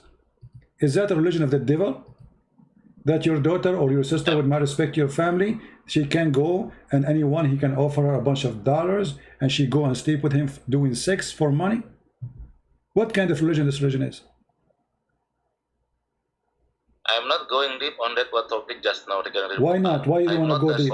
Why? I'm not know everything regarding Quran. It's in the Quran. I gave you the verse. I gave you the verse. And it's about muta. Even the word muta. You claim that you speak Arabic. It's written there. فَمَسْتَمْتَعْتُمْ بِهِ مِنْهُنَّ. Imagine how faithful the Quran. Stamtatum bihi, he, which means their vagina. So you have to pay them wages for enjoying it, the vagina. What kind of religion this religion is?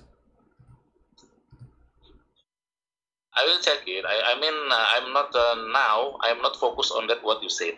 Okay, you are not focused. Okay, you know what? I want to give you a chance of something nice. Can you tell me something nice about your prophet?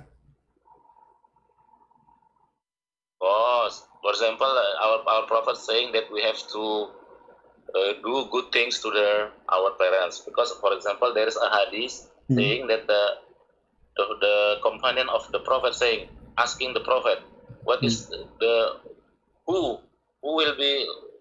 is the people that we will obey, and then the prophet said your mother, and then again your mother, and then again your mother, and then your father. That is one good thing, for example. All right. And now everybody will see how stupid you are. A second ago you say, if something against the Quran, we wouldn't take it. And you just mentioned to me a hadith. And you are the one who said you don't accept the hadith. And now I showed you, and I am the one who showed you. I showed you that the Quran said, if you cannot be a believer to a person who is your father or your parents if he don't believe in Allah. So you said to me, lying, that the Prophet taught us to be nice to our parents, but you did not say if they are Muslims only. But if they are not, you will not find, and we mentioned the verse already, chapter 58, verse number 22. It is what the first that you show me, that using the words love, right? I will see. I have informed you that I will see more detail. They are the parents already. There's no Muslims who convert in the time of the Prophet of Islam, the false prophet. They were non-believers. All of them. As an example, the uncle of your prophet, he refused to accept Islam until his death. But his son accepted Islam. So here we go. He cannot be good to his parents. The verse saying that you cannot be loving to your parents if they choose not to embrace Islam. Even if they are your parents or your brother or your sons or even your brothers from your tribe, which means physically relationship by blood. So I ask you to show me one nice thing about your prophet. You fail. Forget about this. Give me another one. Nice thing about Muhammad. I've told you that I will check that ayat. Okay. Let me ask you. Let me ask you. What Islamic sect is yours? Once again. What Islamic sect is yours? I think Sunni lah. I think Sunni. You are what? You are Sunni. Sunni.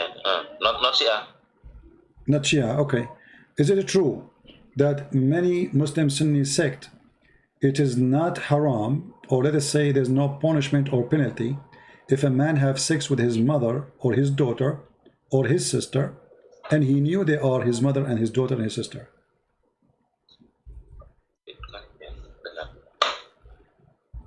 Is that true?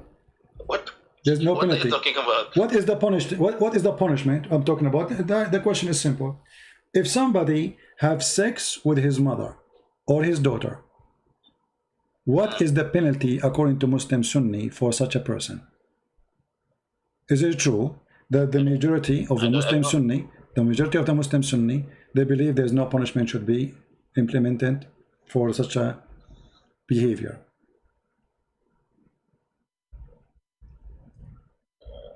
I mean, people have sex to their mother.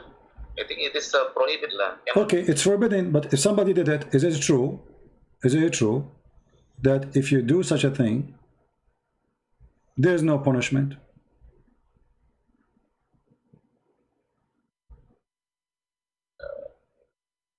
It should be there is a punishment in an Islamic country. There should be there is a punishment. You see, you are a person, you said to me you follow the Quran only. And that's weird now. You are saying you don't follow the Quran. Where in the Quran it says that if somebody have sex with his mother, there's a punishment.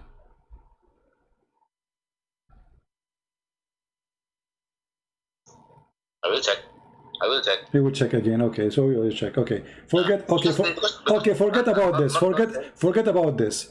Is it lawful? Is it lawful for a Muslim to have sex with his daughter from adultery? I don't believe it. Well, the Quran says so. I don't believe people can have sex with us. Okay, let me ask you. Okay, let me ask you. If you have sex with a girlfriend, and then you have daughter from her, according to Islam, can she inherit your name, your last name, your daughter, from that woman? I cannot hear your voice well. You know what? Forget about this. Let us go to something easier for you. I want you to give me the most powerful thing to convert people into Islam, of your choice, whatever you want.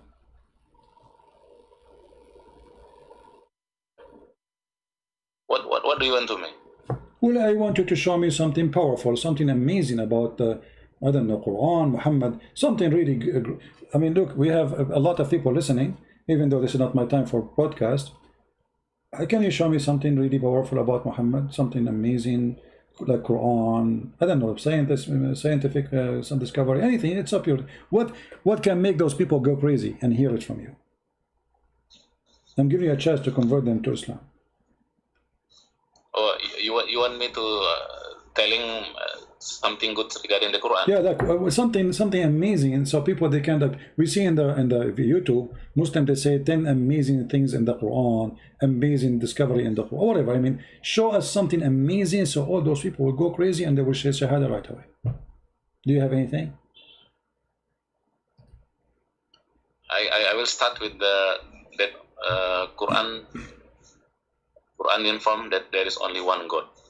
Okay. While Christianity. Which verse in the Quran? Which verse in the Quran it says there's only one God? For example, in Surah 114, Al-Ikhlas. 114. It doesn't say that. It says Qul huwa Allahu ahad. The word ahad is not one. It's one of. You want to say it is unity, you become one? No. No. This is, you see. Okay. The word ahad is one of many. You cannot use the word ahad. Yeah, you cannot use the word ahad unless there is others beside the ahad. If you type the word ahad here in the search engine, you look with me in the screen. I just type it. It appears in the search engine here 29 times, and it appears in yellow, which is very nice. All the ahad is translated by Muslims as one of, not a single one, except the last one where it says Qul huwa Allahu ahad. Suddenly the Muslim, they make it as Allah is one, but the fact ahad, it doesn't mean that. Ahad is one of. It's coming from the word ikhad. So the Muslims, they fool themselves and they say Allah is one. Number two, you said the most amazing thing about Islam is worshiping one God. Well, Shaitan is one God too. For many, there is many worship Shaitan, he is one. So there's many worship false deity, and he is one. So can you prove to me that the one you worship is God? Is not one of those Satans? As an example, your prophet, he worshiped one God, but this God, we showed you, he ordered him to do muta. Women, they get paid for sex. He is the person who ordered his own prophet to go and have sex with her own son wife. He is the one who made the verses in the Quran, as we see in the chapter of Al-Ahzab. Any Muslim woman, she want to give her private part to the prophet, he can go and F her. So what kind of one God he make verses for the benefit of a penis of a prophet? Do you think this is a God he work for his majesty penis? Or Muhammad he work for his God? Because if I am God and I have a prophet, my prophet will be busy worshiping me, not busy taking girls to bed. And he asked me to make verses saying any girl she want to give herself to the prophet, so the prophet he can F her. Chapter 33 verse number 50. Go ahead. Actually, I'm sure I can answer your questions one by one, focusly. Now I'm not focused because you are telling so many topics. Okay, forget about all the topic. What kind of God he promises a prophet? Any Muslim woman she can give herself. The guy already have 13 wives. Why God need to make verses for him saying it is lawful for you all those girls and any woman she give herself to the prophet? What this is about? I'm telling you that regarding this mut'ah and what you say just now. I'm not talking about mut'ah now. I'm not talking about mut'ah. I'm not talking about mut'ah. We change the topic. License for your prophet alone, only for Muhammad. Any Muslim woman she want to open her legs for him, she's welcome. Why this verse is needed, and what does verse have to do with Islam and God? What kind of God? What this religion is exactly about? I mean, why Allah he go to his office and he's writing a verse saying any woman you want to have sex with her, she can offer herself to you, only to you, Muhammad. What is that is about? Why we need such a verse? I mean, what this verse accomplish for Islam? What is the point of it? How about 700 wives for David. Well, God did not say to him, and David, he cried for God, asking for forgiveness. Who said to you that David was following God? Go and see how God, he condemned David. Even when he tried to build a temple, God, he said to him, don't build temple for me. Your hands is full of blood. Here, we have your God making verses. David was acting as a king, and he was filthy at that time. He was a sinner. He was a bad man. He was a garbage, actually. And you are comparing yourself to a person in that moment. He was a sinner and he was a garbage. Look at you. But David, the difference between him and your prophet, he did not say, God told me go sleep around. He did not say, God gave me license to go and do my garbage and my sin. He cried for God, asking for forgiveness. But look here, you're a prophet making verses saying, any woman, she want to give herself to the prophet so he can if her. Only a privilege for the prophet. What does this have to do with God? Why these licenses exist?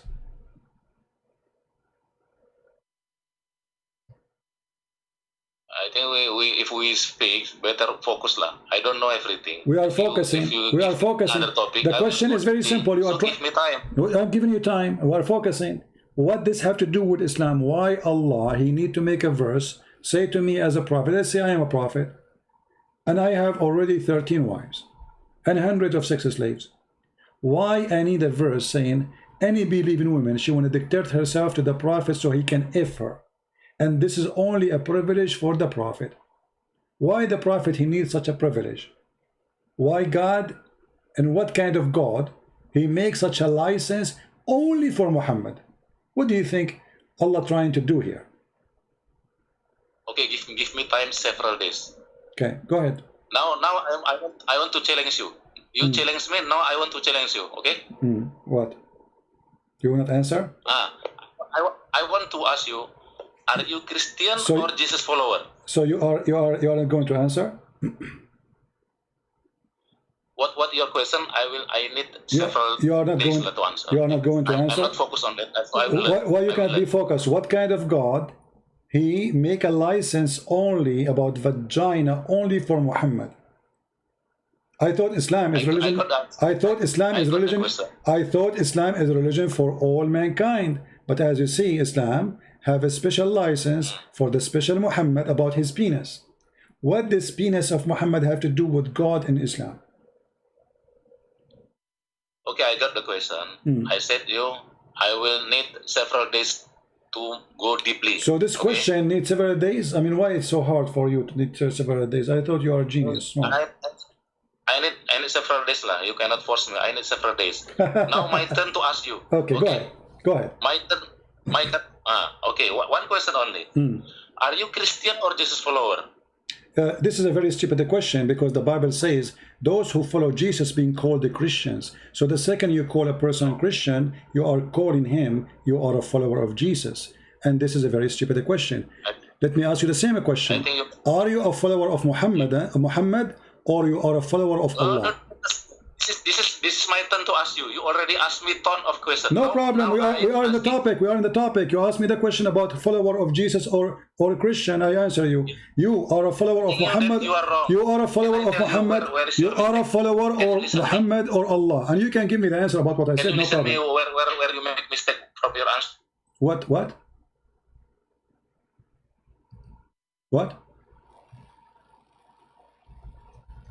Hello? Hello? What happened to this guy? Reconnecting. Paul writing. I did not hear you. Go ahead. What you were saying? Jesus follower. I'm saying clearly, you are not Jesus follower. You are Christian. Hello. I am a Christian. Okay, what Christian mean? What is the name of Christian mean? I'm saying that you are a Christian, but you are not Jesus follower. Okay, are you Jesus follower? Are you Jesus follower? Christian mean like it is a bad signal, I think. Christian, it is like you that obey that all they have the Paul rating, while the Jesus follower do not have Paul rating. Why all Jesus followers not have Paul's rating? What? So, for example, the the 12 disciples, it is Jesus. They are Jesus follower, not Christian. Christian only after year of 50, after the first council in Jerusalem. So you are Christian, not Jesus follower. Yeah, but you see, you are very stupid, because the Bible written long before that council, and it says that those who they are believers in Jesus, they are called the Christians. Go to the book of Acts and find in chapter 11 verse number 26. So you are stupid. Secondly, the Quran mentioned Paul as a messenger of God. As an example, if we go to chapter 36 verse number 14, you will see the Quran is speaking about 3 messengers. Can you tell me who are they? That Ibnu Kasir bulus. I don't believe it. That is bulus. Doesn't matter what you believe. Can you give me? Can you give me the name? You are a coward. You are a coward. You are a coward. And actually, the Quran is copying the writing of Paul. Paul, can you name for me one thing Paul he said is against God? Paul he said. Paul he said, gamblers will not go to heaven. Your Quran copy the same exact verses of Paul. Those who drink, those that drunk, those who do gambling. Don't ask me. And I'm not asking you. You are a coward. Prove to me that Paul is not the messenger of Jesus. Actually, if we go right now and read in Ibn Kathir, we will find that Paul was one of the disciples of Jesus, and he met Jesus in the way of Damascus, and Jesus made him blind. Is that true? This is written in your book.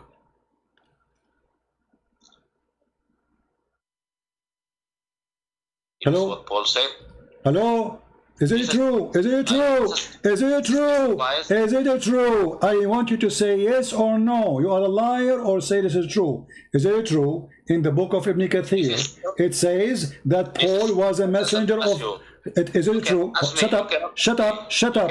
Shut up! I'm not asking you. I'm not asking you. I'm not asking you. I want just a very simple yes or no.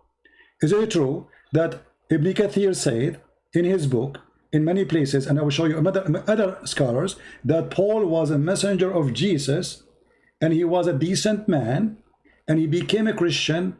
After Jesus, he made him lose his vision, make him blind, and then he repented to Jesus, and he asked him to make him see again, and then he became a decent man preaching the gospel. Is it true? It is true as per your book, but I don't believe. This is not my book, you idiot. Ibn Kathir is my book. It is Paul said in his writing. Shut up. I'm saying Ibn Kathir. Is Ibn Kathir my book? No, this is my turn to ask you. You already asked me a ton of questions. I'm not asking you. You are the one who opened the topic. We are discussing the topic. This is not a new topic. Is Ibn Kathir? You coward. You coward. Okay, let me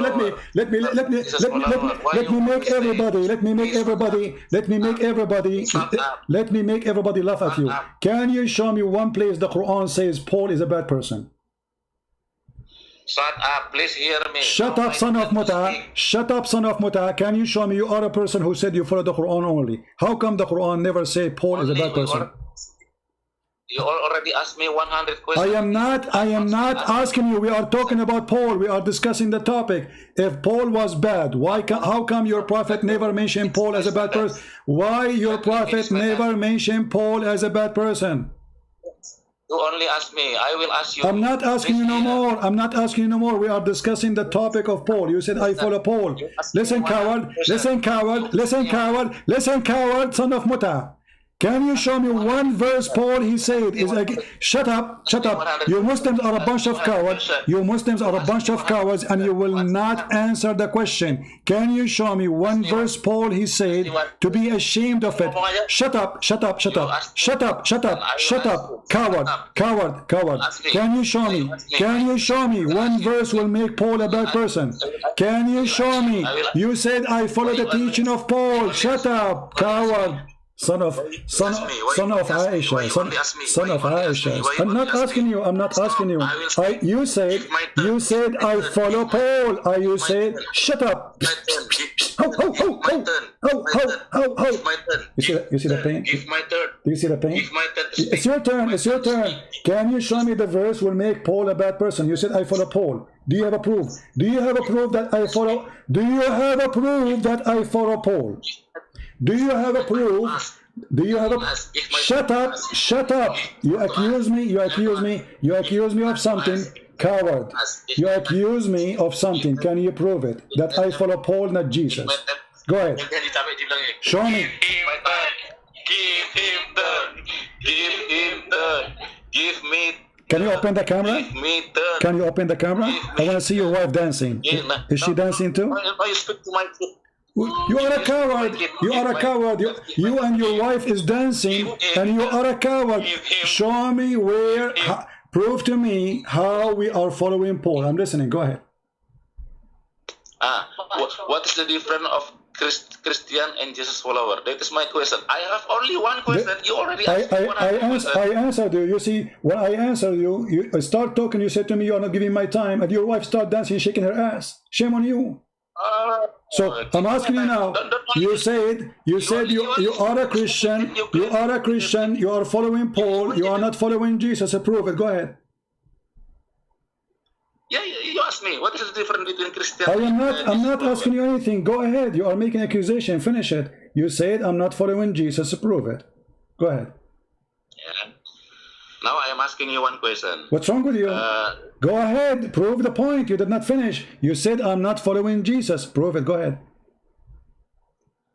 The Jesus follower do not have Paul writing. Okay, if we take Paul writing away, is the teaching of John and Luke and Mark are different from Paul writing? Yes, it can be different. Prove it. Okay, okay, go ahead. Prove it. Guys, yes. He said yes. Prove it. Go ahead.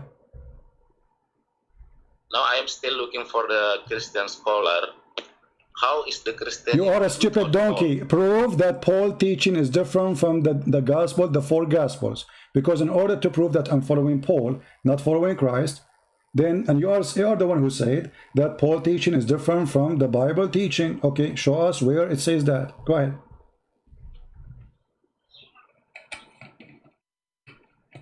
Google, okay, no, I'm tired. Google boy. I will talk again. What? Sorry, I will take some rest. What some rest? Where are you going? No, I want your wife to shake her ass and say, give me time. Give me time. Where are you going? You coward son of Muta. So your wife, she danced for me, shaking her ass for nothing? No, you need to finish it. Show me, you coward son of Muta, what you started. Where Paul teaching is different from the four gospel. Go ahead. You can open in the YouTube. No, what YouTube? Tell me, where is Paul teaching? If I follow Paul, I'm not following the gospel. Paul, he says that God is the Messiah. John, he says God is the Messiah. Luke, he says God is the Messiah. Mark, he says God is the Messiah. John, he says the Son, the Father, the Holy Spirit. Mark, he says the Son, the Father, the Holy Spirit. All of them, they say the same. So how Paul teaching different teaching from the gospel? You coward son of Muta, don't leave. You have to go. You have to get me busted. And I love it when your wife, she was shaking herself. She is doing belly dancing for me. Now you speak and speak. Please hear me, lah. Don't you speak only. Well, I am asking you to talk. You said you want to leave, you coward. You just said you want to leave. You see the coward? You are the one who just said you want to leave. You want to rest. Why you want to rest? Get me busted. You said this is my time to get you busted. Okay, go ahead. Listen me. James said that the people will be saved by the God using the works, not only the faith. While Paul said that the people can be saved by the God only by the faith. That is why Christianity then you are a coward. You are a coward. You are a coward. Both of them, they are saying the same, because the Bible says in different places, faith without act is a dead faith. So look. You are just a stupid idiot. When you say without faith, Jesus. Let me answer you. Can I answer you, please? Can I answer you? Isn't it? Okay, no, you did, you coward. You did the one you want to go. You did. You just make a point. Let me answer you. Did Jesus say to the women, your faith save you? I am not finished my word. That is why I don't care if you finish or not. I'm asking you, did Jesus say your faith, how the teaching of Paul is different from the teaching of Jesus? You just quote for me Paul saying something in total agreement with Jesus. Use your ear. Use your ear to listen what I said. Why you always interrupted me? Then you claim that you win the debate. Because no, I did not disturb you. You said you want to go. This is what make me like I wanna have fun. Listen just 2 minutes. And let your wife stay there, please. Don't let her go. Okay. So now what happened? What make Paul not a Christian? Did he say that there's no God? Listen, why you only talk and talk? I never talk. You talk. Okay, only. go.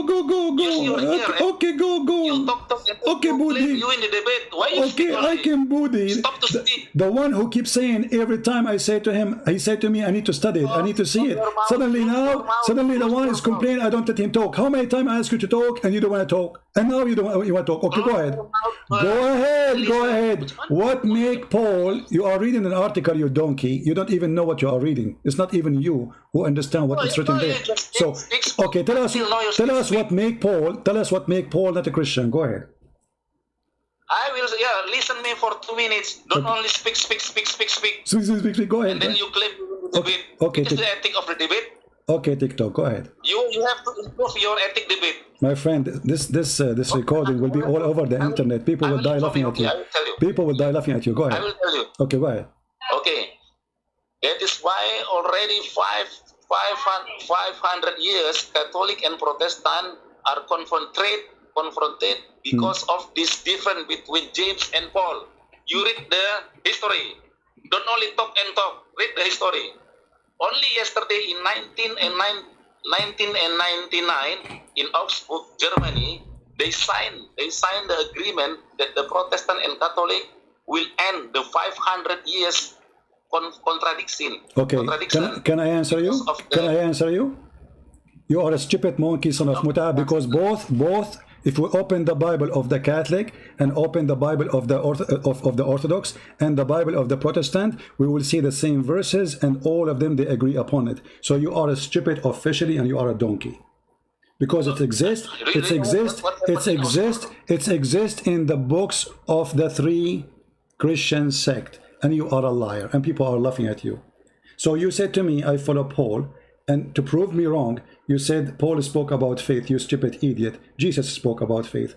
A woman, she is not even a Christian. A woman, she is not even a Christian. A man who is next to him in the cross. Shut up, son of Muta. It's my time for answer now. You laid out your case. Is that verse you quote for me? Let's make everybody laugh at you. Is the verse you quote for me? Is the verse you quote for me from Paul? Is it exist in the book of the Protestant? Is the verse you quote? Shut up. Is the verse you quote for me exist in the book of the Protestant and the Catholic and the Orthodox? Yes or no? I'm not still. So how they are fighting for 500 years if all of them they believe in the same book? You idiot donkey. How you lie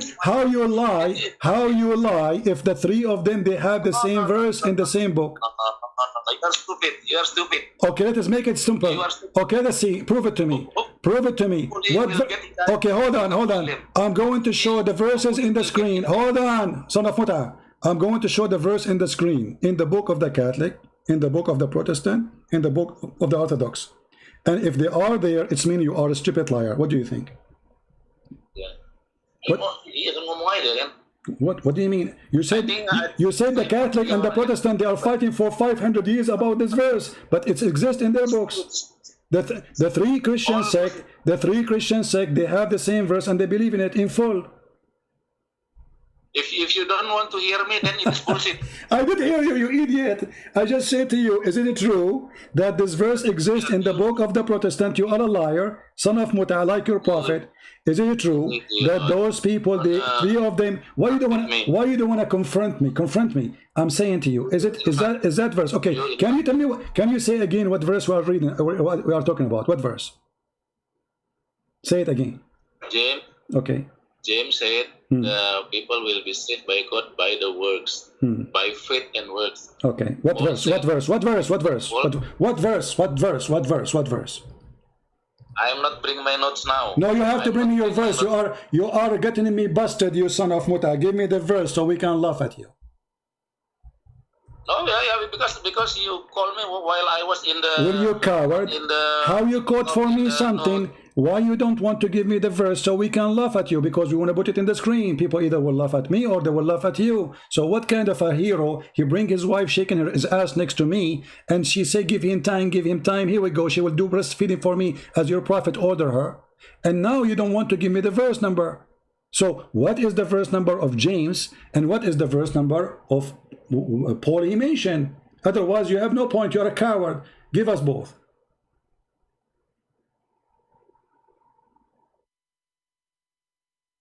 You can, if you want to stop to search Google, can you ask your wife to sing, or your wife to sing for us? Says, give him time, and shake, if you don't mind. I like it. I feel bored. Hello?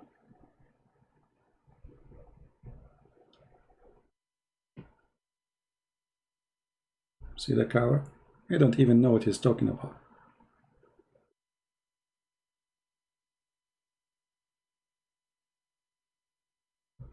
I mean, look, and look what they are looking for.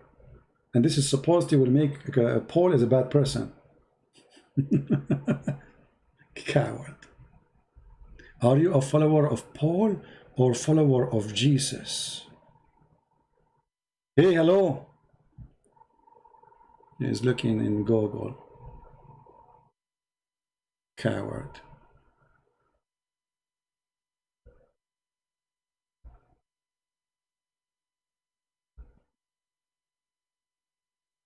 What happened to you?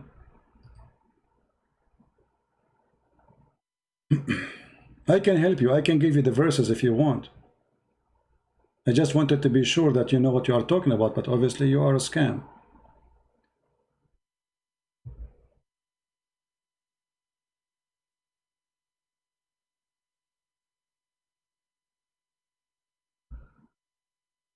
Come back, come back. I will give you the verse. I will help you, no problem.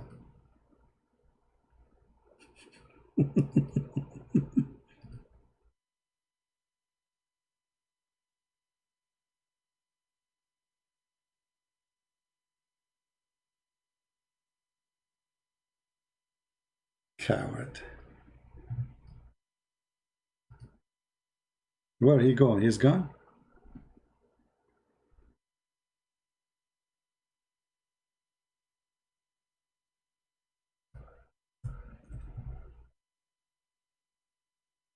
The Catholic and the Protestant, they were fighting for 500 years for this? For this.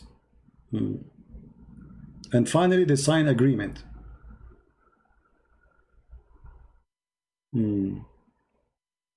Yeah.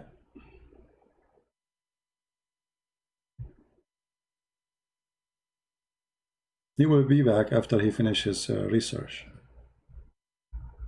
He's asking his wife to shake the computer.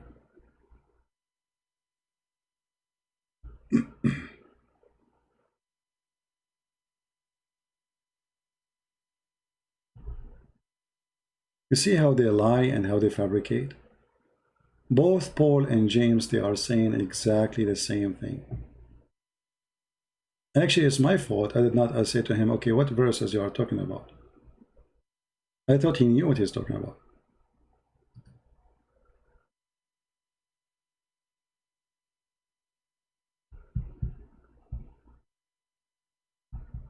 I hope he did not go and do muta right now, yeah? What happened? All this time to find it? He put me in hold. He is calling some friends. All this time to find it. How embarrassing.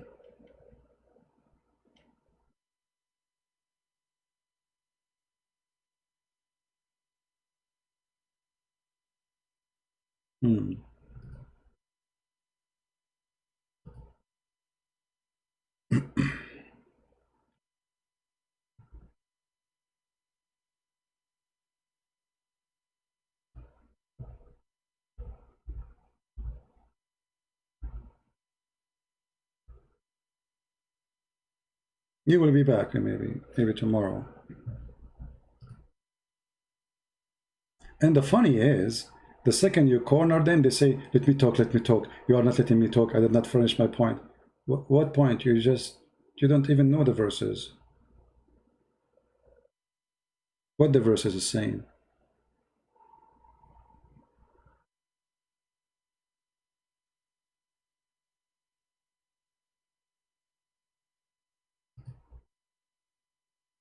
Do you think he will be back? Or he is gone with the wind? He is still in hold. He did not hang up.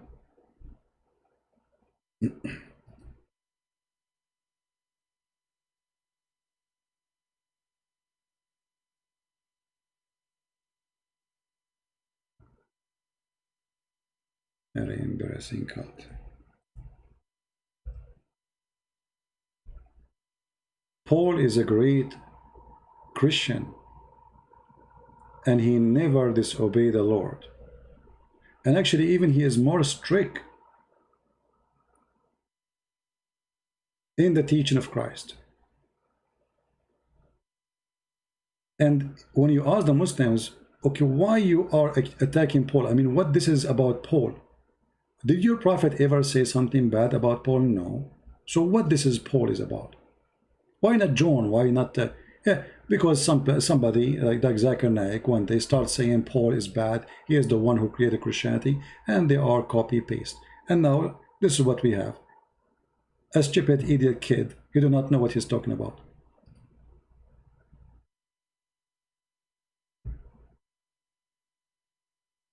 Shall I hang up on him? I think he's waiting for me to hang up so he can be saved. Because whatever verses he's going to choose, both of them, they are saying the same.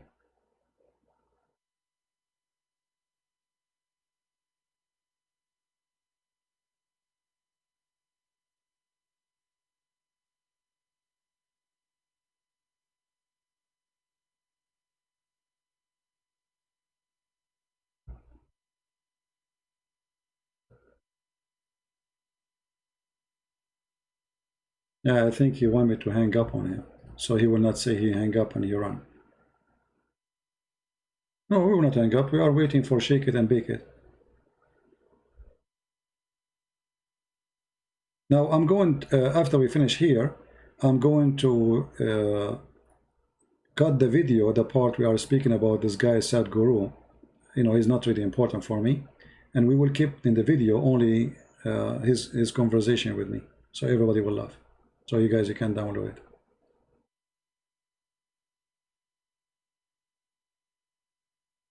Shame on you, potato. All this time in hold.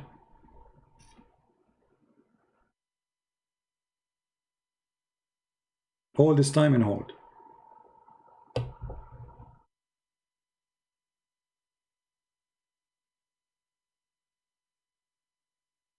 Hang up and call him. That's a good idea. Hold on.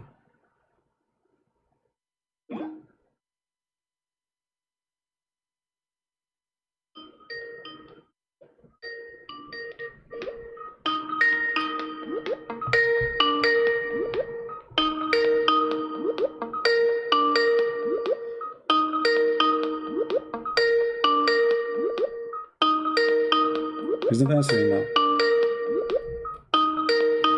See?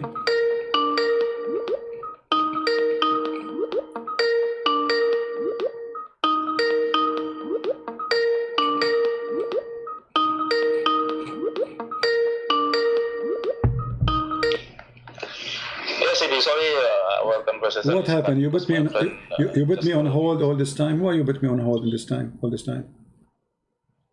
Yeah, just now my friend called me, so that's, okay. Why. So did you find the verses for us about James and Paul, so we can get Paul busted? Sorry, CP. I can promise you maybe in the several days. My friend. You see, you're an adult. You're an adult. You make me angry, and you know I shout at you. But I want to speak to you nicely, and I want you to get me busted. Honestly, I'm trying to help you. So why you want to leave now? I mean, it's going to take you 15 minutes to find it. Find it, no problem. No. I will wait for you. I will wait for you because I want to see how this Paul he changed everything, man. It's disgusting. So either you prove it or you apologize before you leave. Okay, I will give you the first, but not now. I will. No. Because no. You see, an adult man, mature man. You see, you made your wife jumping, shaking her bum, and acting like a bunch of kids. You and her, very embarrassing. Give him time. And now I'm giving you the time, and even I'm calling you back. You put me on hold. We waited for almost 5 minutes, 7 minutes for you. And now what do you want to do? You want to leave. Not today. Not today. Why not today? Why not today? Why? Sorry. What is embarrassing? Is it embarrassing that what you said is a lie? That both, but both. I'll prepare. No, my friend. It's going to take you 5 minutes to finish it. It's not like a big deal. I want you to get me busted. At least you see, I was getting you busted all this time until now. Now it's your chance to get me busted. It's you who said to me, "Let me talk. It's my time to ask you." And now you ask me. You want to run away from your question. No, I am not agree today. I will prepare first and then I will text you. So do you apologize for do you apologize for what you said against Paul, or you want to run and put the tail of the dog between your legs and run with shame? Because either you apologize, not regarding judgment. No. You see, you are a man. You are a dog. Only discussion. No, you have to give us. You have to prove what you said. Otherwise, you have to agree you are a liar. Where Paul, he teaches something different from the teaching of Christ. But not today, lah. No, today. You are the one who asked me to ask. You said, give me time. It's my time to ask you. Okay, now we started. I showed you. I said to you. Listen to me. Look what you do. You are just like a kid. I'm not trying to insult you. I said Ibn Kathir, he said, Al-Alusi, he said, all big Muslim scholars, they say that Paul is a messenger of Jesus. You Muslims, you insult Jesus based on what? Paul based on what? Did your prophet say that? No. Did the Sahaba says that? No. Did the Sahih Hadith says that? No. So why you are attacking Paul? So you are a fraud. Shame on you. And now you are mentioning something is absolutely false, because both James and Paul and all the disciples of Jesus agree that faith without work is a dead faith, and faith will save us. It's not our work, but a faith without work is a dead faith. All of them agree on that, and this is why Jesus said, "From their fruits you shall know them." So how he will know us? From our fruit. But what will save us? Our faith. Which means a faithful person, he is a good tree, give good fruit. It's automatic.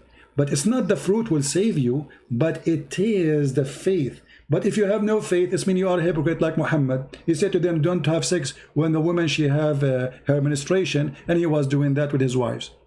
So this is what the Bible says, my friend. And Paul and James and all the disciples of Jesus agree on that.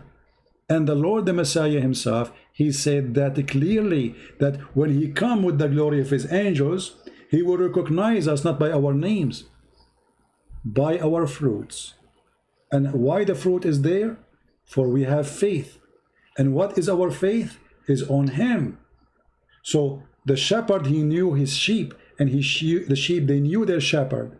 And how they knew each other? The fruit of Jesus is going to lead us who is Jesus. Otherwise, anyone can come and say, I am Jesus, or I am Muhammad, the coward. But we don't follow that. The fruit, my friend. So you made a statement, you cannot back it up. And now I ask you nicely to apologize for insulting Paul. Or before you go, you have to prove me wrong. This is not regarding apologize or not. This is only discussion, and I will not answer. No problem. I'm asking you to finish your discussion. You see, you are the one who asked your wife to jump next to you, give him time, and now we are giving you time. You don't want to do it. Why? Just because I asked you for the verses. Embarrassing. Embarrassing, very embarrassing. You are lying. No, okay. You were reading for me 500 words between the Catholic and the Protestant about a verse. Why not today? Why you are not so patient? I am very patient. I am very patient. Who is the one who asked his wife, very embarrassing of you as a man to do, to bring your wife to this humiliation to her? So she jumped like a child. Give him time, and both of you jump like a monkey in front of me. And now I'm giving you time, you want to leave. Very embarrassing. Why you want to leave? I want you, please, to get me busted. Don't leave. You see, what will happen if we stay, me and you, together for the coming 30 minutes? Nothing. Just do it. Go ahead. I have decided not to answer today, CP. Sorry. No, you decided to run away. You decided that you are falsely speaking against Paul. You have nothing to support what you said. And you went for 15 minutes lying, saying your family called you. But the fact you were serving Google, and you came back with nothing. Because you found that both, they say the same. So you could not back up what you said, and okay, then do it. Prove me wrong. Okay, you know what? Prove me wrong. Here we go. You got your chance. Prove me wrong. Give me the verses. I have decided not today. Sorry. You decided that you don't have answer. You decided that you want to withdraw because you are a coward. Okay, you want to be a winner? Yeah, yes, you win. No, I don't care if you say I win or not. Everybody is laughing. It's embarrassing. You are the one who said you want to get me busted. I have decided not today. Why you don't want to get me? But why you don't want? You see, we are talking all this time, a spank after a spank. We showed you your prophet is a scam. We show you the mistakes of the Quran. You refuse to accept any Islamic interpretation for the Quran. Shame on you. You made your own interpretation, which is very funny. Even a bunny will not come with it. And even now, when I showed you about Paul, in the Islamic interpretation, he is the disciple of Jesus, you don't want to accept them. Yet you want to insult Paul, and you are claiming that I don't follow Christ, I follow Paul. When all the teaching of Paul in total agreement with the teaching of Christ and all the disciples. And when we ask you to prove what you said, you run away. So it's not about me winning, it's about Jesus winning, and Muhammad is under the shoes of Jesus. This is not about me and you, my friend. That's about that Muhammad, your prophet, the child molester, the man who made verses saying any woman she want to give her vagina to me. This is not about me and Paul. We don't worship Paul. We worship the Messiah. You don't worship Muhammad, you worship Allah. But in fact, Allah is the puppy of Muhammad, and today we got him busted, and you could not refute us anything. To the point, you refuse any translation, you refuse any interpretation, and you could not give us any interpretation accurately because you are fabricating things out. And when we show you what your prophets say, you say I don't accept hadith. When we say to you, can you show us where Muhammad something nice about Muhammad, you quote for me hadith, because you are a hypocrite. When you want, the hadith is rejected. When you want, the hadith is accepted. And then you said to me, it's time for me to ask you questions. Okay, time for you. I will not respond today. Why you will not respond today? I will not respond. Why? What happened? Sorry. Did your wife beat you? I decided Did your wife beat you? I'm not giving you a chance to waste my time again, my friend. I want you to finish it today, please. About this topic. I don't finish today. No. You have to do it now. Did your wife beat you when you went away for 15 minutes? Did she do anything to you? Tell me. I'm like your dad. Say what do you want to say, but I don't want to okay, give explanation. People are listening. Give explanation to the people who you opened the topic. Why you don't want to finish it? Why? What is the explanation? What happened to you suddenly? Yeah, actually, our first topic is only regarding time relativity, and then you. No. You are the one who opened this topic, my friend. You see, you are the one who opened the topic. It was your request. Now, why you don't want to speak about it no more? What happened? Explain to the crowd. I decided next day or maybe... Okay, why you decided? Can you tell us why you decided? What happened? You were excited, yes, your wife was jumping next to you, give him time, she was shaking to me, you were shaking too. It was a very nice act from you to jump like a monkey. Okay, we got it, and now time to give you time. Go ahead. You decide to leave. You know why? You cannot even find the verses. Admit, did you find the verses? Sorry, CP. Did you find the verses? No, before you go, admit, did you find the verses? Be honest with me. Did you know the verses? Be honest. Do you know the verses? I will not explain more. Next day I will respond. No, be honest. No. Okay, you want to leave. You want to leave, no problem. Do you know the verses? Be honest with me. Do you know the verses you were talking about? Yes, I know the verse, but I don't want to say no. You know the verses, you don't say? But a second ago, 5 minutes ago, you said you do not know them. Okay lah, I have something to do. Sorry for that. So no. Why you said 5 minutes ago? Why you said 5 minutes ago you do not know them? Why you are lying? 5 minutes ago, coward, see? He said he don't know them. Later he will find them. Now he says he know them, but he will not say them. I mean, look how powerful he is. And his wife, she start jumping. Give him time. Give him time. Give him time. Yeah. And the funny, they say that the Christian prince, he don't have patience with Muslims. And you notice how fast he start talking? And we are following Paul. I said, okay, prove it. What do you mean follow Paul? We don't follow Jesus. What is the teaching of Paul which is against the teaching of Jesus?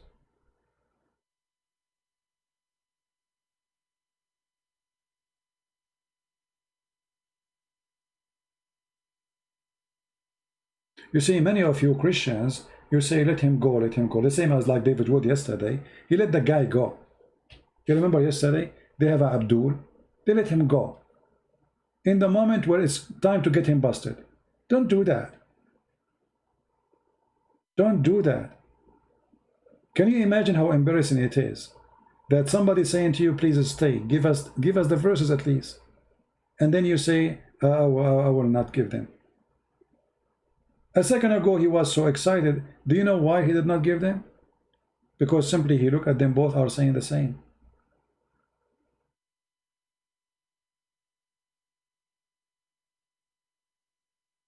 Very embarrassing. And if you do not know them, even that is more horrible.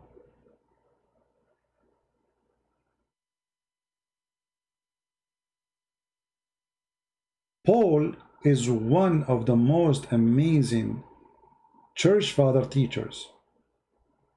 And those who say he was not one of the disciples, that's absolutely false. Because the Bible confirms that the Messiah, our Lord, he appeared to Paul and he blinded him. And then he gave him his eyes again. So yes, he met the Messiah. He met our Lord.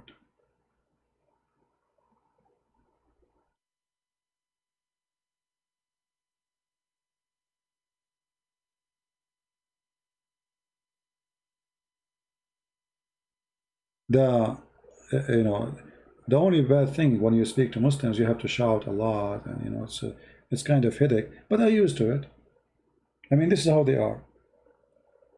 And the hypocrisy always appear when you ask them, okay, who is the one who agree with you in what you said as a Muslim? Nobody. Suddenly he have a new religion. It's called Islam religion of Budi. The sect of Budi.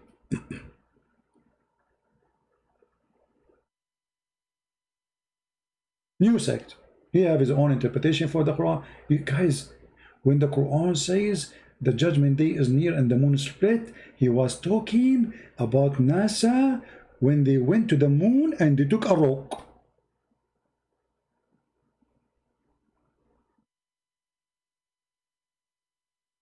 You remember? And we showed him this is past tense, you idiot. He says, yes, it's past tense, but it happened now. Oh boy. But this is a great example for Christians to show you how Muhammadan, they fabricate answers have nothing to do with their religion. Never take a Muhammadan answer. They play like a snake. They change their skin. They bend in the conversation. After talking all this time with him, maybe it may be this, it may be that, but he never gave us an answer. And he rejected any interpretation, any hadith.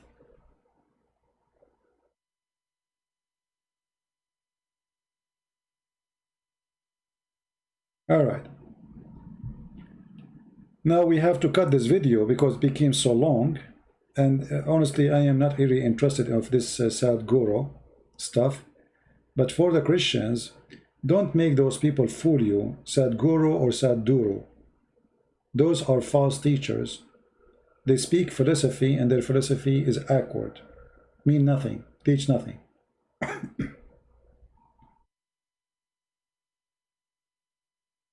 Through history, there is a philosopher who can, let us say, he spent his time speaking about something meaningless, but yet it's philosophy. And philosophy, what made the Greek people live in a fantasia, like Venus, and this is philosophy. They try to find the philosophy of a beauty and sex, and etc. So they have their own fantasia of things. Yoga and philosophy of the Hindus is no different. Energy of a man, energy of the women, the stone of sex dancing together, the energy, and energy came around Shiva and danced around him, and he was a shower, whatever. I mean, it's just empty words. There's no proof of it. It's a statement written by somebody. Maybe it's taking too much hashish. And then they try to implement that in your head today. But it's meaningless, it's useless. Be aware of false teachers. Doesn't matter who they are.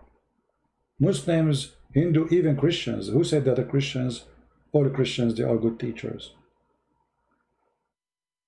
How we knew if somebody is a false teacher? Anyone knows? Additional to the fruits. The Bible says anyone bring us other than these scriptures is a false teacher.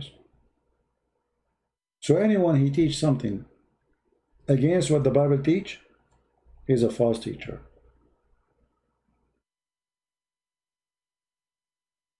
As simple as that. Paul, in order for him to be a false teacher, he had to teach against the Bible, the 4 Gospels. But he never did.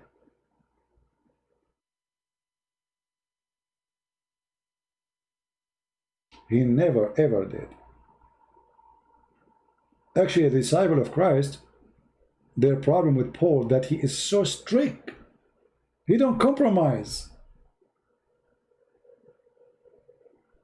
And you know, those who don't compromise is the true believer. He is so true believer to the point he want to take it all the way to the end. Like, you know, there is a carpenter, when he make a door, he put a nail in the door, you know, and there is a one of them, he want to put the nail, but he want to be sure that the nail is going in all the way. Both of them, they are doing great job. Both of them, they are making a door for you. But there's one, he's so conservative. He want to be sure that this nail will never be moving. That is Paul. Many do not like Paul because Paul speaks against gambling, being a drunk, and there's many people, they are fake. They want to be gambling, they want to be drunk. So what do you mean? Those who they are drunk and those who do gambling, they will not go to heaven? They don't like that. So you will notice that those who reject Paul is those who they are looking for sinful freedom. How I can be free from Paul? But Jesus said the same. The Bible, the Old Testament says the same. But they don't want Paul because Paul is like, there's somebody, his clothes is so dirty, and somebody, his clothes is so clean. And then we put them together. Just by putting that person next to me and he's so clean and I'm so dirty, it's embarrassing to me. So I feel offended by having the person with the clean clothing next to me. So I try to get rid of him. Not because he did anything bad, but because it's embarrassing. He is so clean and I'm so dirty. So the dirty person, he tried to get rid of the clean person because the clean person make him look so bad. He don't want that. And this is what Paul he do. He say it as it is. He is not politically correct. Paul, if he come in our time, he will be killed after 3 days maximum.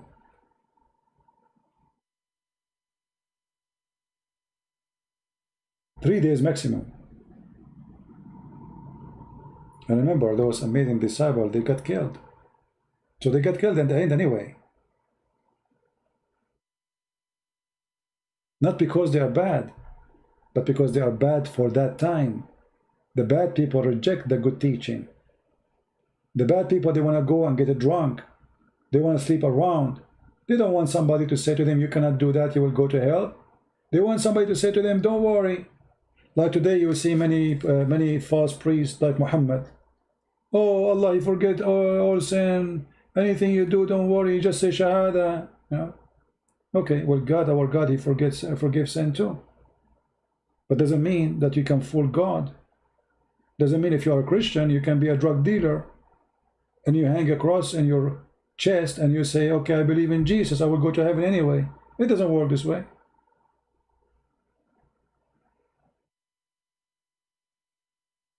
There's many liars and bad people. They are looking for a person to give them comfort of their sin, not somebody to rebuke them and say to them, shame on you. They want a priest to agree with them whatever they do. Like these days, the guy, he have a girlfriend, the man, he, etc. We commit sin, and then the priest, he says, it's okay, it's fine. He don't say to me, it's wrong, you cannot do it. Stop doing that. No, it's okay to have do whatever you want. And yes, all of us, we commit sin. All of us, we get tempted. All of us, men and women, we do. But there's a huge difference of adopting sin and making it as the best way to live. And knowing that this is wrong, and we fight it, we resist it. And a priest who says to us, don't do that. And a priest who says to us, don't worry, do it, it's okay. And this is what they do to you through the yoga, by the way. If you go and see the yoga class, I mean, it's embarrassing. It's very, sometimes they do sexual yoga. Very disgusting. It's a change partner. Well, did you try to change your husband for a day or two? To refresh your life? This is Muhammad. Multiple husbands, multiple wives. There's nothing is called marriage.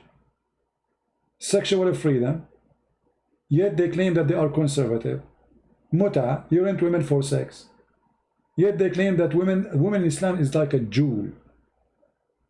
Where is the jewel?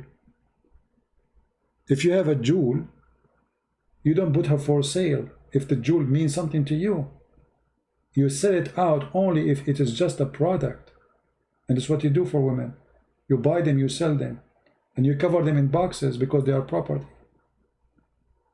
God did not create a woman, put her inside a box. God, He gave the woman her cover. It is her hair, her glory. God, He blessed the woman with the beauty she have.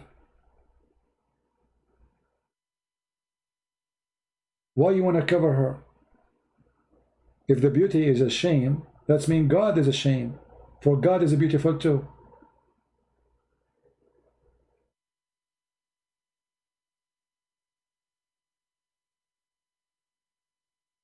But because this religion is a pure sexual cult, so the woman, she became a sexual object. All of her is a vagina. Even in heaven, she is just a sex toy.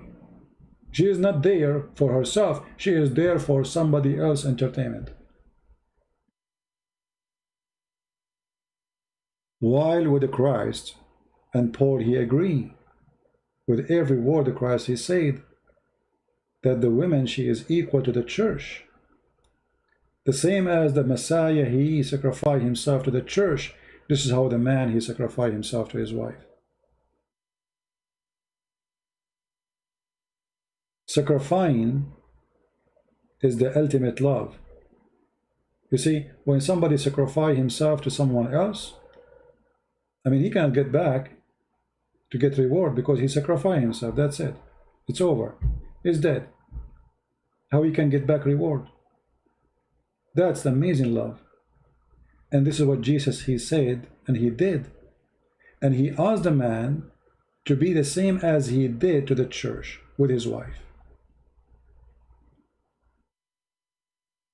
A love without return. So we, as a Christians, we are the same as every human being. We get tempted. A man be tempted by women. Women will be tempted by a man. We get tempted by money. We get tempted by power, whatever. We get tempted. But we don't make the temptation the true way of living. We agree it is wrong. We agree we should fight it. We agree that we don't belong to it and it doesn't belong to us. We don't make it coming from God and say, oh God, he made me like this and I will do it, that's it. This is what Muhammad do. He promised a man for women at the same time. Why? Why you need for women? What for women can do, a woman she cannot do.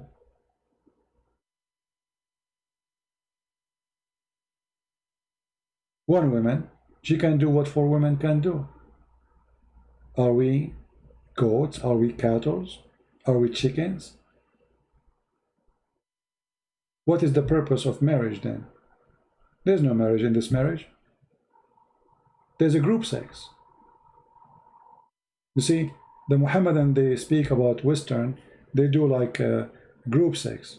Well, if there is some people they do that, and yes there is, well, you do that too. 4 wives, 1 man is group sex. As simple as that. The second you have multiple partners, you are doing group sex even if you don't do it in the same room. If you sleep with a woman now, and then you sleep with another woman after 2 hours or second day, this is a group sex. Because you have multiple partners.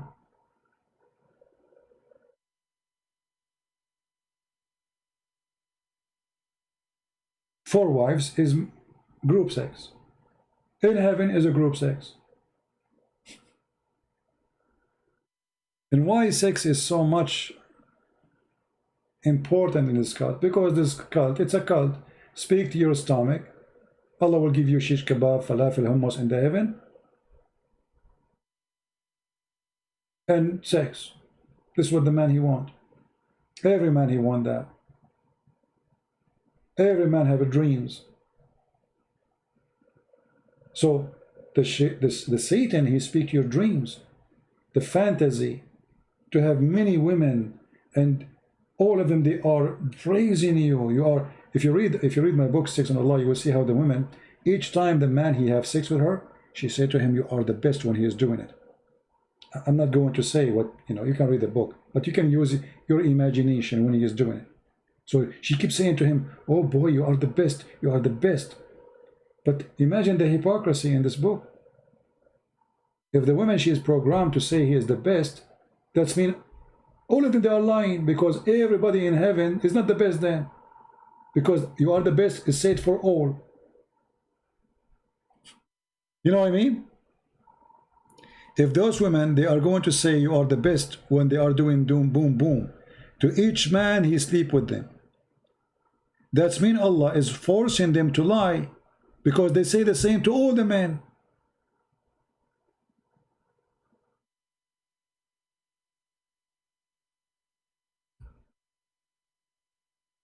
What kind of cult this cult is? How stupid it is. You are the best. You are the best in what? In boom boom. Not the best in wisdom, in how kind you are. No, in boom boom. So even the quality is about boom boom. Why did God make Adam, make only Eve for Adam? Why not for wives? Yeah. If actually at that time it make more sense if God created more women to Adam, right? So he can multiply the children faster. But even at that time he did not. And this is contradict the story of Muhammadan, because Muhammadan, they believe in the story of Adam, supposedly. So the time when God, he needed Adam to have more children to multiply the earth, the population, he created still one Eve. Very stupid.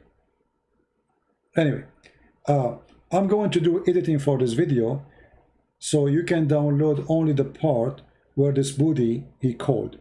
So I'm going to cut it off. All right.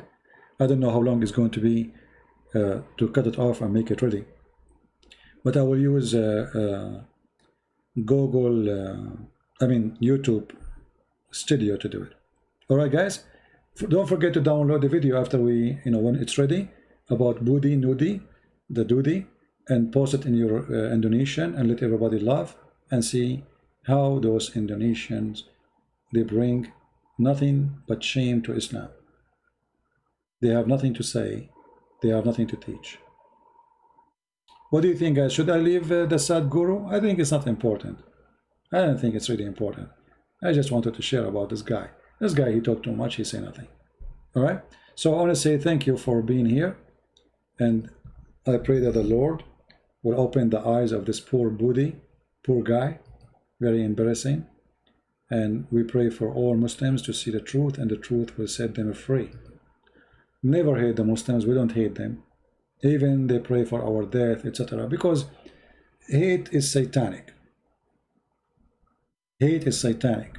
And we don't belong to Satan. And hate will not help us. If somebody want to commit a crime or he have hate in his heart, God will do just with him. Leave him to God. One day they will stand in front of the Lord with their hate, and they will pay for it. And if you think there's someone better than God can be justice with those who are bad, you are mistaken. So don't worry about them. Whatever they say, throw it in your back. Learn how to defeat the lies and how to prove the truth. And the truth will set you free. Thank you very much for being here. May the Lord bless you. Christ is Lord. Islam is false. And we see you soon again. Bye.